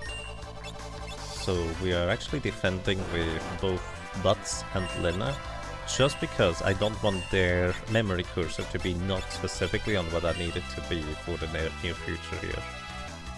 These things are undead and flagged as heavy, not flagged as heavy, so Phoenix Downs most of the time will just one-shot them. They also cast level 4 Gravig at you, reducing your current HP by 3/4. The pin holds the spoon, flippy lever, in place. The spoon, when released, flips up from a spring and it nets the fuse. So you can actually quote-unquote safely pull the pin from a grenade as long as you hold the spoon down. Ah, I see. Okay. I know nothing about actual real-life grenades, to be honest. And I suppose it shows. Oh, there we go. So now we attack, and Lena uses the Wonderwand. And we're just gonna be sitting here for a while. So the Thief's Knife has a 1 in 3 chance to attack and steal. Which then subsequently, when we do get a steal, then we have a 40% chance to successfully steal. And then after that, we have a 10 in 256 chance to get the rare steal. Feel free to do the math, but... the odds are not in our favor. Yeah. Who needs a thief? Fine.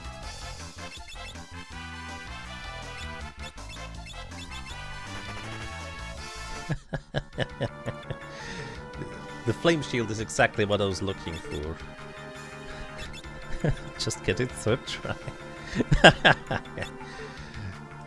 Look, if you haven't been at the beginning of this playthrough with us here, we had a thief, and it took me, I don't know, half an hour or something crazy like that to get the rare steal from a Lamia.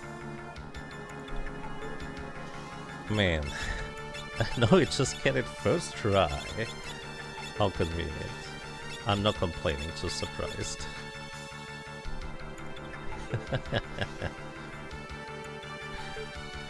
Alrighty, so we have 2 flame shields, which means we should be able to hopefully deal with Omega reasonably okay. I don't actually know if that's true or not.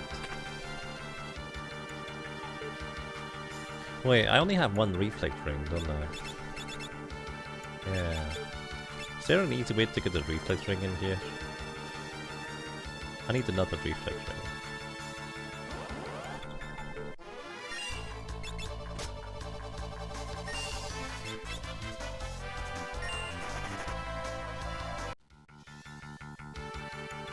There's an angel ring, there's a coral ring, Hermes sandals,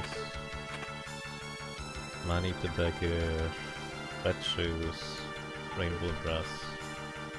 I don't think there's an easy way to get that in here.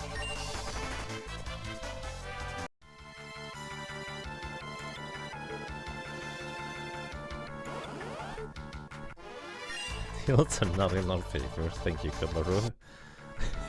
Yeah. This is just going to propagate the myth of Yaga always lucky. Like everybody else, I do occasionally get lucky. And occasionally have 300 bandage keys here with literally no unique items. That's a different game.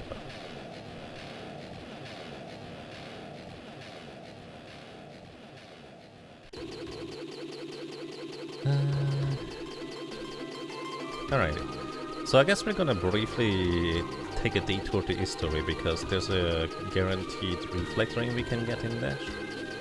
And I guess another Aegis shield. Might as well grab it along the way, I suppose. It's kind of funny. We're entering the legendary dungeons, not for the legendary equipment, but because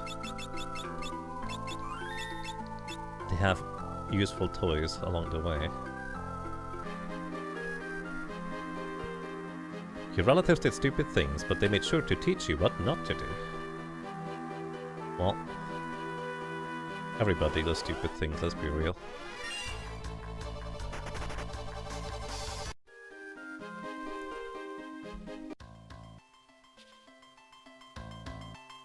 You saw the solo cacturans, you're indeed lucky.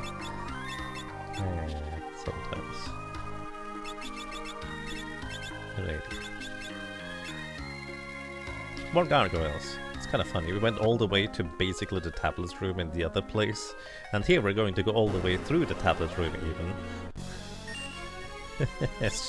We just don't care about actually grabbing the tablets that Sage Guido told us. But you need these things, the legendary weapons, in order to win, because, well, X-Stuff is way too strong otherwise. And here I am, and just going into dungeon and go, ooh, shiny ring. And then I just leave.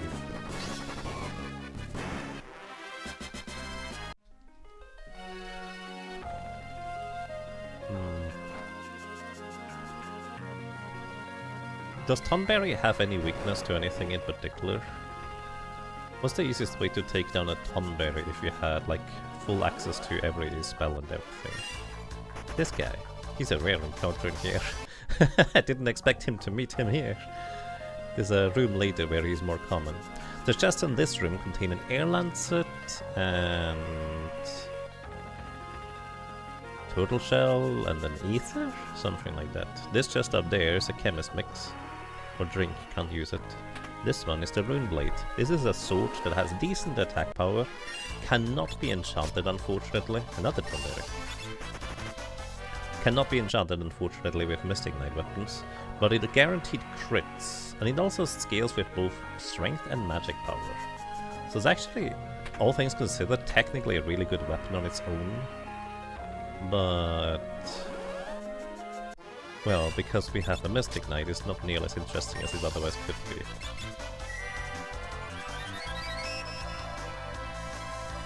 $128. Oh, the one casted Cure there. This creature is undead. I don't know what it is, but apparently it's undead. Probably a zombie dragon? The toad can't do anything. You can untoad the guy here. But this is antidote as a spell. We're cycling through the one in the meantime.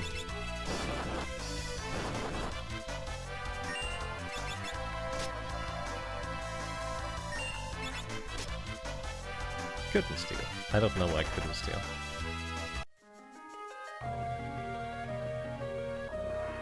More like your relatives did stupid things and taught you what not to do. Or stupid and dangerous things. Yeah, it happens. Look, stole a potion. Great. You know, I just realized this is not a chicken knife, so I don't get the chance to run away with this thing if I attack the front right now. Oopsie.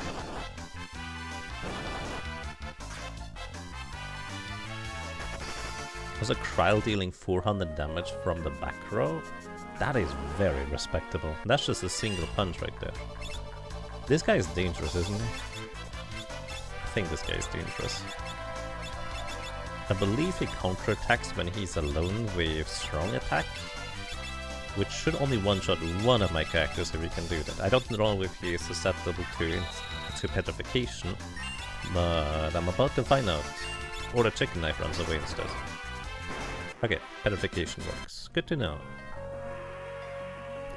I just remember these things being scary. There's the reflect ring. This is all I was... well, all I really wanted, so we're getting out of here. But funnily enough, the best way to get out of here is to just go forward instead. So we might as well grab the other things. There's an Artemis bow in the door just up there, slightly up the stairs. Can't use it, of course, but that's okay. Break sword is OP? Absolutely.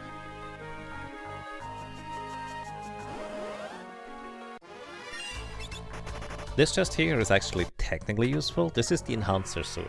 So the Enhancer Sword is interesting because it is the strongest regular sword that you can find. The 102 attack power is very respectable. Gets +3 magic power, which is nice. And you can actually use Spellblade on it. So this is the strongest regular sword where you can use Magic Sword with the Mystic Knight on it. Admittedly, we have plenty of other things that are stronger than that, if you wanna use the sword, but still. Let's see, chest and upright contains a Fuma Shuriken. This is a second Aegis shield, we have one now. And I'd like to run away. I think these are not... Oh, they still counterattack. Air Fist. Oh, that inflicts the old status? That's just rude. He does a newfangled... Oh, you can't enter this hole from the bottom. That's weird.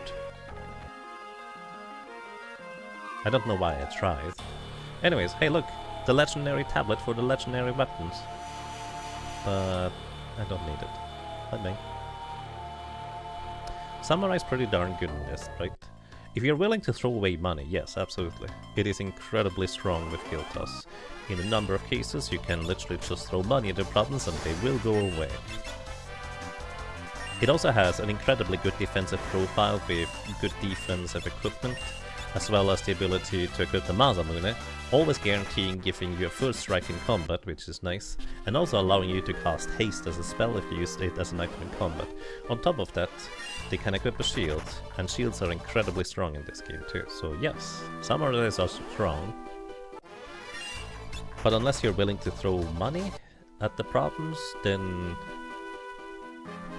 the strength is limited for offensive purposes. Otherwise, but I mean, worst case scenario, you just grind a bunch of money and there you go, you have the money for throwing, I guess.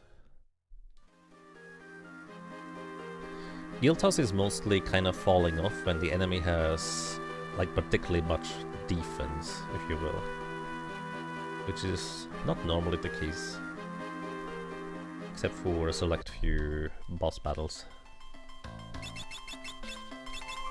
Righty, we have everything we need, so...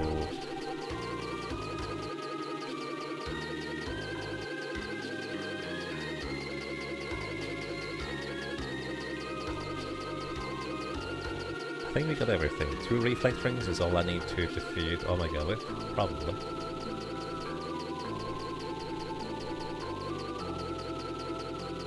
Well, and a lot of luck, let's be real. I will need a lot of luck.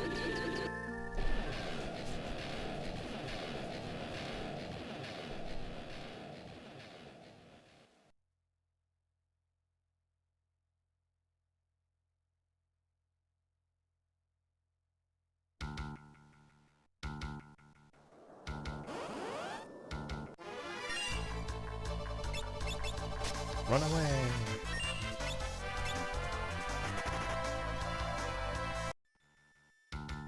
Are you less inclined to send in a Nage during 4 Job Fiesta runs? I suppose it depends on your other class, you think? You assumed you just alternate between grinding guild and progressing the story through your setting edge. Honestly, I've never actually done that. I'm just way too stingy. And because I know this game really well, I know what I can get away with. It's kind of in a similar weird way where I can use elixirs for convenience whenever I feel like, but because I know when I can get away with not using elixir, I just tend to accumulate a ton of them without actually using them instead. Kind of, it's that weird juxtaposition where I could absolutely get away with just not using elixirs, because I know how well, when the situation is dangerous enough for me to require to use it, I guess, and when I'm just fine, I don't need to worry about it. Could you please let me run? Sir. Naturally running away from this encounter is really tough. But a chickenized 25% chance should eventually kick in. There it is.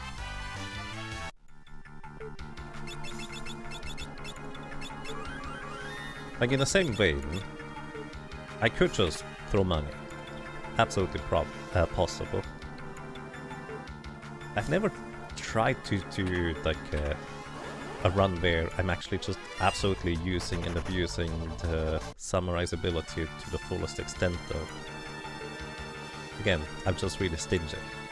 Because I know what I can get away with using just more basic attacks. Oops.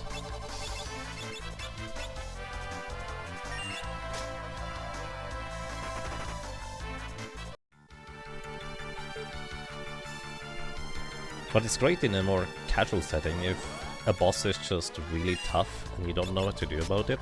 Throwing money at the problem is a really good solution, honestly, in most cases.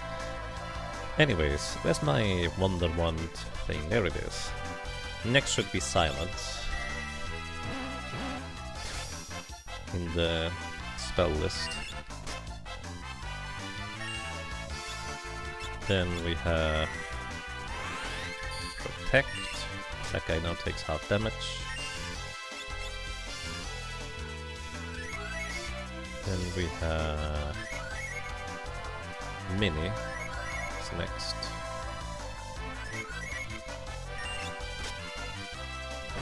Let me run! Mini does nothing, they are immune to it. Most enemies tend to be, it seems like. I think humanoids are like usually susceptible to Mini. It was like a weird exception there. Let me run! Jeez. Level 2 old.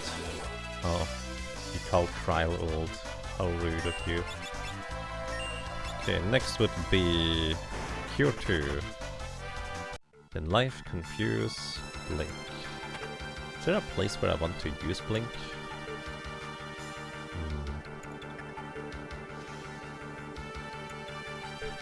There's a few runs where we killed Neo XTF just through the power of capitalism, just for the heck of it. Nice. Yeah, I've never tried to lean into this money throwing aspect, to be fair. Maybe it's time for you to pick back up your Range of Freelance and Berserker Summoner run. Oh, good luck to you. That's a strong composition if you know where to get your summons. And the Berserker is always fun in my opinion. Anyway, there is another Rune Blade in this place, or is it an Enhancer Sword? Run away!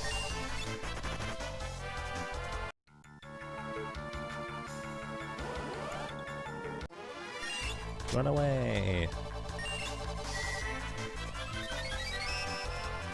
That's Cure 2, or Cura, excuse me. I'm not used to the Super Nintendo labeling of spells, so it's just Cure 2, Fire 3, etc. That's a Lilith Rod. It has a rare chance of casting Osmose when you attack with it.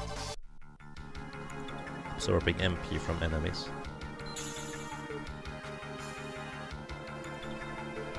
I think you have full summons and a quad attacking freelancer with some sort of magic sword. Sounds good to me. Alrighty, so you get the Masamune here.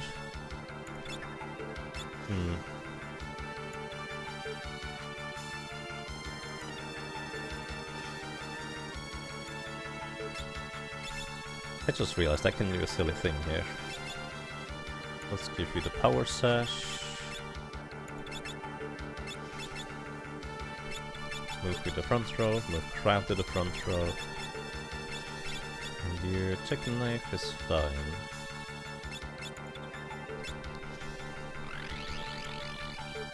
Alrighty, this is Calafisteri. She has 18,000 HP and is mostly just a nuisance with all sorts of supportive and healing and nonsense kind of spells. However, she is not immune to being silenced, so we equip Silence Blade. Hit her once and then she basically can't do anything anymore. Also, I think she can be poisoned. Yeah. Alright. Stop! Oh wow, that's just rude. Krile is not immune to it because he doesn't have the Hermes sandals equipped. And anything else? Not really.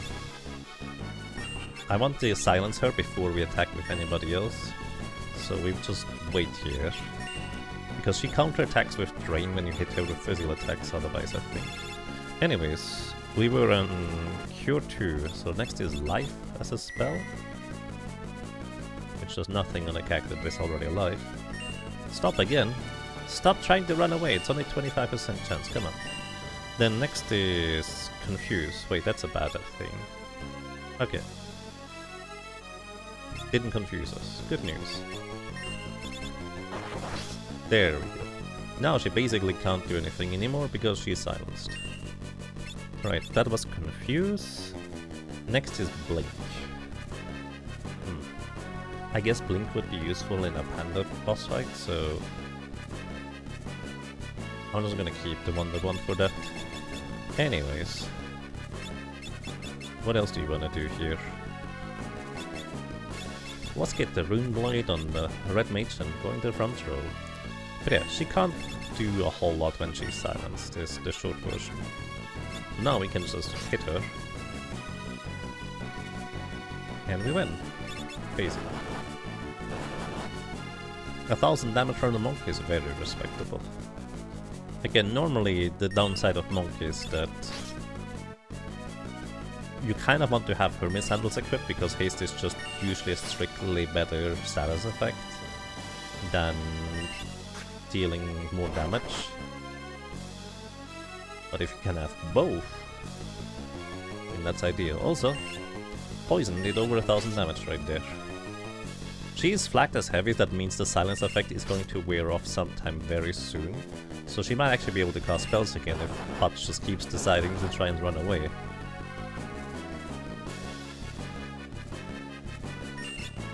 Also because you punch twice with a Monk, the enemy gets 2 counterattacks because of it. Very annoying. Can you silence a Panda? I don't think I've ever tried that. Panda. I think so, yes. The duration of Silence Spellblade is strong. Yeah, it definitely feels like Silence Spellblade lasts longer than the Silence spell. I don't know if that's actually accurate, but it definitely feels like it.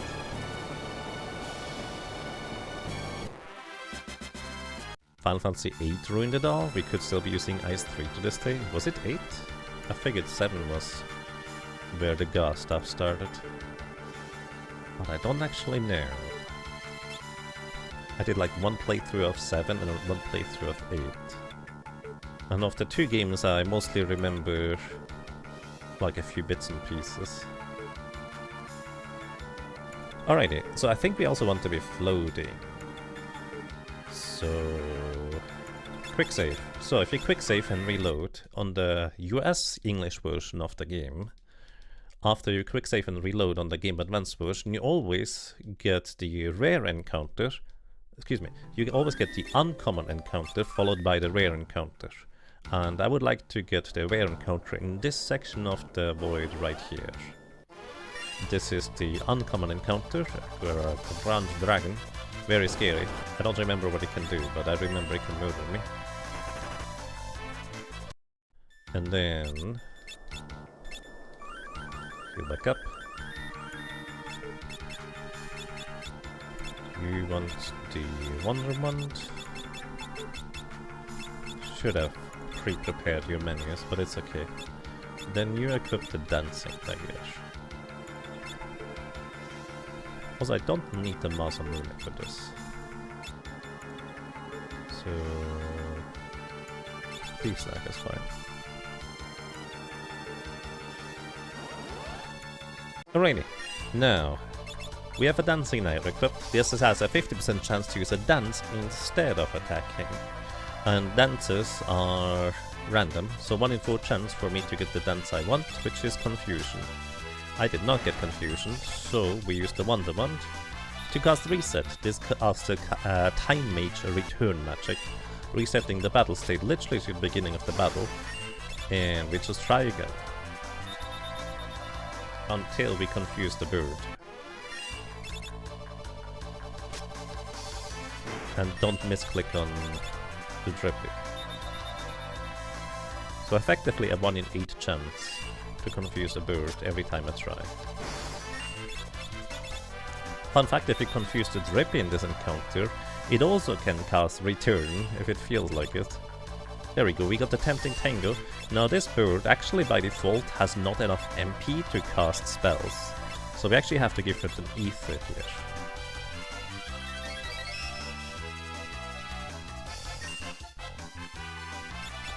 here. And now we just hope that it doesn't murder itself. We actually intentionally do not knock out the other enemies because in case the bird decides to attack instead, it has a higher chance to not hit itself and instead hits one of its buddies. No, don't do that, Cryle, no! Can I revive that guy? No, I can't. Oh, that's so annoying. No, stop! Stop hitting Cryle, she counterattacks, guys. Float! There we go. I don't care who gets float, I just want one character with float. And now I need to make sure to not use a cottage, because I wanna keep my flow status. Also chicken knife back on the menu.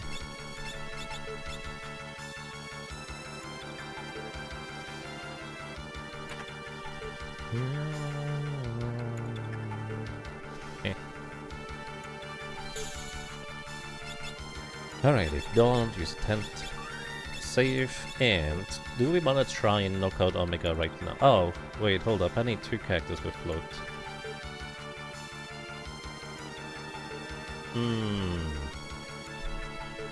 If I wanna defeat Omega, we need 2 characters with float. Specifically, we need the Samurai and the Mystic Knight to be the ones. So probably Ferris and Butts, I guess. Actually, Ferris having float... No, wait, we specifically need Butts because he's the one that has the Mystic Knight's spell sword. So, yeah. Alright, we specifically need Butts to have that.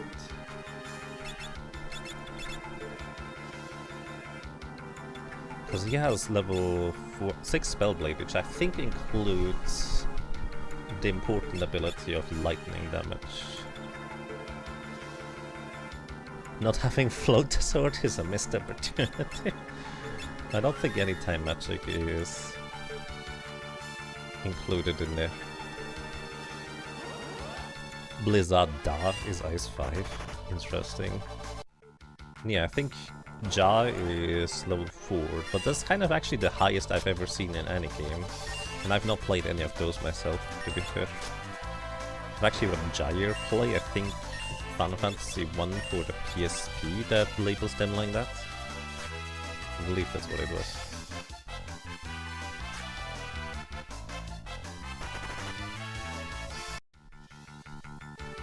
Also, please. No reason to get heated up about things.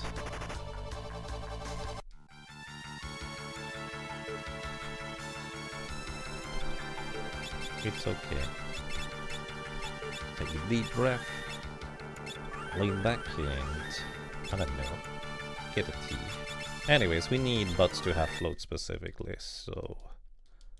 Whoopsie. Does frogs to be? No, frogs are friends, not food. Also, where's your stream, Magist? Are you taking a break for once? I think you earned it. No! Kill my goose. Is Life 3 Life Ga? I actually don't know. It's called the Rise and then it's Arise. So if you follow the same theme but in the front of the word, then it would be like instead of Rise, it's Arise for level Life 2. So it would be Agais or Akrais. Maybe that's a bit weird. It's free races. Getting the buff to revive when you get knocked out. Anyways, I forgot to equip the appropriate weapon, I just realized. So this is gonna be annoying. Get the dancing dagger. Get lucky. Don't get lucky. Select the one, then we run away. Let's do this again. Mostly because I want to have the dancing dagger already equipped, so I can just select, and if it doesn't work, we immediately click the buttons to return. That's what Life 3 does as well. I suppose it makes sense. I figured Life 3 might allow you to multi-target all allies to revive them with full HP, considering that Arise allows you to revive one ally with full HP. But maybe not.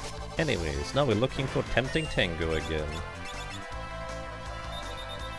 Oh right, I guess Lena would need to select the thing in combat beforehand. That's not that much anyway.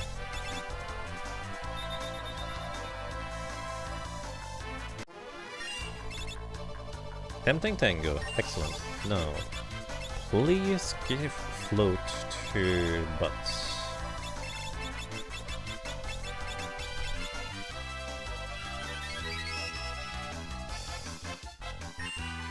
You had to do household today, things kept piling up. Just got back from groceries. Welcome back from groceries. I mean, that's kind of the nature of things when you might be very focused on doing one thing and one thing only. Although I don't know if that's true for you, but that's very true for me. I definitely understand the part about stuff piling up. How much MP does float cost?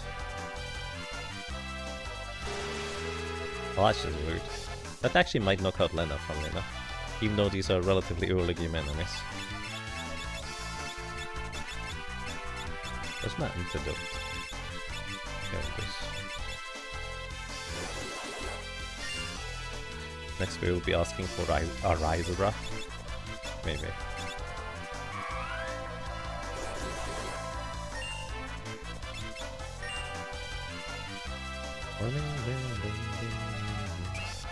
Come on. Float butts, float butts, float butts, float butts, float butts.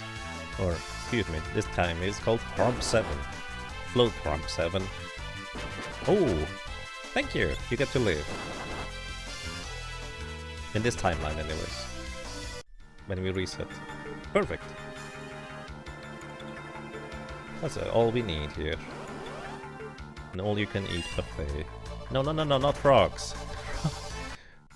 Frogs are friends, not food. Remember that, dude.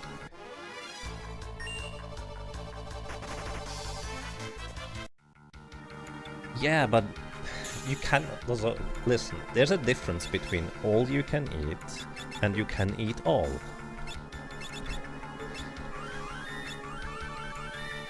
It's all you can eat, which implies that you can eat as much as you can put in your stomach. You don't get to eat everything that is not nailed down. You found a bug, yay. Congratulations. Alrighty, now... So, we need our Spellblade to be on a dagger, specifically. Which means we need our strongest attackers to be able to use shields, which is why it is Samurai and... Mystic Knight, my goodness, brain. We want the Spellblade in order to actually deal damage to the guy coming up. We also need the Reflect Rings in order to be able to deal any meaningful damage to the guy. Then we actually don't need a helmet. It only weighs us down and slows us down. One of our guys is gonna get a chicken knife. I'm actually gonna put this on the other one. And one of you is gonna get, I guess, the Thief's Knife? Because we want to equip daggers. Omega has, I think, 95% physical evasion, so that's not a particularly high chance of us hitting. Unfortunately. And we don't want to use the Assassin Dagger because we can cast Doom with that, and we are not immune to instant death from Doom. We need the Flame Shield to be immune against fire attacks or even heal from them. Reflect Ring for actually dealing damage to the guy, then it's not attacking. And We start with a Masamune because we don't have haste at the beginning of the battle. However, we need an additional little thing here. Wait, I forgot to turn Fairies into Mystic Knight. She's not supposed to be a samurai too. Mystic Knight is strictly better. Then you only need to be a Mystic Knight. I think if I give you barehanded, you get extra strength, because Monk has slightly higher maximum strength than Mystic Knights. That sounds about correct. It's not like red magic is gonna help, is it? No. So we give you barehanded to give the Monk strength. I'm pretty sure Monk has the highest base strength. You do get a chicken knife, you get a flame shield. You do not get a helmet because we don't have any good ones. You get the power sash for +3 strength and the reflex ring. Then we actually need to knock out Lena and Cryle here. Although, funnily enough, we might be able to do that in combat against Omega in a bit of a weird way.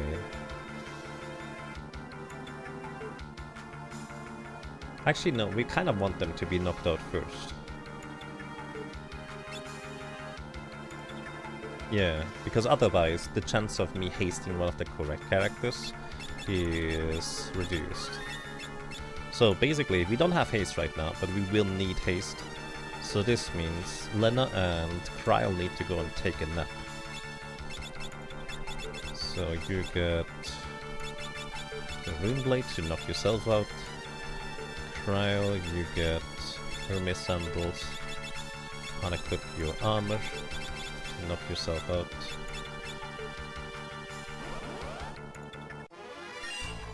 Then you knock yourself out, you knock yourself out. That's not enough damage.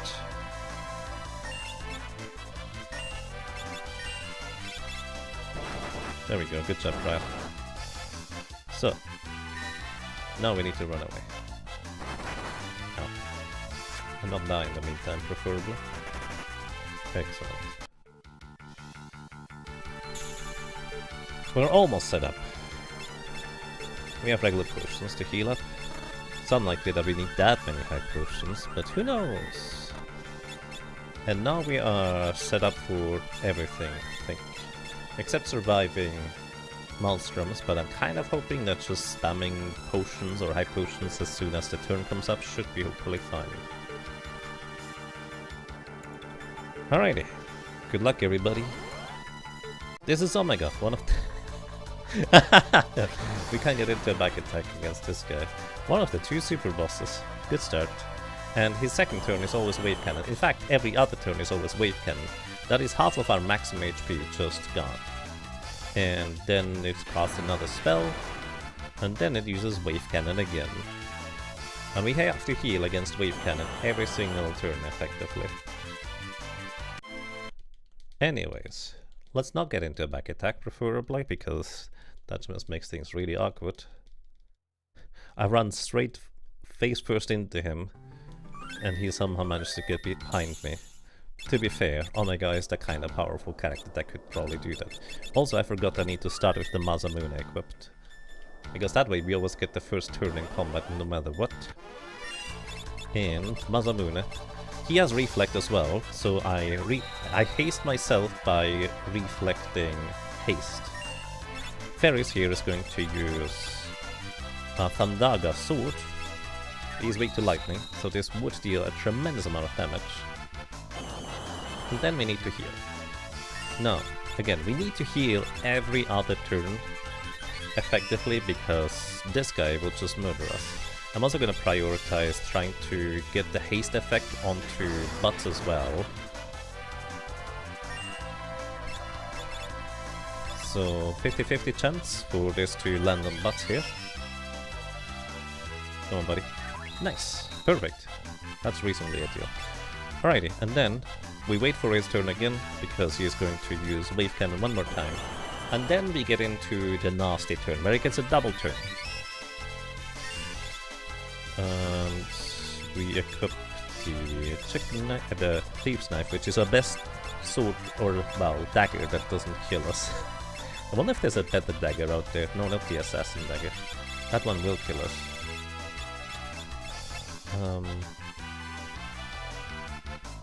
No, I have to heal, because the double turn, he can use wave cannon immediately in consecutive turns right here, if he feels like this. So we have to wait. Wave cannon again. And earthquake. Okay, if he uses Maelstrom on the second turn, I need to hope that it's not a low roll on the HP remaining, otherwise we're just straight up dead there. Now we can spell Blade, Thundaga with you. We need to heal you as well. Which actually no, we wait here. So after his double turn, he will always search, which can be reflected, and during that reflect turn he can be damaged without him counterattacking. His counterattacks basically just have a 2 in 3 chance to effectively one-shot us. So,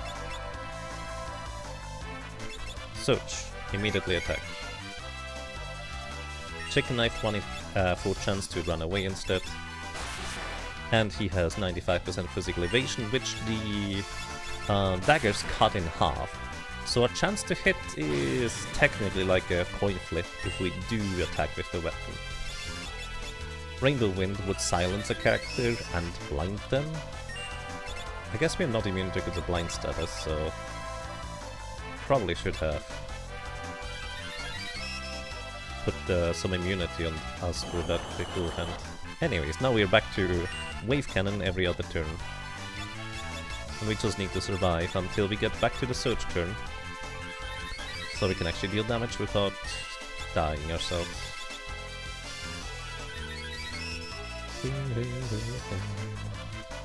Blaster inflicts either paralysis or instant death. The instant death we are not immune to, so good thing it doesn't hit.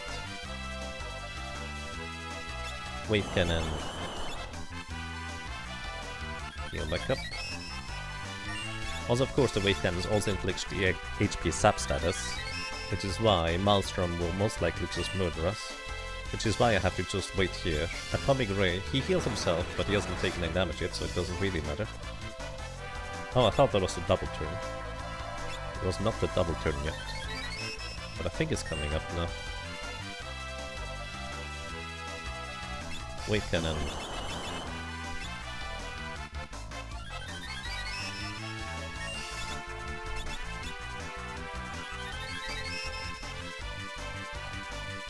Now we hope that he doesn't Maelstrom us. Blaster is fine.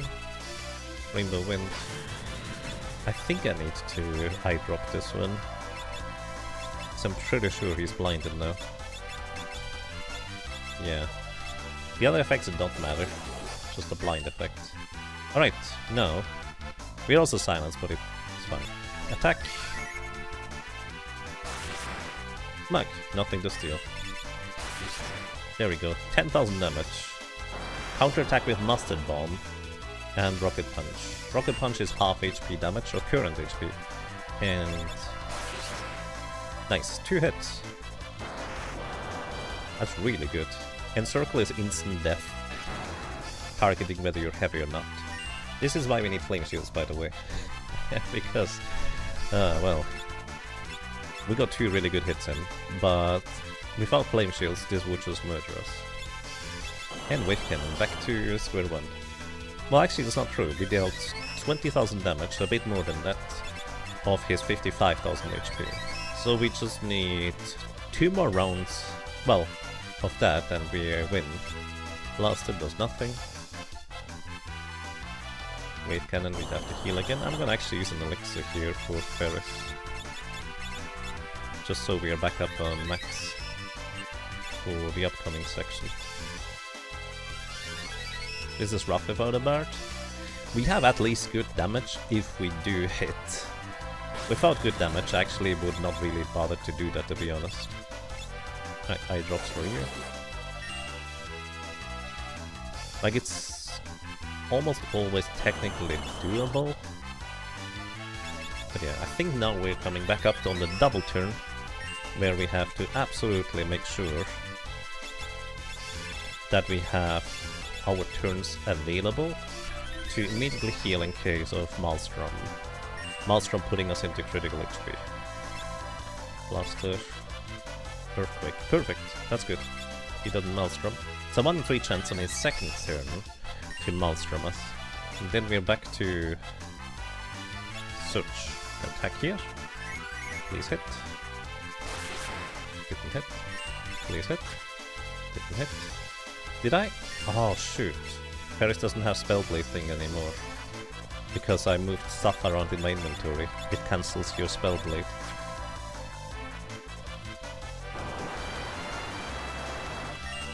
And she can't cast it, right? Why did I attack?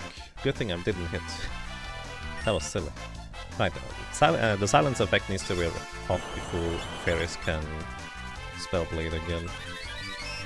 If you move stuff around in your inventory, it's like your equipment gets refreshed for whatever reason, including Mirage West evasion charges, by the way. You can use it to your advantage. Thundergar. It didn't matter in this case because we didn't hit anyways. Okay.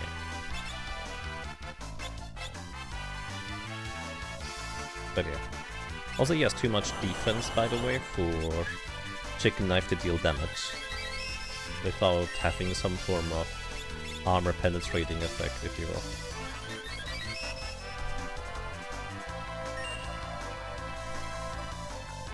Flamethrower. This is another reason why we need to have the shield, because that doesn't get reflected.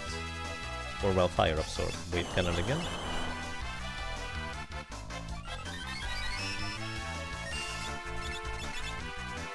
And I think we're coming back up on the double turn here, so we need our turns right here. Blaster, Maelstrom. Okay. He also has that. We always have a chance to resist the Maelstrom, so we got lucky there that Ferris was the only one getting hit, but we immediately have to heal. Elixir would be better for full healing from that position, but we didn't have the time, because Elixir is like a slight delay when you use it. Right. Anyways, no. Switch. Hit, please. You haven't hit a single time, Harm, so far. Then again, I prefer if Ferris hits, to be fair. Ferris gets to hit or try to hit twice. Nice! That was attack or hit number 4 with this, isn't it? So this means he has less than 20,000 HP remaining. Getting really lucky with the Chicken Knife hits there. Okay, we're gonna use an Elixir on Butts after the Wave Cannon here. Because he's a bit low on HP, yeah? Because it's exactly half of your maximum, and HP leak, we just kind of bleed a little bit of HP every time. Atomic Ray, that's fine. Well, I would prefer if he didn't use that, because he heals.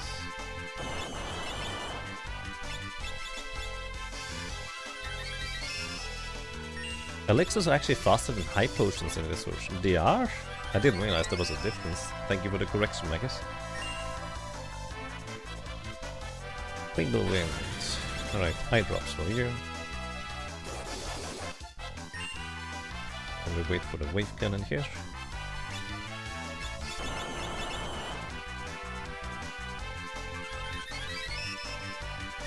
Because in his double turn he can always use a Wave Cannon again as well, we have to heal above half HP. At least with Maelstrom we also have a chance to resist anyways. Delta attack is fine.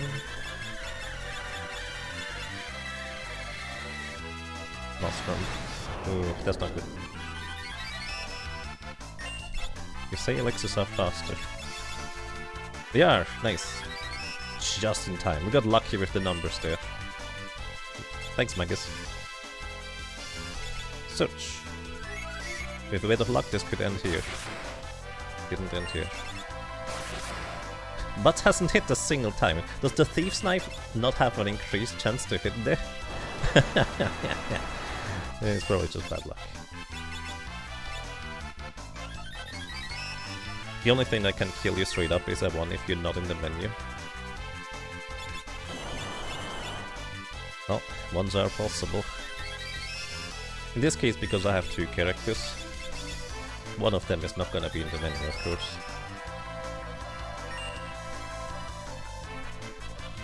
Blaster is fine. Wave cannon.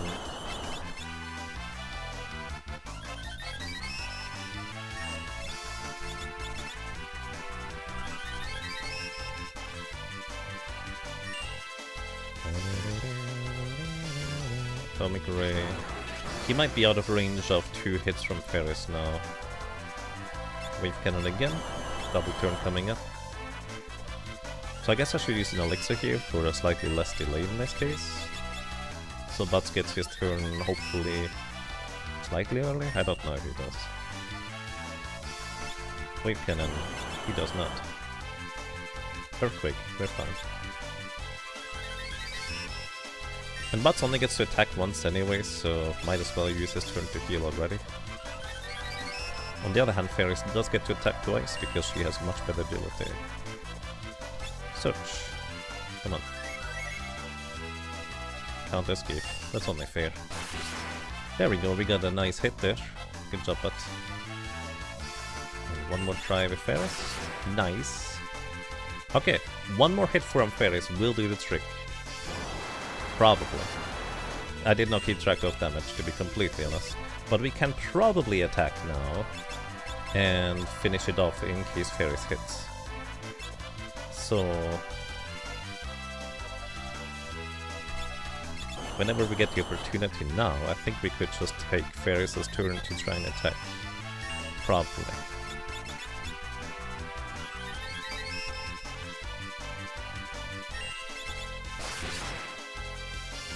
No, it's not over.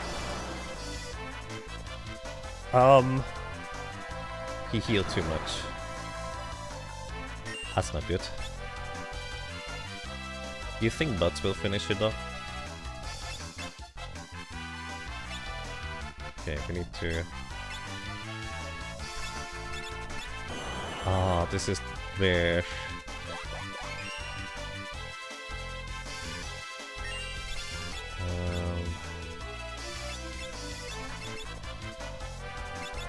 I need to heal Butts as a priority, because Ferris is now susceptible to... Oh nice, thank you for the heal. Other stuff, so... Ah, that was too risky, wasn't it? I figured it might be... Well, it should be in range, but no, he heals that much. Masamune, 50% chance to haste Ferris here. Didn't get it. Ooh. Need to heal. We will heal Butts as a priority.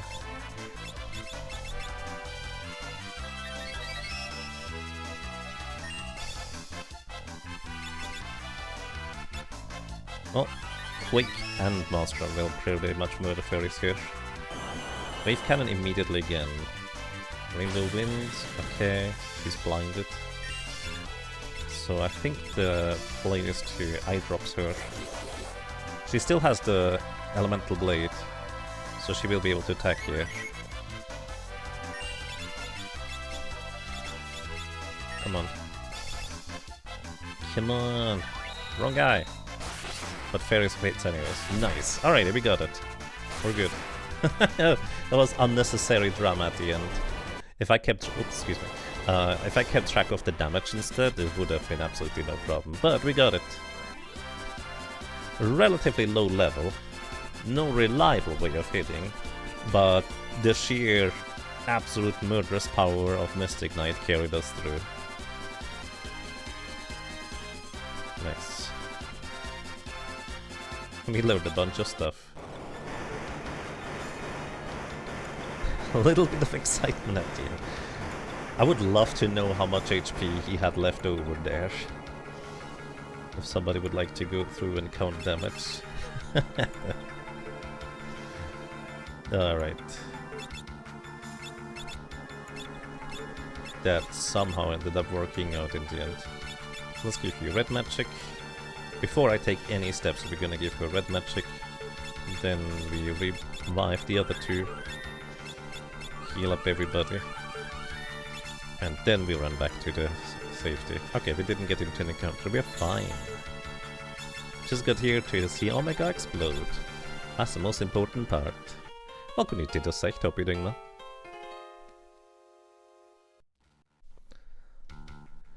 Ah, Alrighty, thank you for the GGs. This was, well, almost first try. The first try was me getting back attacked and not even trying. Alright, it worked out really well. Very nice. Very, very nice. Do I keep the characters' stuff this way around? I think I do. Anyways, we get the diamond helmet back for a bit of extra defense. Oh. Wait, no, I gave you red magic. That's why you have the other stuff equipped. Chicken knife. Do we need the chicken knife on the... on you? I guess we could chicken knife on you, technically. But the rune blade is probably better. And the Masamune... No, actually chicken knife is your choice of weapon. This is fine. Alright, Kaizen Knuckles... What do you want? Power Sash for strength, Twist Headband for more strength, and you're unarmed always. You get... Hermes Sandals. Don't need the Flame Shield anymore, so we're just gonna default to the Aegis Shield, because that's better all around, without me having to think at all. And you get... You know, Genji Gloves are fine. Paralysis immunity is quite nice, and these have pretty good defenses. Then Lena, before we move you forward, we're gonna give you the Wonder Wand, because the next charge of the Wonder Wand is gonna be Blink, which is gonna be helpful in this encounter coming up.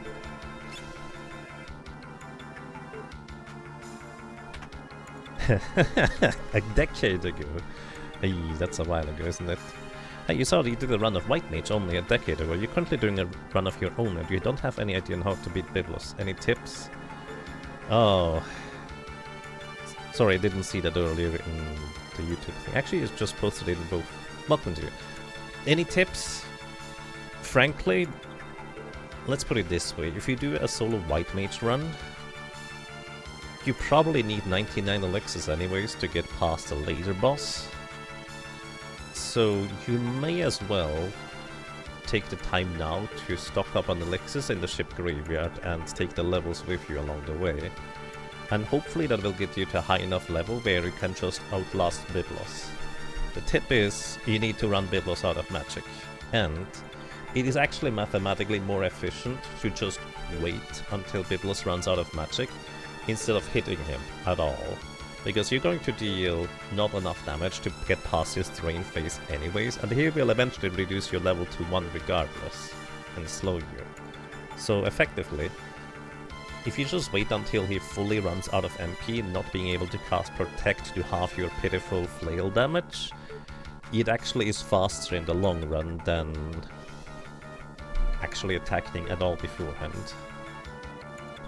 So you need to run him out of magic, and it is more efficient to not attack until he's fully out of MP. And yes, that takes a long time.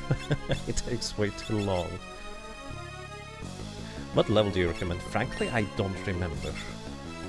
Again, you need 99 elixirs anyways, so you might as well go and stock up on the ship graveyard, and hopefully that's enough then? I'm not sure. Anyways, our Wonder Wand is gonna cast Blink here, which gives us 2 image charges, absorbing the next 2 physical attacks for free. Punch! Wait, I shouldn't attack yet, I'm a dingus. Because you know we'll just cast Protect. See, this is what you need to avoid on your White Mage. Because now the physical damage is halved. I'm a dingus. Such a dingus. Because I was gonna just silence him with Mute Blade, or Silence Blade. But that's... well, too late now. No, I don't have to anymore. What's my next charge of the Wonder Wand? After Blink is Shell, we do want to keep that so we don't use that anymore. So in this case, equip the Magos for 25% chance to block physical attacks, and just protect up everybody. Oh hey, it's a book that isn't a book. Something like that. Masamune.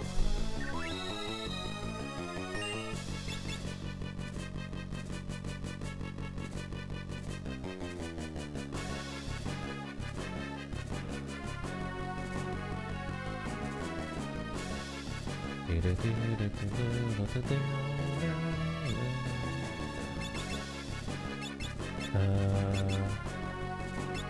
think we just attack at this point. Actually, should I attack with you? Yeah, because he counterattacks with terrain frequently, but it's probably just more efficient to only attack with fairies. This guy has 27,000, actually not, 22,000 HP, and these terrain counterattacks hit like a truck, so...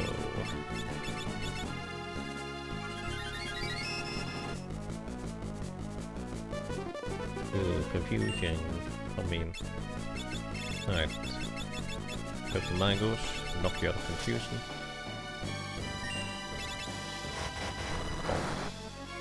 I mean, yeah, unfortunately Kryle's damage is just not keeping up as a monk, so I guess we move her to the back row. It's always unfortunate when, even with the Kaiser Knuckles, the monk's damage output is just a bit low. Anyways, you can go with Masamune, Spellblade, Fire Raga. At least I think this works on the Masamune. Then again, fairies might just finish this off very soon at this point. Rain!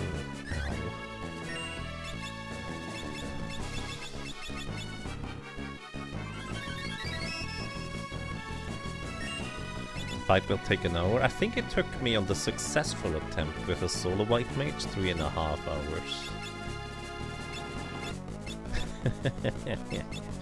This is a slow one. Protect. Oh, yeah. So yeah, I wasn't sure. Well, I thought we were doing like a solo white mage run, but if it's just white mage in a Job Fiesta setting, that's actually a different case. Okay, so you cannot Spellblade Masamune. Oh. I thought you could.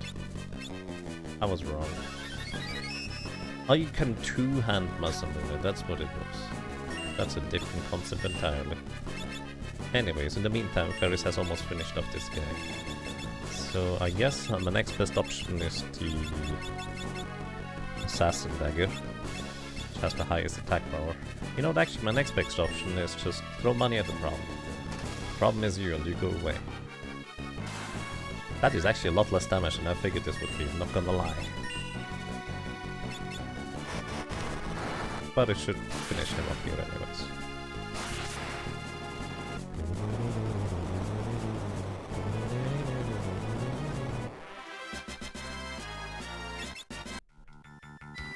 Alrighty, so my idea with using elemental blades on the samurai doesn't actually work. Well, I mean, I can still use it if I use the daggers instead. Which, I suppose that's my best option then. Anyways, we actually want to have the Hermes sandals on Ferris in this part. Everybody goes to the back row. You get Mangosh, Hermes sandals. Who else has Hermes sandals? You do, you don't need them. Elemental. This area has a really high enemy encounter rate, but these enemies are also susceptible to break blades, so we break up their will to live. Goodbye. And it's a really good experience too. Yeah. Oh, that's a rare encounter where we have both types of enemies in one encounter. Like, it's literally rare to get this encounter here. And the ninja sometimes does nothing. He does have evasion, so our chance to hit is not the greatest, but once again, the power of daggers halves enemy evasion, so they still have a good chance to hit anyways.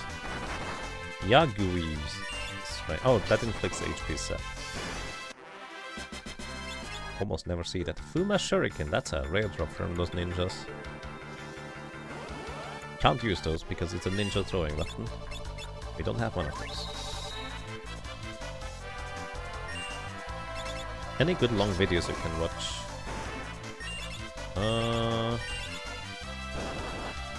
Recently-ish I've been watching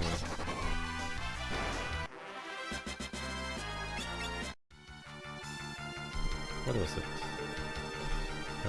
There's been a few actually that I've watched. It kind of depends on what you prefer for long videos.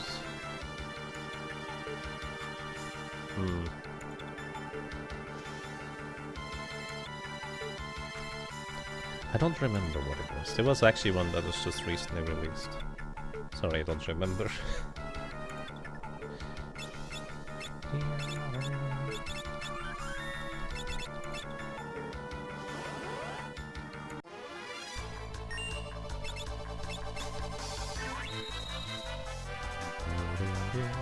I mean, recently, at least for me, I've been rewatching One Piece, but with One Piece, if that makes sense.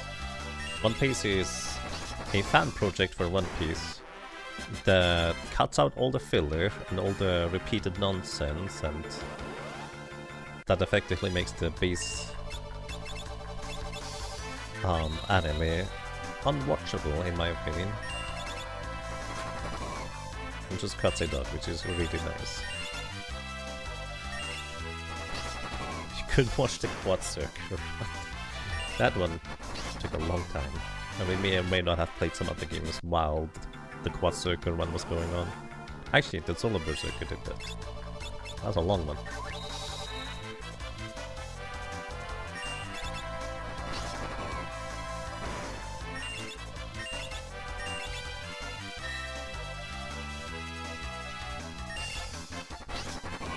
Fun times. That sounds like a busy schedule. You can always press the start button in combat and just leave it running, I guess, although you might be somebody who does not like running letting the console run and such, which is very fair. But technically you can just press the start button and just pause combat until you can play again. So you can do it in pieces.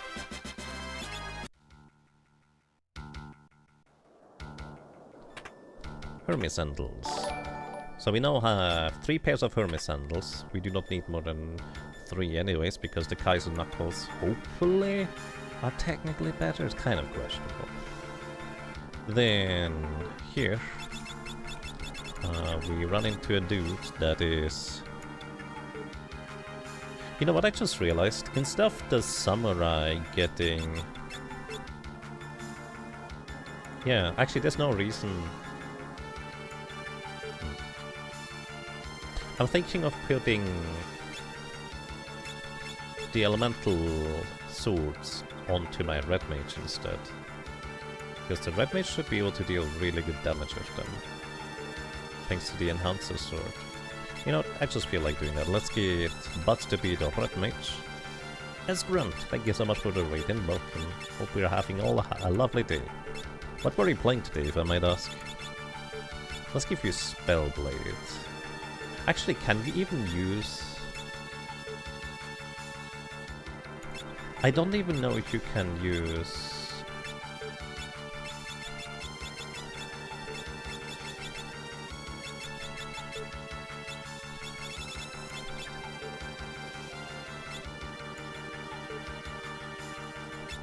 Flare Blade. Can I already use Flare Blade, or is that the next level of Mystic Knight? I don't actually remember. Anyways, Lena, you're gonna be our samurai, I guess. And red magic is fine. You get the Masamune for casting haste. Hermes sandals for you. Power sash. You get the Aegis shield for general defenses. Because this guy is gonna be a spellcaster anyways. Flare Blade is level 6. So I should be able to use it, right? Your usual streams, of which today was no different than the Big Blueprints B-Quest Bingo. Oh yeah, isn't the... That's the puzzle game I'm supposed to play sometime, right? Blueprints. Alrighty, then... You cast haste on her. This guy is weak to poison, so Bio Sword actually is really effective here. He also has really high defenses, so being able to bypass his defenses by hitting his weakness is extremely effective. Or in the case of Cryo, you just hope for crits 8% of the time. You know, that's respectable damage. Off guard, just resist it, I suppose. Oh, wait, that's way less damage than I expected this to be. Oh, I didn't... she has the mango shit. I didn't give her a proper weapon. Derp. That's fine. Let's see, our red mage should actually deal really good damage. 5,000 with just a regular hit. Yeah, that's pretty good. Let's actually give you a proper weapon. Chicken knife is fine. Bioblade. I think Bioblade is triple damage, Poison Blaze is double damage for poison-based damage. But even the crit from a samurai does not even get close to our red mage, which is kind of amusing. Red mage is just stronger. Then again, the samurai with an assassin dagger and the thing would also be stronger. Anyways, this guy has 27,000 HP. Oh, I don't have anybody floating anymore.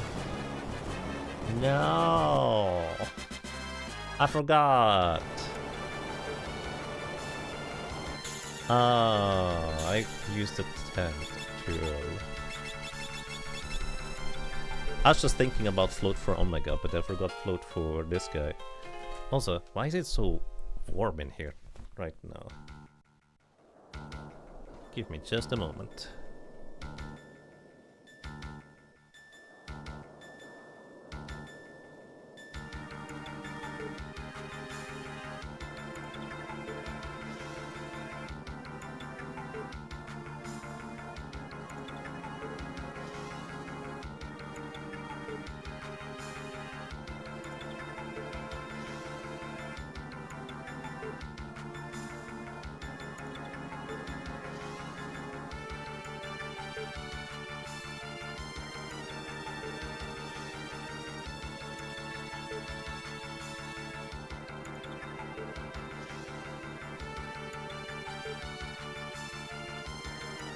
Alright, I'm back.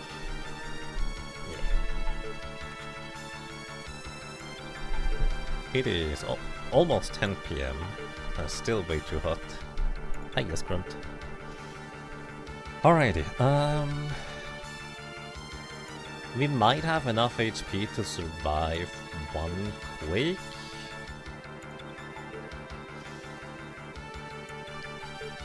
Maybe.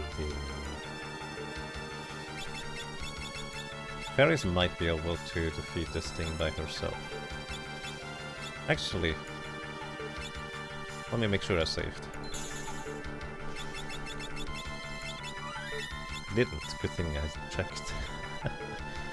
I think Ferris should be able to defeat this thing.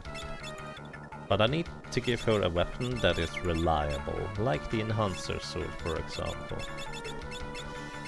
So... gonna give you the Enhancer. You can have the chicken knife, might as well try. To get an extra turn in.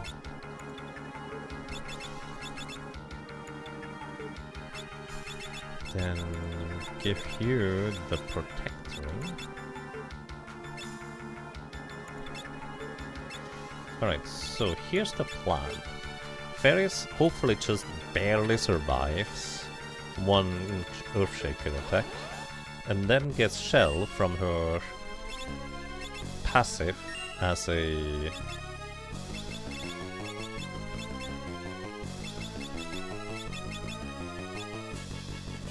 as a thingy. He does not have Flare Blade, I need the next level. Watch this annoying.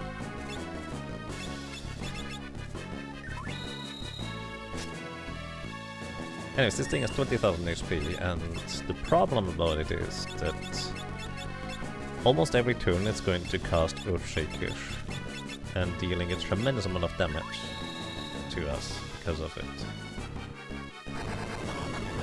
And most of us are not gonna survive that. Ferris didn't survive it either. She needs a bit more defense then.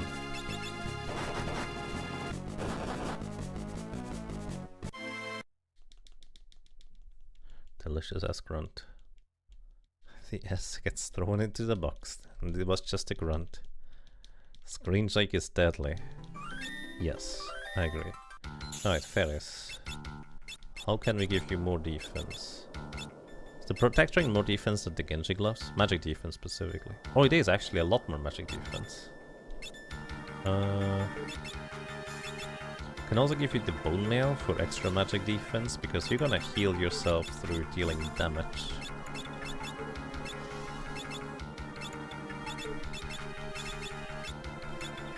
Masamune is fine. Alright, let's try this again. So, my hope is that our...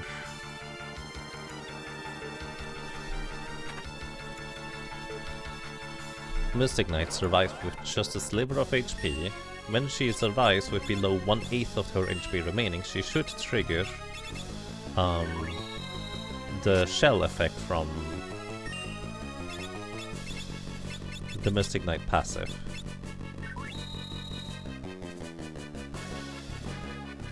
Evil Eye.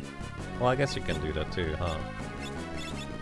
He doesn't... That's a petrification move. He doesn't always use Earthshaker, just most of the time when you don't have anybody floating. You just punch. Oh, he has evasion. That's actually not good, is it? Oh. I'm gonna wait until he attacks. Well. Can't I give her the chicken knife? I'm a dingus.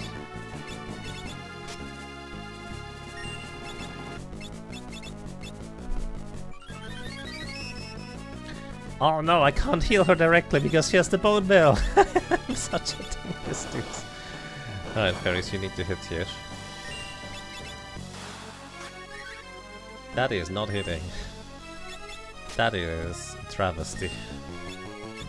It's not as terrible enough to be a tragedy. Oh, hit again. Evil Eye. Okay. Can't escape. My goodness. Harriet, you just need to hit to heal yourself, please. There we go. Alright, healed.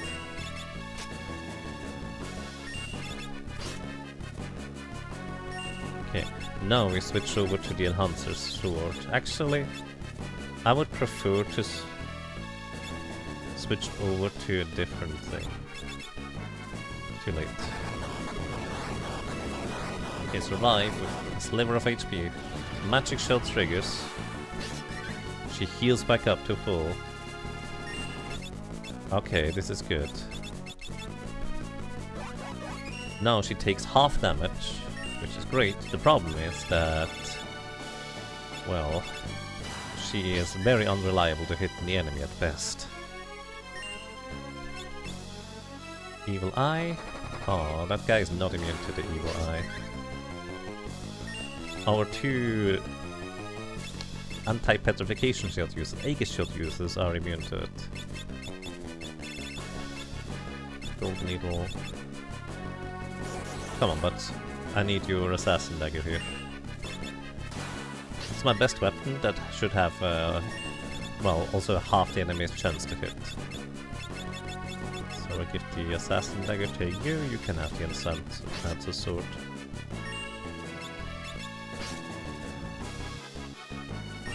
Then we have enough time to switch the weapon out. Assassin Dagger, Spellblade, Strain. Oh. You know, I guess Lena could just survive for a while. Maybe I should just throw money at my problems until they disappear. Ooh, that might not heal enough. Oh, he has too much defense. That's not good. Anyways, Ferris takes half damage now thanks to things, so she actually survives 2 Earthshakers in a row. So I guess we should be fine now. Oh, yeah. He just didn't Earthshaker much in this encounter. That's really lucky. Alright, just get lucky. That's the easiest way to win, I suppose. Also, Butts doesn't have the necessary... What a catastrophe. Butts doesn't have the spell level for casting Flare Blade yet. So it's Mystic Knight level 7, but Spell Blade level 6 I think it is. That's where my confusion was. So we need to turn him back into Mystic Knight. give him red magic is fine. Unequip all, turn you back into the red mage.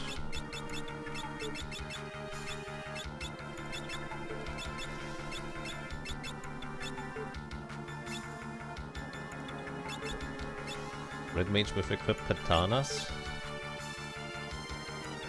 Give our red mage to Masamune instead.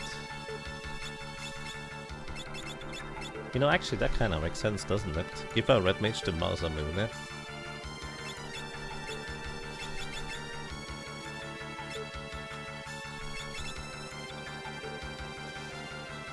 So she can deal damage that way.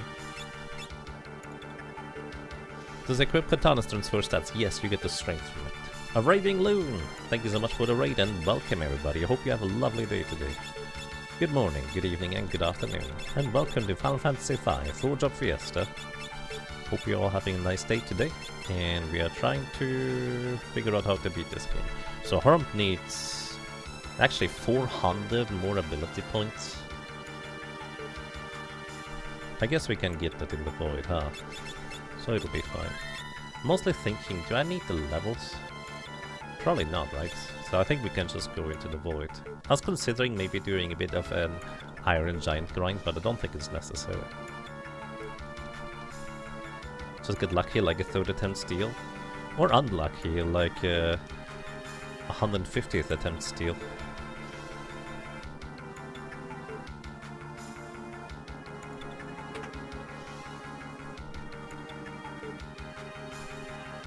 Right. This case. Yeah, basically, I'm thinking this. Red mage with equipped katanas, so we can use the Masamune and give characters haste. So our samurai can equip Spellblade in order to have magic sword, flare blade with the assassin dagger. I think that's gonna be what I'll be doing. The monk is just gonna do her best, okay. That's all she can do, really.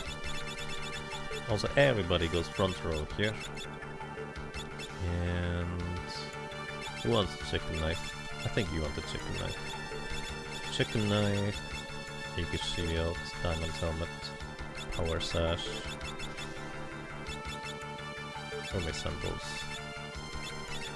Hermes sandals. Who doesn't have them? You don't have them. Hermes sandals.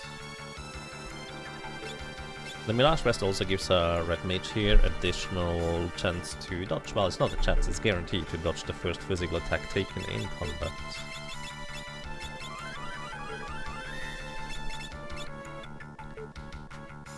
Alrighty, anyways, the next boss here is gonna be Halicarnaso. And they have 33,000 HP and some change. No particular weakness aside from the weird weakness to mini, but good luck on landing that because they are level 97. So your chance to hit the mini spell is terrible. You know what? Just for the means, we're gonna try it once anyways. Then Spellblade, Flare. It didn't hit. It could. It just doesn't usually do that. Assassin Dagger, you don't actually have the Spellblade stuff, do you? So we're gonna have you start casting Protect for everybody. And you just start attacking. Flare Blade adds plus 100 attack and ignores 3/4 of the enemy's defense. Ribbit is guaranteed toad to characters that are not immune to the toad status. So, well, we're not immune. We have, however, 99 Cretans kisses from when we tried to get the Lamia's tiara early. Because, well, it took us that long to get it.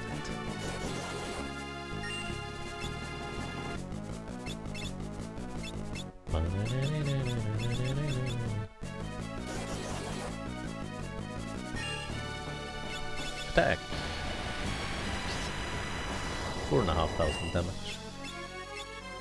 Pretty good. Then we want to use the Masamune on you. So our frog is hasted too. Maiden's Kiss for you, because I think Trial deals more damage than Lena right now, probably. Probably.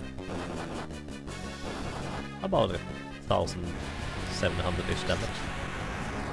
Pretty good, if you hit. Then we just attack with you as well. Yeah, the funny thing is, even though the red mage does not normally have that much strength, it's actually decent strength, not even bad, but it's not nowhere near a samurai strength. But because equipped katanas transfers the strength stat over to the one wielding the katanas then, she actually does the exact same damage as she would as a samurai too. Nice crit. Anyway, Halikarnasa for the most part is not particularly dangerous unless you get to like turn 7 or 8, where they will cast Holy and one-shot one of your characters. Unless you have Reflect, and they can't do that. Wow, that's rude. There goes my Mirage West shield. But hey, did you know, if I switch my Masamune from one hand to the other, I get it back. And that fact just shattered Halikarnasa's women.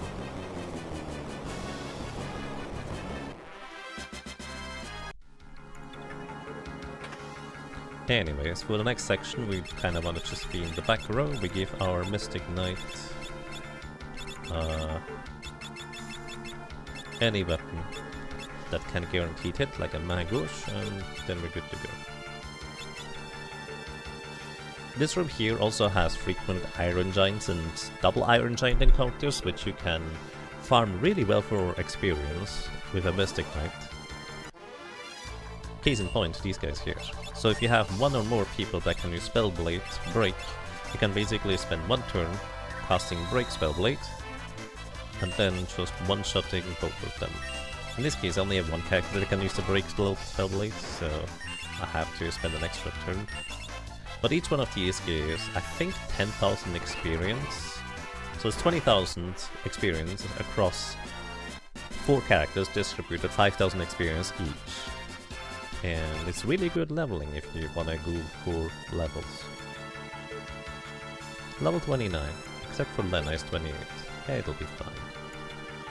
Anyways, speaking of fine, this is Twintanya.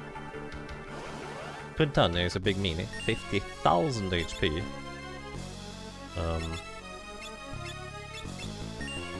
And it just so happens that initially Twintanya is weak to Holy, but also loves to just cast all sorts of nonsense at us. So we kind of want to just keep ourselves healed for now at least. Atomic Ray gives a good chunk of damage to everybody. I was thinking I could technically equip Ice Shields to absorb the ice damage that Twintanya also likes to throw at us, but it's not even all that necessary. Because I need to heal the group afterwards anyways, since not everybody's gonna absorb the damage. Mind Blast!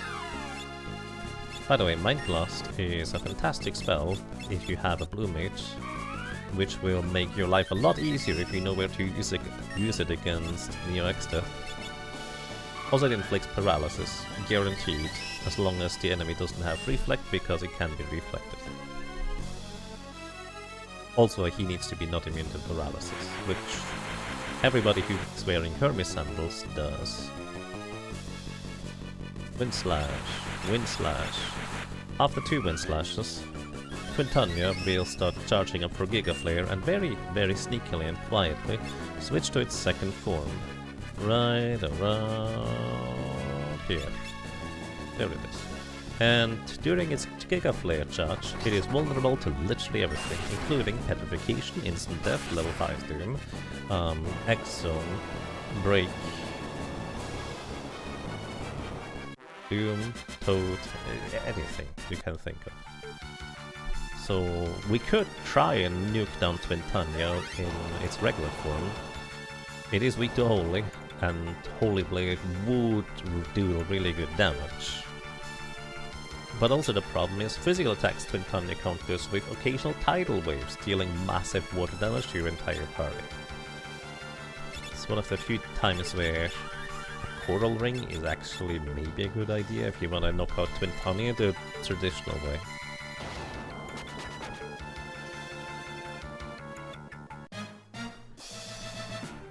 Alrighty, welcome to the Void. The chest on the right contains a Fuma Shuriken. We can't use this, so I'm ignoring it.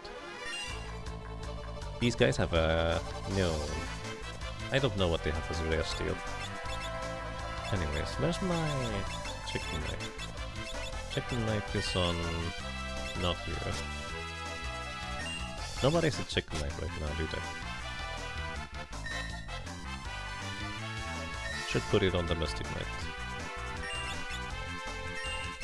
Because the Mystic Knight is the fastest character in my team. Red Mage does have decent speed, but Mystic Knight is just way faster. There we go, 25% chance to run away whenever we attack. So notably, enemy encounters in the void here, they don't give any experience anymore, they only give money and ability points. And those ability points are going to be very handy when we are going to go for the next part. So... Shell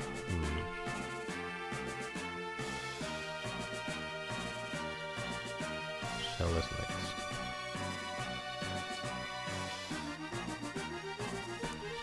Sorry, I'm kind of thinking about something.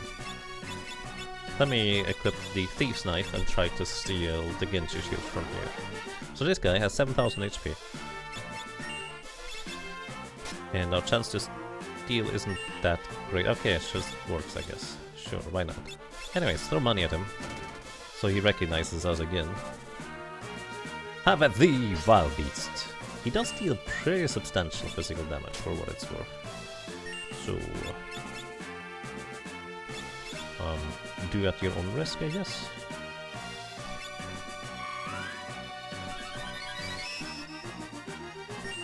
Punch.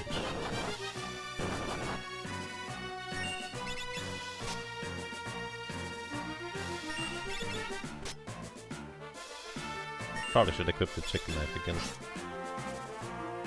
Anyways, he should recognize us here.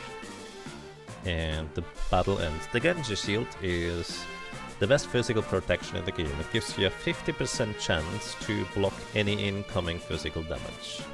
It's insanely good.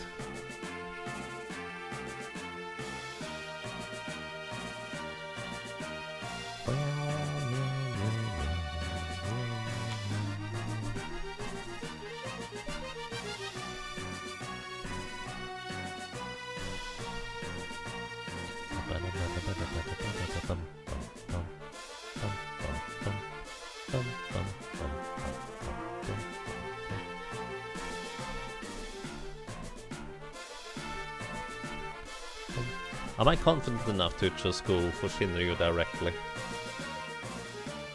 Well, technically confident enough, yes, but I actually want to get the ability points first.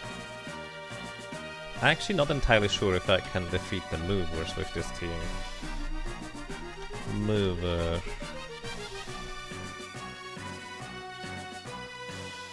They are heavy, they are weak to fire.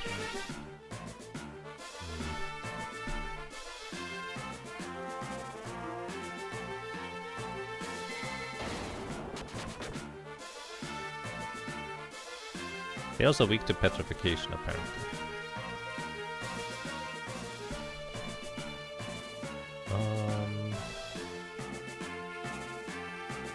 And we can put them to sleep, so we're good. Alrighty, so what we're gonna do here, we actually would like to get into an encounter with a rare enemy. And that rare enemy is going to give us a crazy amount of extra ability points. And thanks to the quick save feature, we can guarantee getting the uncommon encounter in our next encounter here. And then afterwards we're gonna get the rare encounter in this section. Get the chicken knife? You want the chicken knife.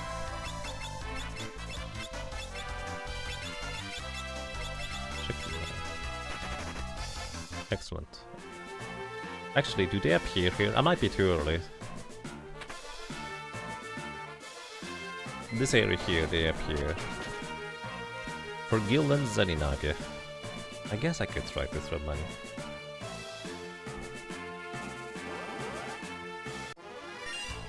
I thought this would be the rare encounter. This is not in fact a rare encounter. So maybe I need to do this in the area. Different areas have like different encounter rates. So when you switch areas, it can be that you might have received an encounter in one more step in the previous section, but the next one is like 20 steps away or something.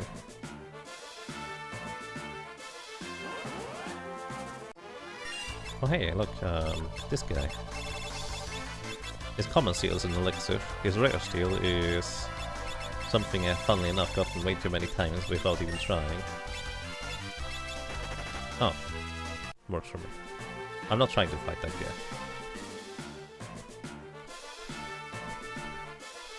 Mover, mover, mover. What? Are they only in the last area?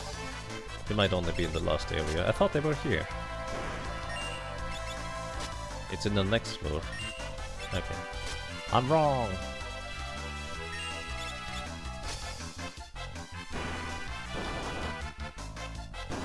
Punch. You know, at this point we can almost just knock them out here. Can you sleep these guys? Sleep. Well, I might have missed. Try again. Sleep. Probably not. Flying Blast. Rude. You know what? If I'm going to attack them anyways, might as well just make sure I actually get to knock them out. Break Blade. Actually, aren't the Mind Flayers immune to Break Blade? I have a faint memory of something like that.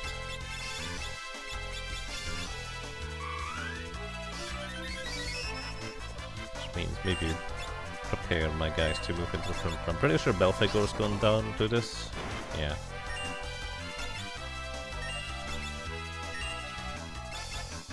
These guys like to counterattack whenever you deal damage to them, so... Oh no, they're not immune.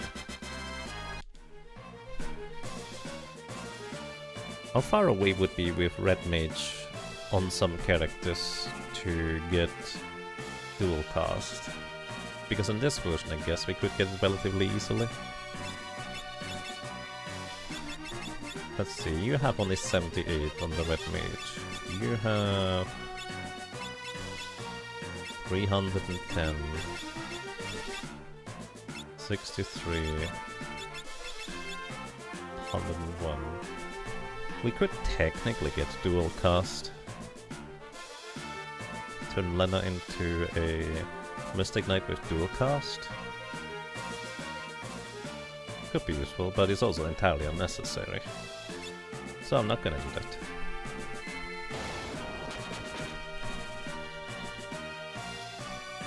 Okay, we still do the quick save and reset thing here to manipulate the encounter. This time with 20% more success because I'm actually in the correct spot to get the mover encounter.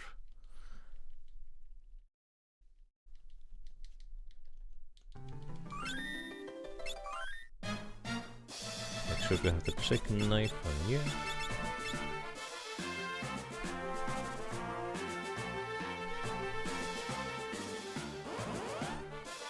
First encounter is the uncommon one. You get to run, very nice. The second encounter is the rare one. And... don't equip the chicken knife for this one. Just any mangoes is fine.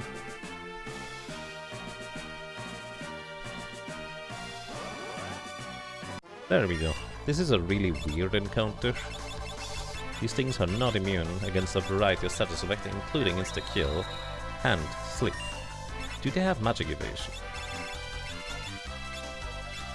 10%, so not really. Level 52, we should have a decent chance to hit. Okay, we hit the bottom, the top right and the bottom. We did not hit the bottom one. Brain keeps trying to conflate the two things. Right, they can't do anything anymore. And one. Oh. No, they're immune to petrification. How inconvenient. Kick doesn't wake them up, does it? They're also weak to... Oh, they have really good defenses.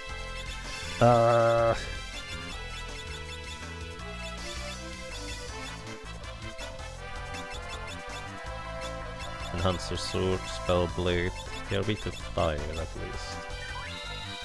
They're also undead. They're also heavy, so we can't use the usual undead strategy.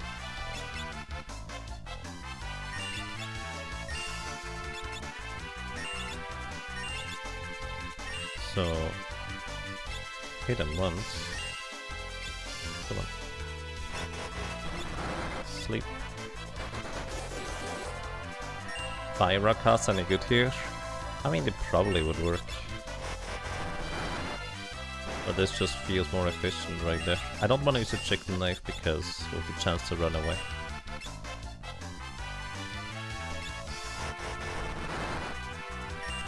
We have 10,000 HP, so this is pretty much exactly enough damage in 2 hits. Sage Staff taps are solid. Oh yeah, that actually would make a lot of sense now that we mention it. But I'd rather keep my turns for...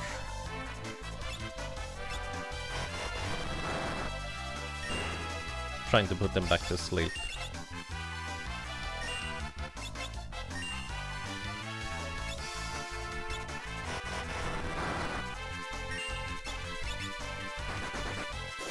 Correct. Because these things make you exit combat in a really weird way when they get too many turns. 199 ability points, which is absolutely madness-inducing. Maddening. It's crazy. A lot of ability points.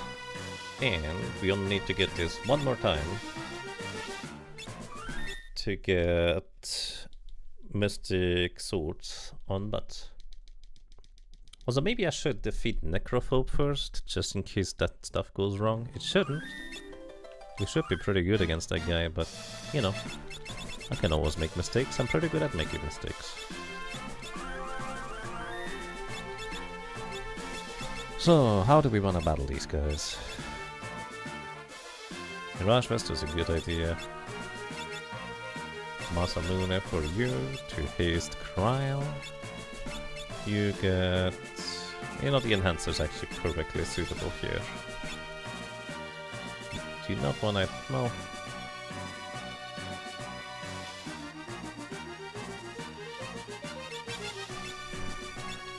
It'll be fine.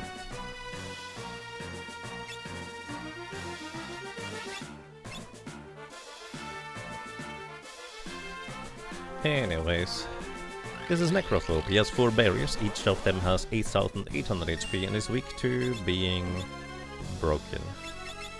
So, basically, in short, we don't need to do anything aside from casting Breakblade and just one-tap these barriers. That's the goal anyways.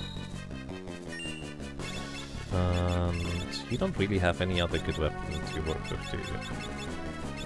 We don't want to use the Assassin Dagger because these things reflect spells. Chicken Knife.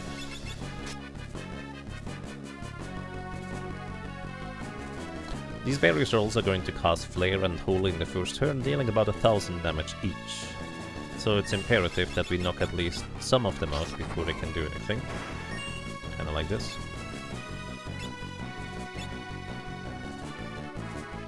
I don't remember if they would be susceptible to silence. I've never tried that. Anyways, at most they're gonna knock out 3 characters here.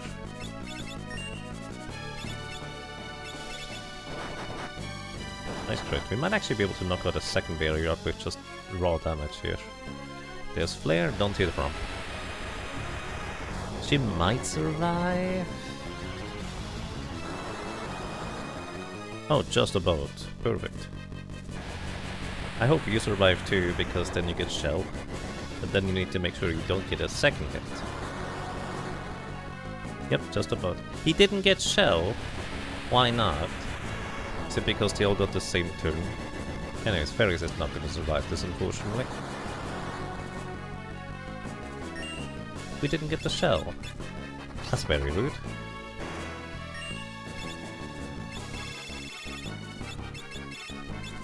Anyways, wake you up. Immunity... They can be silenced, nice. Yeah, basically I made my own spreadsheet with the immunity stuff because it's much more difficult to understand what they are immune to than when you can see what they're susceptible to, because I'm not technically interested in to see what they're immune to. I would like to know which status effects they can be afflicted with. So in my spreadsheet I kind of inverted that thing, but I don't have my spreadsheet open. Alrighty. One more dude. He might be able to knock it out here. Also, I probably should haste Kryle. And Kryle, you're gonna throw an elixir over here.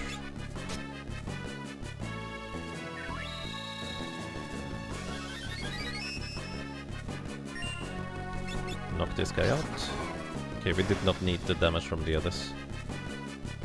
My invincible barriers! He's gonna cast Flash, which blinds a bunch of us, probably. It's all you can eat. No, it isn't. You can't eat the frogs. Frogs are friends, not food. Anyways, he now gets double turns. He's susceptible to all sorts of elemental attacks. No. Frogs are friends, not food. Okay. Heal you up. And you're going to use eye drops on you.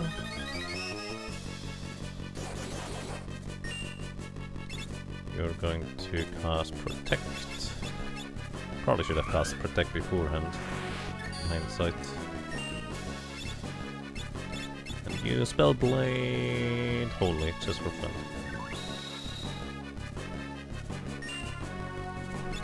You cast Protect on yourself. And Ferris, you need to shuffle stuff around in the inventory to regain your evasion charge. And then I don't know what you want to do. Actually, you can cycle the Wonder Rod. Because I think next is Asuna, isn't it? Or is it... Oh, it's Shell first. We need other stuff anyways. Shell. We need Berserk.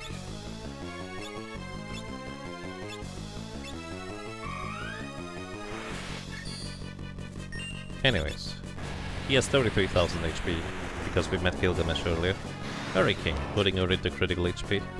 Hurricane into physical attack is always very rude if you ask me. But he didn't get to do much of it.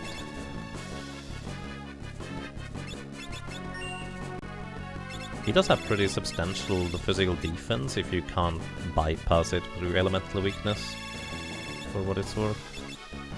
Alrighty, next up is gonna be Asuna, removing the blind status, I guess.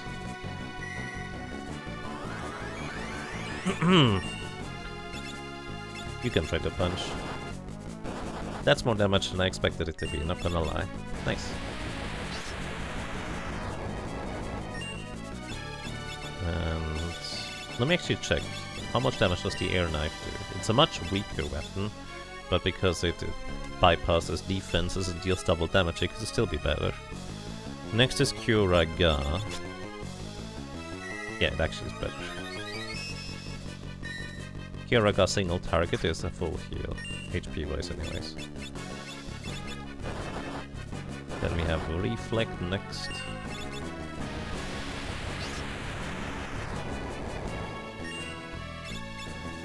Reflect and then is Berserk afterwards. Alrighty, so we're gonna be prepared for Shinryu.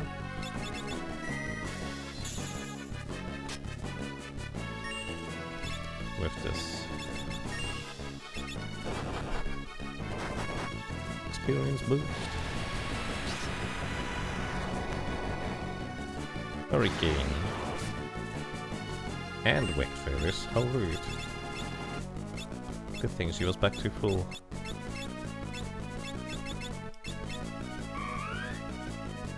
Oh. She has Reflect. Yeah, but I guess it's fine. We're gonna win here anyways. See? I didn't count damage, but I figured it was gonna be over soon. Alrighty, from Gilgamesh here, we could technically steal the Genji armor. The odds are not in our favor for that to work out with a Thief's Knife though. 1 in 3 chance to try and steal, 40% chance to successfully steal. So it's like what? Slightly better than a 1 in 8 chance, and we do not get 8 attacks for this. That's Holy Sword right there. What does Holy Sword do for us here? It is 4 times damage against an enemy that is weak to holy elements.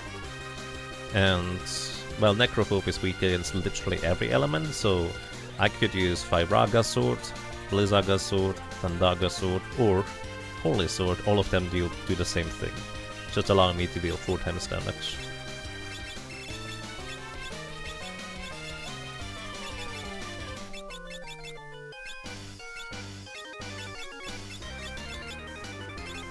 Thief's Knife. It's a roughly 2 in 9 chance. I think it would be a bit lower than that.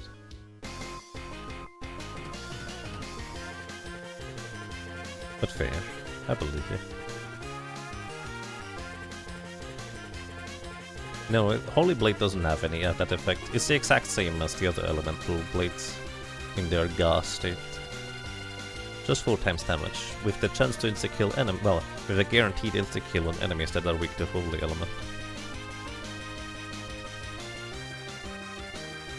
Alrighty, safe travels, Anfi. Hope the groceries are tasty or something like that. Bum, bum, bum, bum.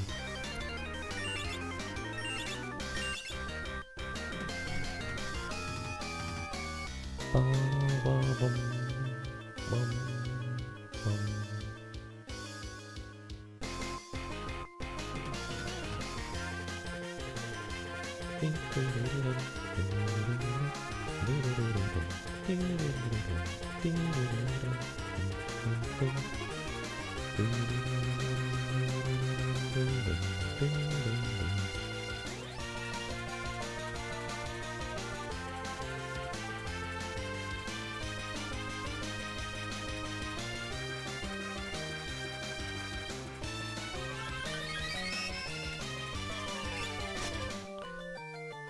Butts is too honest, he didn't even try to steal. Wait, he has revenge attack in this scenario. Oh! We got it in the end anyways. I mean, this is classic complaint tech. You just complain about it. Even if you don't intend to actually complain about it, and then it works, of course. Anyways, the Genji armor is nice because it's really good for defensive stats, plus a few extra bonus status immunities. It's heavy armor, so our Mystic Knight and Samurai can both equip it. Alrighty, welcome to the last save point in the game. We have 2 more bosses to defeat, for one of which we have to backtrack a little bit. But before that, we'll want to go and get the next level of spell blades learned on Butts, so we can get the flame stuff going.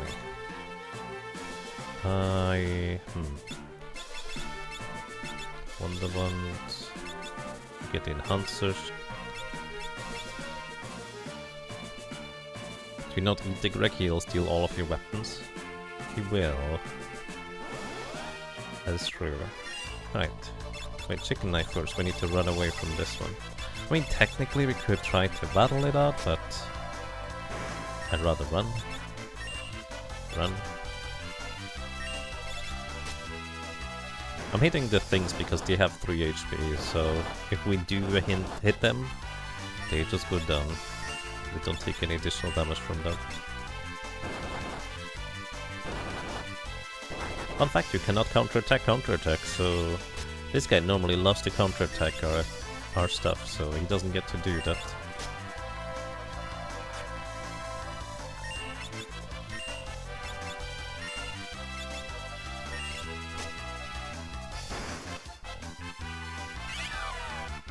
Rude.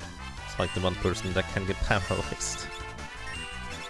So, at this point we might as well break blade.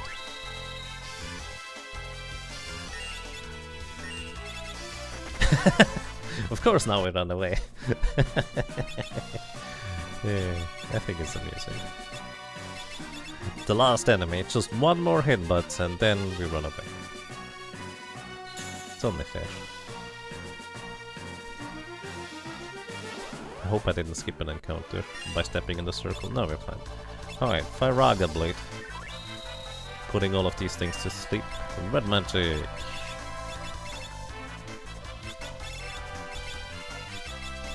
Sleep. Okay. The top two are put to sleep. Now just the bottom one. And we're good to go. Then we wait until the others are ready. So we can cast sleep on them immediately again.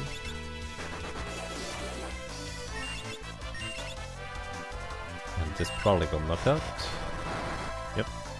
Comfortably.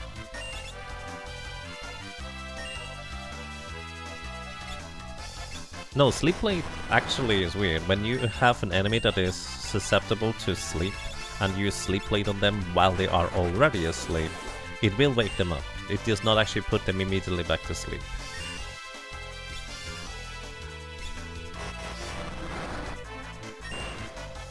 At least I'm pretty sure about that. Admittedly, my science on that side is a little bit lacking, but I'm pretty sure that's what happened. But as usual, please feel free to double check whether I'm correct or not, because I can always be wrong.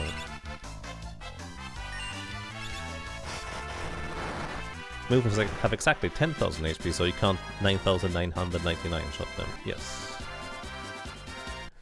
Also, Cry learned plus 30% HP.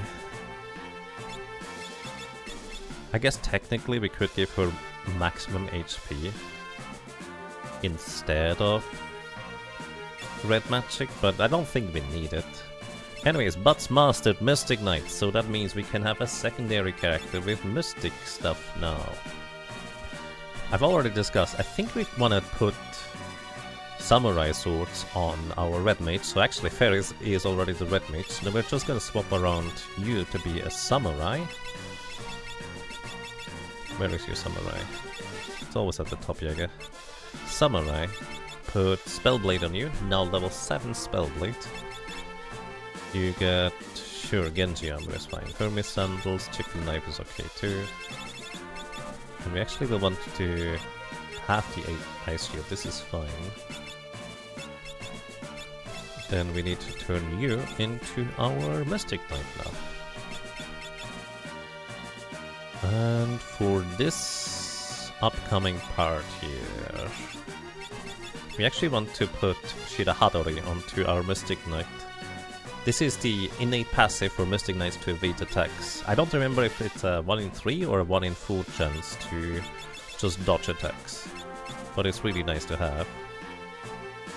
And Power Sash for you. Hermes Sandals for you. Genji Shield is what we want. And Hunter Sword is good. You get the Chicken Knife for now. You keep the Wonderbund and the Mirage Vest. And Trial. You do your best. Actually, I guess this is like the one time where I would prefer to have 4 Hermes Sandals.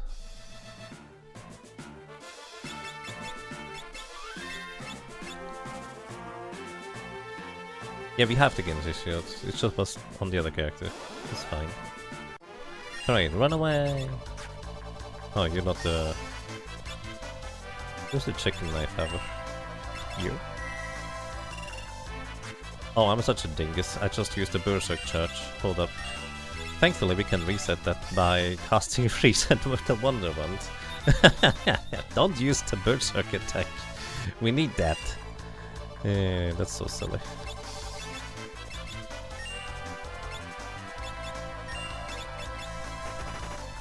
Put the chicken knife onto our faster character. You can have the muzzle moon, that's fine. Chicken knife for you. Breaking the Wonder Rod is funny. Yeah, I mean technically it doesn't break it, I guess. Run away! Nice, Lena is really good at the chicken knife running away thing. The thing is, we can't actually use this against Shinryu, because you can run away from Shinryu easily and reliably too. But of course, if you want to defeat him, that's not exactly desirable. Run away! He didn't counterattack. Oh, friendly.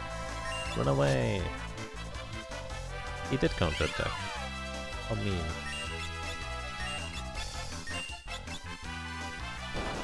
Run away! Oh, that guy might be clown. Convenient.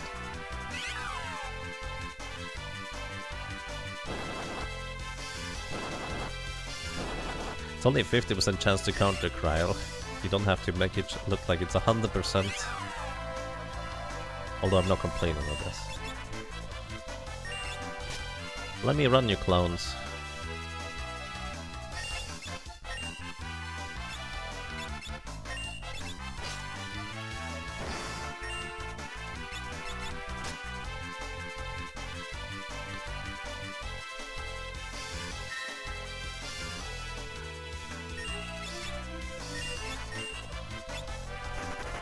There we go, my goodness.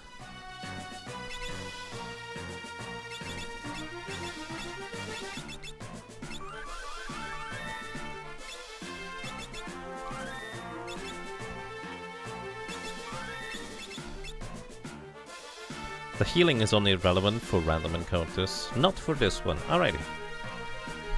Let's see. We need the Wonder Wand on Ferris to inflict Berserk. Then we want to have as much physical evasion as possible on the other characters. Defense doesn't matter, so we unequip the Diamond Helmet here for getting under 8 equipment weight, which every 8 equipment weight you lose 1 agility in combat. So unequipping this actually makes me slightly faster. Genji Shield for a 50% chance to block physical attacks. And the Mystic Knight and Samurai are going to be our best damage dealers here. I'm considering mining one of the shield uses, so the Genji Shield has almost 100% chance to block physical attacks, but I think I'd rather have extra damage. So similarly here, Genji Armor is just too heavy, it doesn't do anything for us.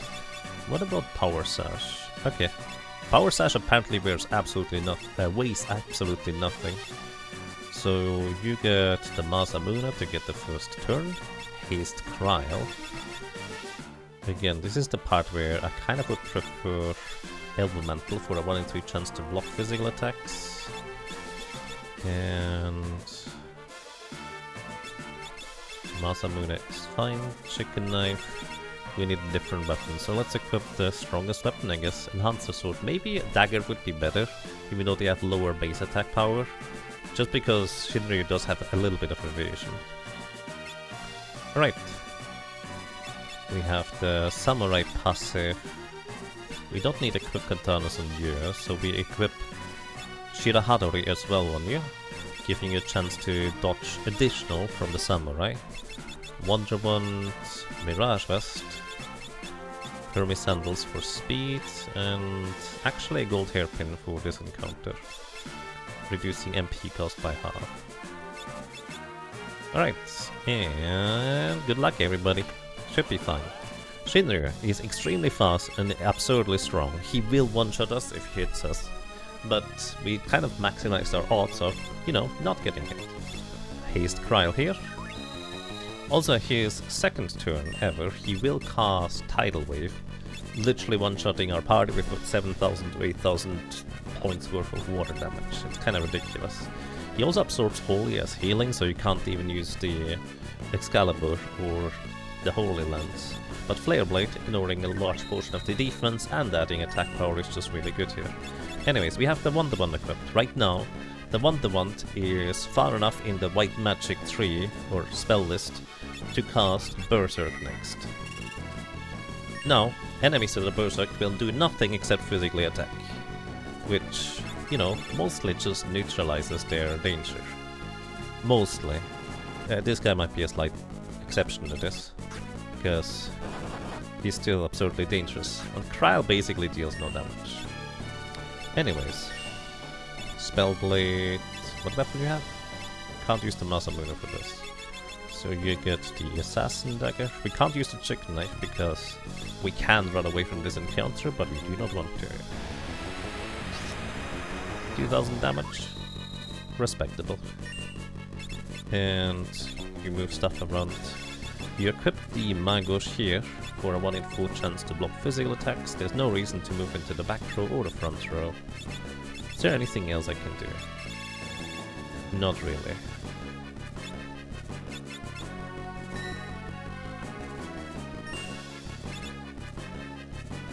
Technically, if I want to absolutely optimize things, I could mini one of my characters while they don't have a turn yet in order to increase the chance to block, but now that's a bit too late. That's a bit more micromanagement than I'm willing to go for. He has what, 60,000 HP? Just a casual 5,200 damage. This is why we equipped the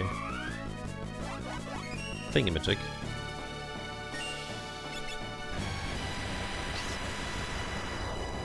The gold hairpin for half MP cost. You could gamble on Chris from Cryo? Yeah, I think we could do that. It's probably better than just not using her turn, I guess. I'm also not going to worry about hasting her. She's basically just additional bait as a target, so the others have less of a chance of getting hit consequently.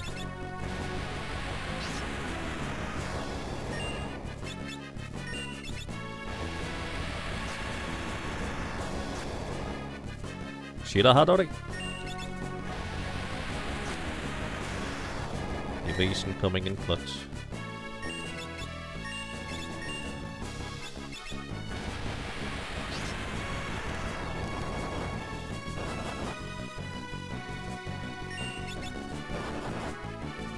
$9,999. Okay. I didn't realize he had that much damage variance. As you can see, maybe a dagger would be better, but our second best dagger is a Thieves' Knife, so we do lose quite a lot of attack power. I don't know if it would be worth it, it could be. I'm not sure.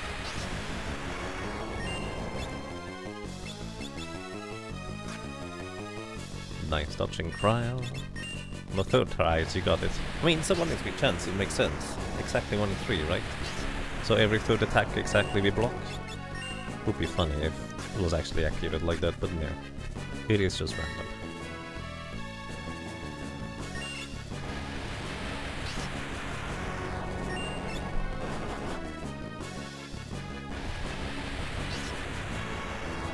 This seems to work actually really well. I figured I would have to revive a whole lot more frequently than this. But Lena and Butts can just fully attack, which is nice. The extra evasion from the Mirage Vest definitely helps as well.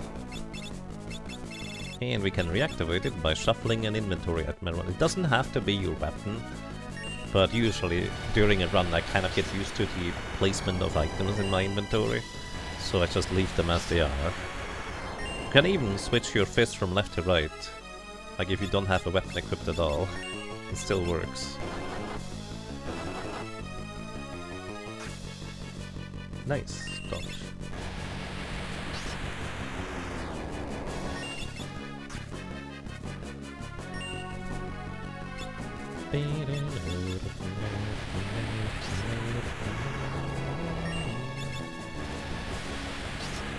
Yeah, the samurai dodge chance is just really handy as an additional safety net.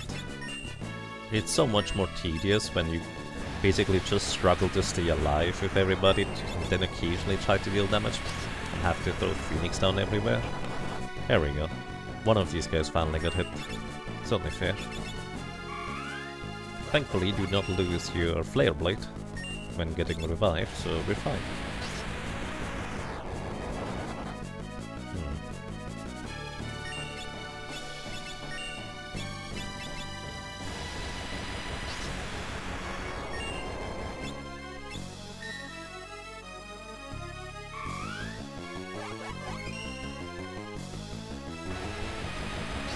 And in case you're curious, technically what we could do to almost guarantee victory is mini the Mystic Knight with a Genji shield for effectively 100% chance to hit.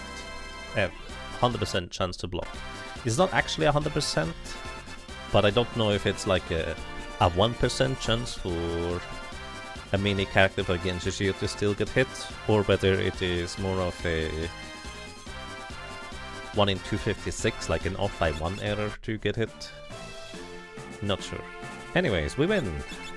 Great success, I would say. Put the stuff back on you guys. And heading over to the final encounter place. I think we're gonna put the bone mail and the angel ring on you. We're starting to prepare for the final battle here, so equipping characters with all sorts of immunity equipment. Let's give you the Genji armor, and that's fine. I guess technically Genji gloves give toad prevention.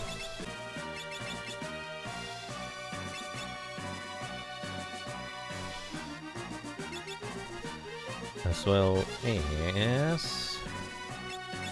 yeah, Genji gloves for you. Put an Aegis shield. Paralysis and many. Neither of them really matter. Aegis shield. Right. Shinryu down. If you have somebody who can berserk him, he is usually not that big of a deal.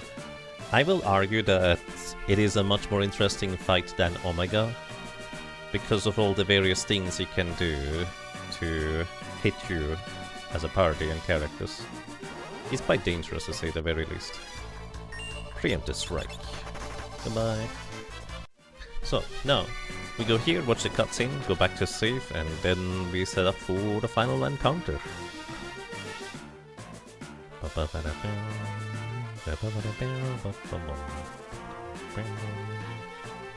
Hello. You might be wondering where I've been. Well, it just so turns out that I've been busy knocking down extra bosses along the way.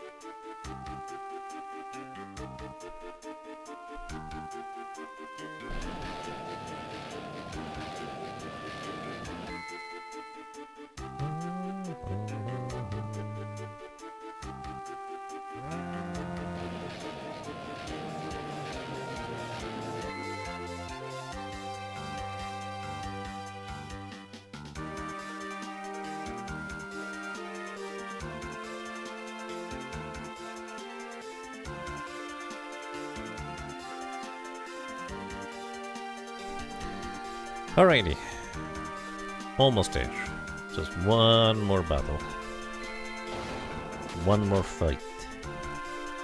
To do what is right.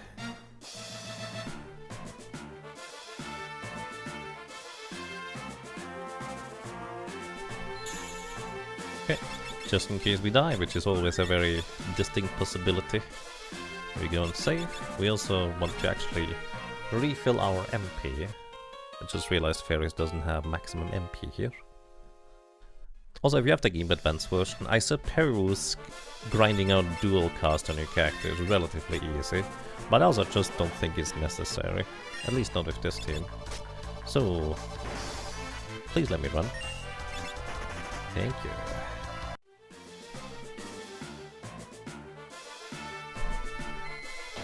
Alright.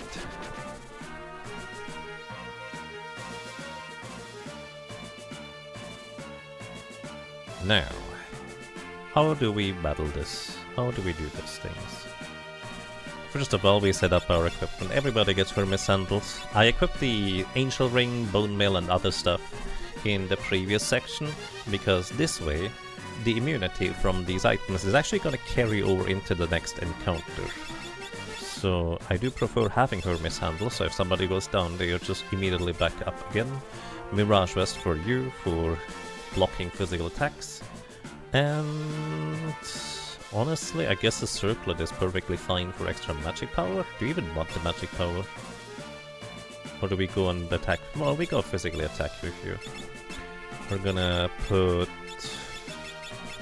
Katanas onto our Red Mage, so she gets the Masamune. She gets a Mirage Vest and Hermes Sandals for the front row, I guess? Sure, we go in the front row with you. But then again, I will want to set up in the back row first. Okay, that is Fairy setup, equip Katanas, Hermes Sandals, and all that stuff. Then Lena as a Mystic Knight. We could get Zeninage for the last part if we really wanted to. We have the money for it. I guess I've never really leaned into it using those stuff. It just kind of feels more accurate or correct to use other stuff. Then again, anything else I put on her only has like marginal benefits. We get a bit of extra attack power with barehanded. Like, that's not technically a bad idea. Sure, why not? In case I decide to just throw money at the thing. We're gonna give you the Genji armor for extra defenses, and also equip the Aegis shield here. And I think you're the one that keeps the chicken knife, that's good. Then, but you have Spellblade, that is exactly what I want you to have. I think Assassin Dagger is basically literally as good as it gets for our equipment, so this is what you have, that's fine. I'm also gonna go in the more defensive direction, I guess, with you. Equip the Black Garb for once instead of anything else. And I suppose technically this is where I would equip the Crystal Helmet if I had one. Aegis Shield is good for immunity to being petrified. And with you, you get the Kaiser Knuckles back, so you can maybe deal damage, I guess. Power Sash, Twist Headband. Oh. And your ability should be a red magic. Alright, so we have 2 red mages that will cast Protect and all that stuff for us. Okay, good luck everybody. This thing has 49,000 HP. That's just phase 1. Alrighty, so it also begins with... Wait, I forgot. You're the one that casts haste. It also begins by having... well, a 1 in 3 chance to cast White Hole. Any character that is not immune to instant death or petrification has a chance to just get knocked out. And before I do anything else, we're gonna do a silly thing here, just because I like it. We're gonna equip Spellblade, Osmose Blade.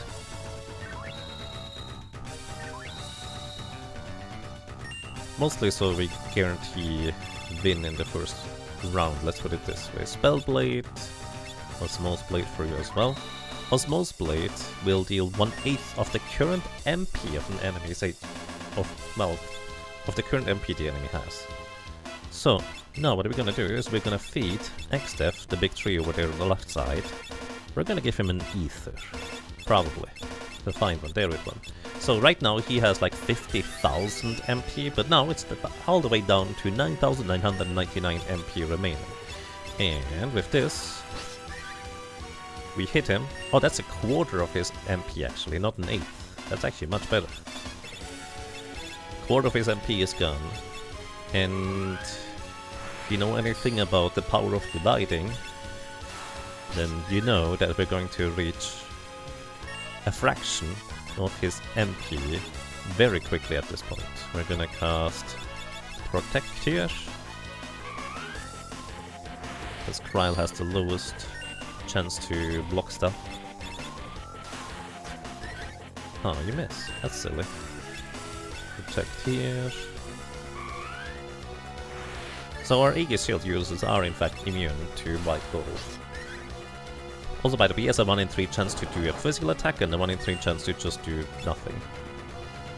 Okay, you can cure yourself.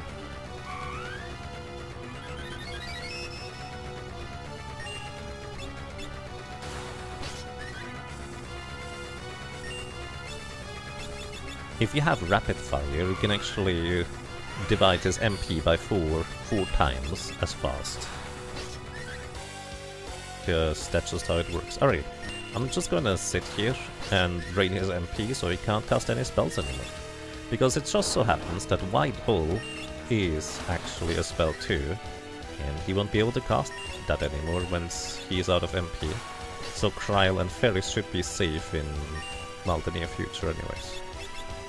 Cure for you.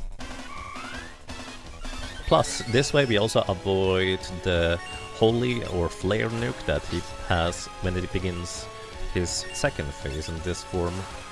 And we also avoid his Meteor when he's below 10,000 HP entirely, because he just doesn't have enough MP to cast it anymore. In fact, instead of defending with Ferris, what I can do is I can unpack our good old trusty.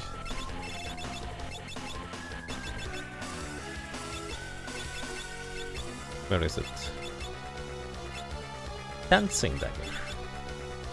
Because we have a chance to use Mystery Walls to absorb MP from him. And he has such little MP remaining at this point. Aw, he still got one. How rude. But he has such little MP remaining at this point that he's not gonna be able to cast much anymore at all. And again, Whitehall costs MP. I think it actually costs 99 MP if I'm not mistaken. So he's basically out. Gold Needle for you. Oh, it's 50. Okay, that sounds about right. Keep dividing his MP until he has less than 10 remaining. Not enough MP. Ha! And because normally draining his MP with Magic Hammer is a chance to hit thing, this makes it much easier.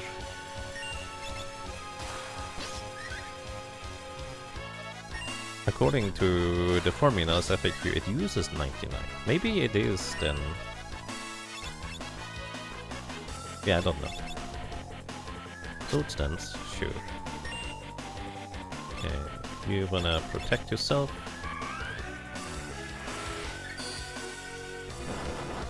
Oh, should have healed her earlier, huh?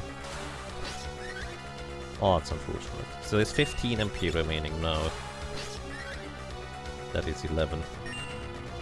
Or 12.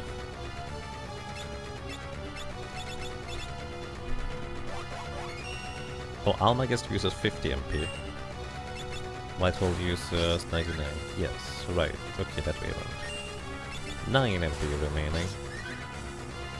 7.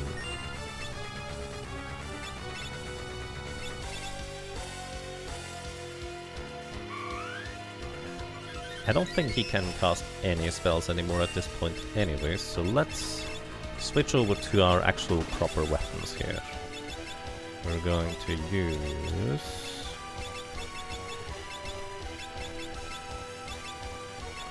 the enhancer sword on you, I guess. Huh. Wait, didn't I have... No, we wanted a chicken knife. I was about to say, didn't I have something better? I do have something better. A chicken knife. Switch over spell blade to flare. It's a 227 attack power chicken knife now. You can just switch over to flare blade here. Fairies at this point. You equip the...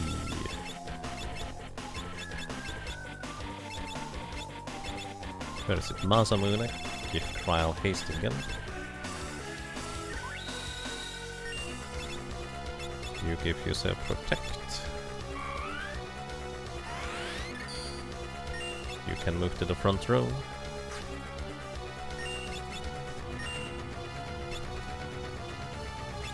And I guess we just start attacking now. We don't need the Masamune anymore, so we're gonna give you Magos for now. We're gonna heal Cryo.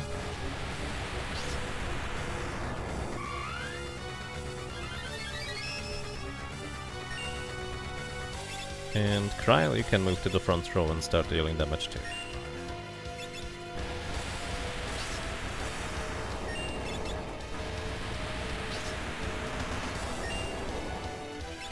Then, I guess you can also move to the front row and start dealing damage, Fairies.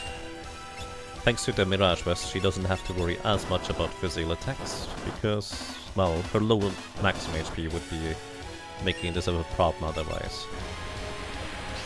But I think we're still gonna prioritize healing with Fairies and Cryo, because I'm pretty sure their damage output just happens to be the lowest. Anyways, we have elixirs. Let's use them. I mean, if she crits, she will probably deal more damage than Butts in this case. But she needs to crit for that. Masamune. It's like 1000 damage, I think. Yeah, actually almost exactly. Flare. So, after he takes 19,000 damage, he casts Holy or Flare on his first turn, most of the time. 1 in 3 times he just attacks physically. But those spells will deal about 2000 damage to a character. And, well, he can't do that when he doesn't have MP. And... yeah.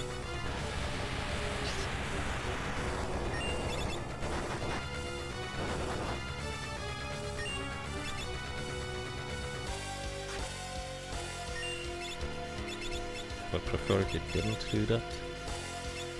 Do I want to do anything else in the meantime if you... Oh yeah, actually, yes, I do. Hold up. Something I almost forgot. Here, magic lamp. We're gonna prepare the magic lamp for phase 2. We technically could use it in phase 2 to get extra damage on the parts. But it's fine.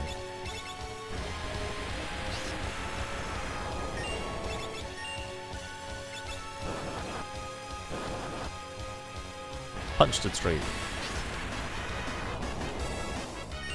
Okay, magic lamp again. Tsunami!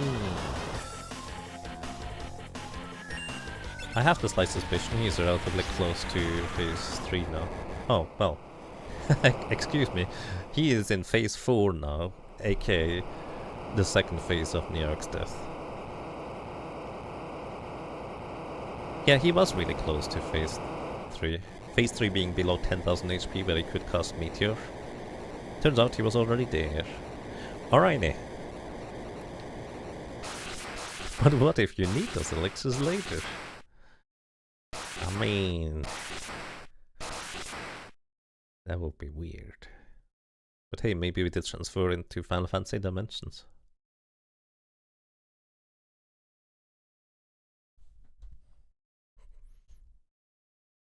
Hey, we don't have a Berserker here messing up stuff for us this time, so that's nice. Head down next time, something like that. Alrighty, this is Nearch's death. He has 4 different parts to him. First of all, we want a Spell Blade and Break Blade with you. Then, afterwards, we use the Magic Lamp again. This is the 3rd charge of the Magic Lamp. This is gonna summon Odin. which instantly kills any enemy that is not flagged as heavy in the code. And it just so happens the leftmost part, which normally has 60,000 HP, is not in fact flagged as heavy, so he gets to just be taken out. Then afterwards, we wanna start dealing damage to this part. 4,000, that's pretty good so far. And what weapon do we have equipped there? Mangoes? Okay, that's good. I think we're just gonna continue using the magic lamp here with you. Until we arrive at Golem. Sildra, we could have equipped the air knife with actually a 50% damage boost. But I didn't think about that, so here we are. Anyways, Breakblade. This part is Almagest, and it is susceptible to be instantly killed by, well, petrification. So that's 2 parts out of the 4 down. Now the catch is, you do not want to leave 1 part remaining at the very end by itself, because if you do, then it will instantly cast Almagest, dealing about 1,400 to 1,500 damage to your entire part in holy damage. We do not survive that. Or he will also potentially just use lots of other bad stuff. Meteors, vacuum waves that will just murder us, stuff like that. Demon Eye does nothing. That would be petrification, but I don't care. Next is Earthwall, so this is the reason why I'm using the magic lamp a bunch more times. This gives us a pretty massive physical damage absorption shield. So for the next few attacks here, Neo XDeath is not going to be able to deal any damage to me whatsoever. The part on the left right now has slightly more HP remaining. The top left part here has 55,000 HP, and the top right part has about 50,000 HP. Top right being the physical attacking one. Alright, they are almost equal now. The physical part now has slightly more HP. Anyways, I could just throw money at the thing, but our level is not high enough for this to be a particularly good strategy, I feel. But it would be consistent. I mean, we can do it. Anyways, top left is Grand Cross, top right is physical. These are the only 2 remaining at this point. And you can just break elemental rods. We have a few remaining.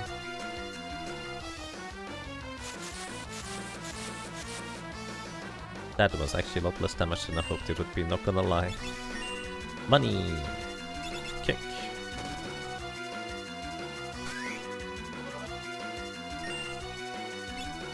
Money. We could technically also run 1 part out of MP as well with Osmo's Blade if we were so inclined. But that I think is just a little bit silly.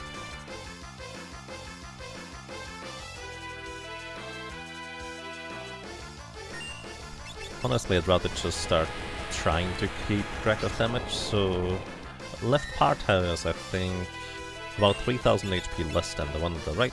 Actually, I can check. I just realized I can check later. We have the Libra ability from the White Mage. We can see how much HP it has remaining.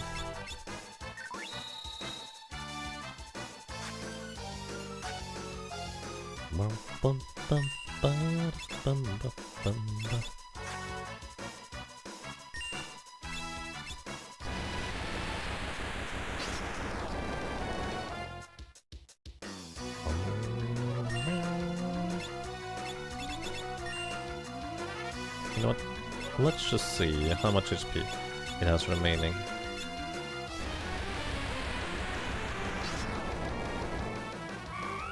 Libra, how much HP is it? 37,320. Okay. It's actually still quite a bit to go, huh?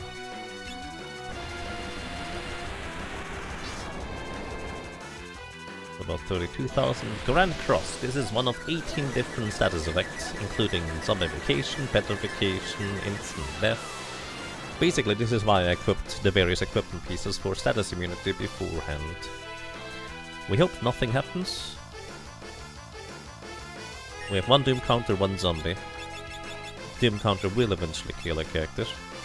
Zombie technically did kill a character, but we can still control the others, so we're probably fine. You can also select the status effect that you're immune to, and then just nothing happens. Where is my holy water? There it is. I haven't had to use any in a while.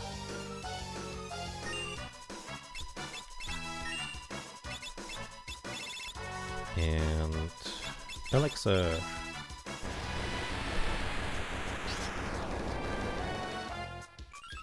$28,000.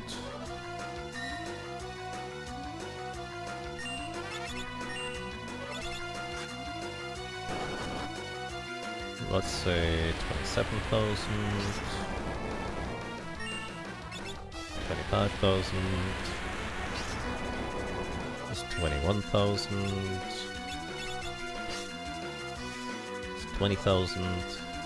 We're gonna check on how much exactly it is. You actually kind of want to not necessarily bring the Grand Cross part low, because here, this thing here, this is the Grand Cross part. If it is below 15,000 HP remaining, after 6 or 7 turns, it has a 1 in 3 chance to cast Meteor just at you. You don't want to leave this thing at low HP for too long. I don't actually know how long it exactly takes, but it's kind of sketch. So be careful with that. Wait, you can miss that? Did I cast the wrong spell? I must have cast the wrong spell, right.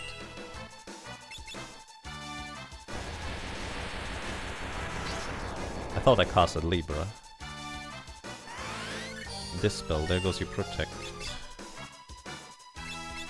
And I would like to have that back, so the golems here last longer.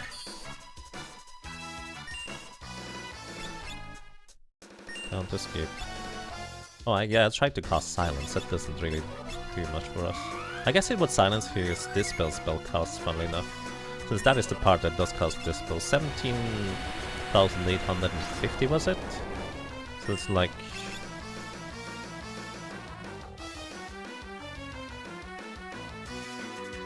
I'll say 15,000 on that part remaining. Nice.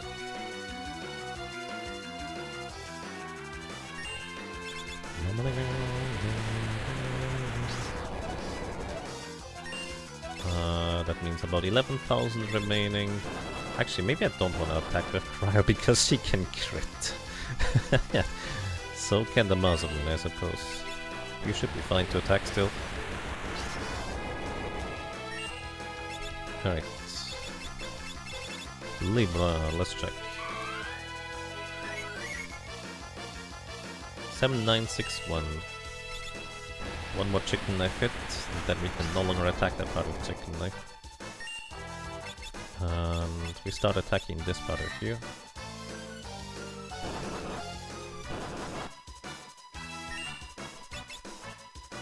I think we are fine to attack one more time with butts on the right part, but I'm gonna leave right first. I'm just kinda paranoid about this now. I don't trust my math. Yeah, we're fine with one more. Actually, if I just Zeninage here, that's 1,200. It's always gonna be exactly 1,200 with her. I think it's slightly more with butts. Well, that's kinda rude. Trying to haste her again.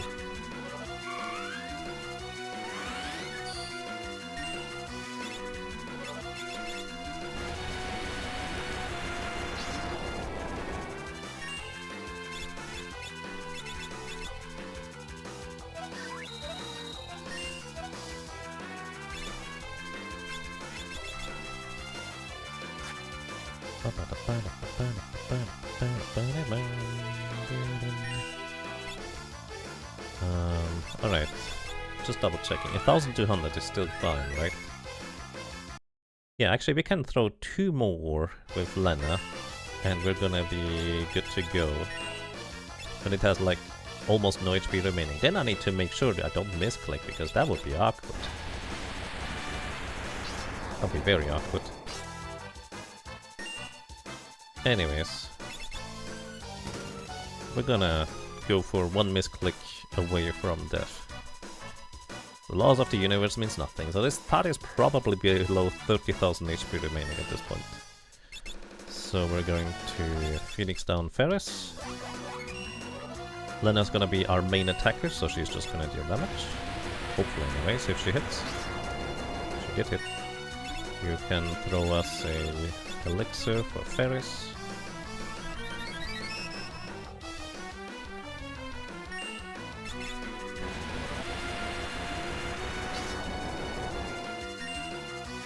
Then Libra, we protect.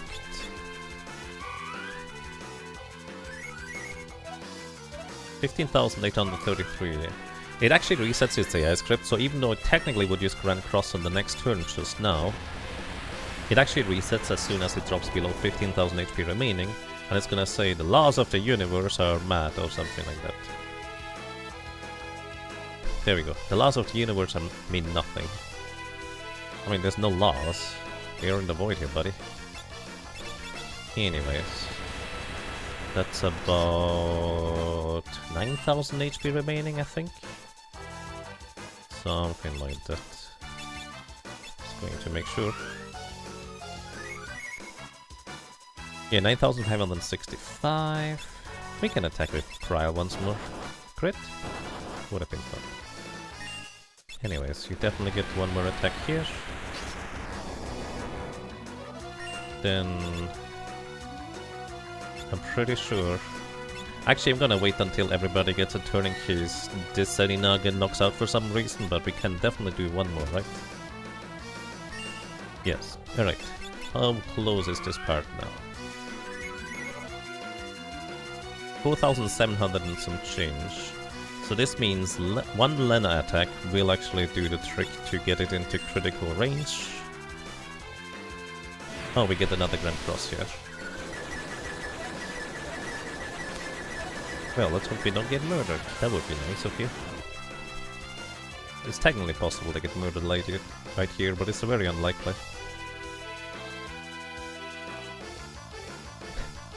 We have a frog! You know, I kinda like that. Golem shield is still holding up. Okay.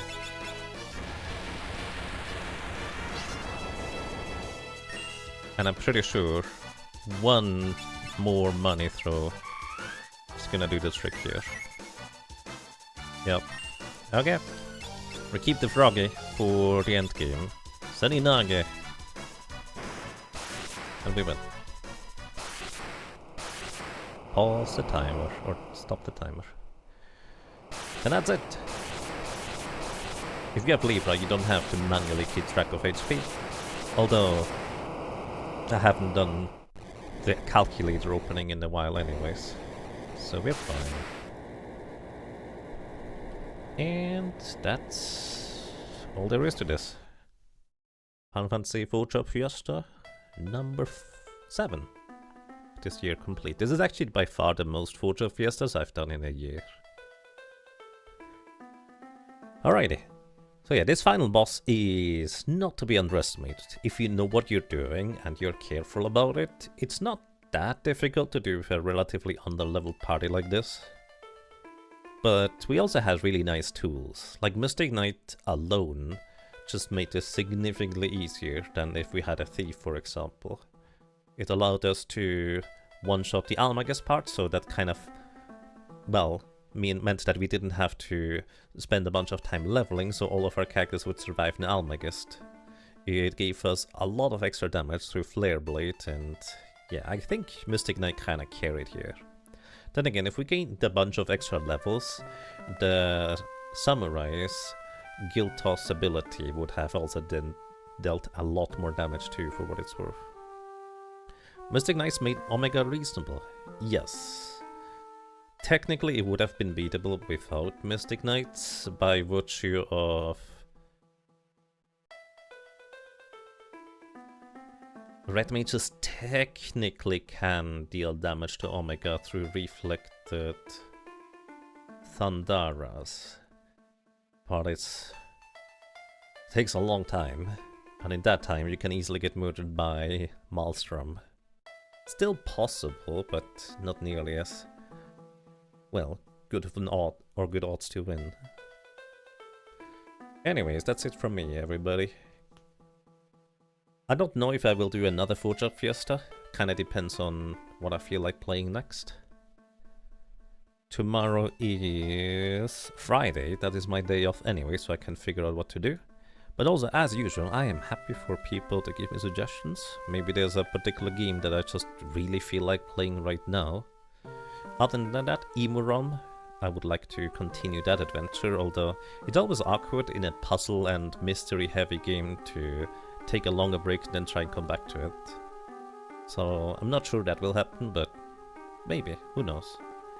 Dimensions, of course, would also be kind of thematically fitting to play Final Fantasy Dimensions now. Also, if you have a link again, by luck her, because this is a different Windows install again.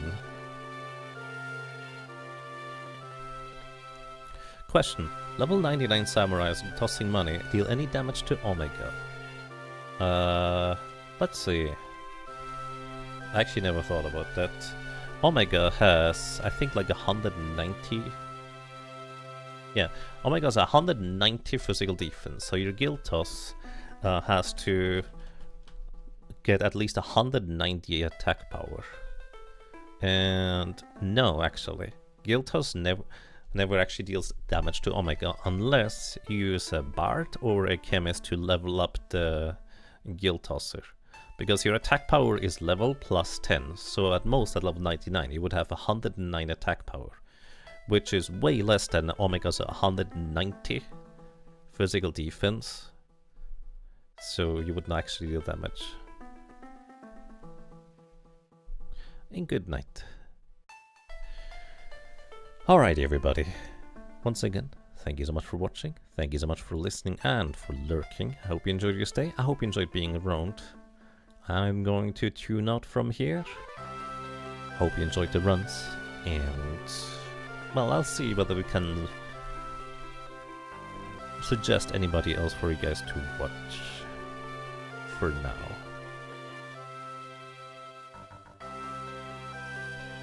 We have one target already.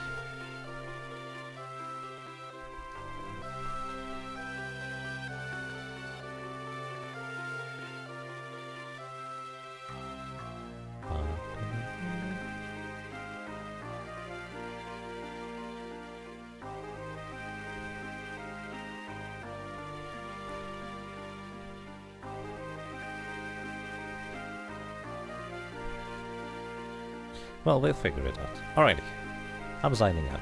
I'm just gonna let you watch the credits, stop stream, and I wish you good night. My weekend is tomorrow, and then the day after tomorrow I'm gonna play stuff again, probably. Bye-bye.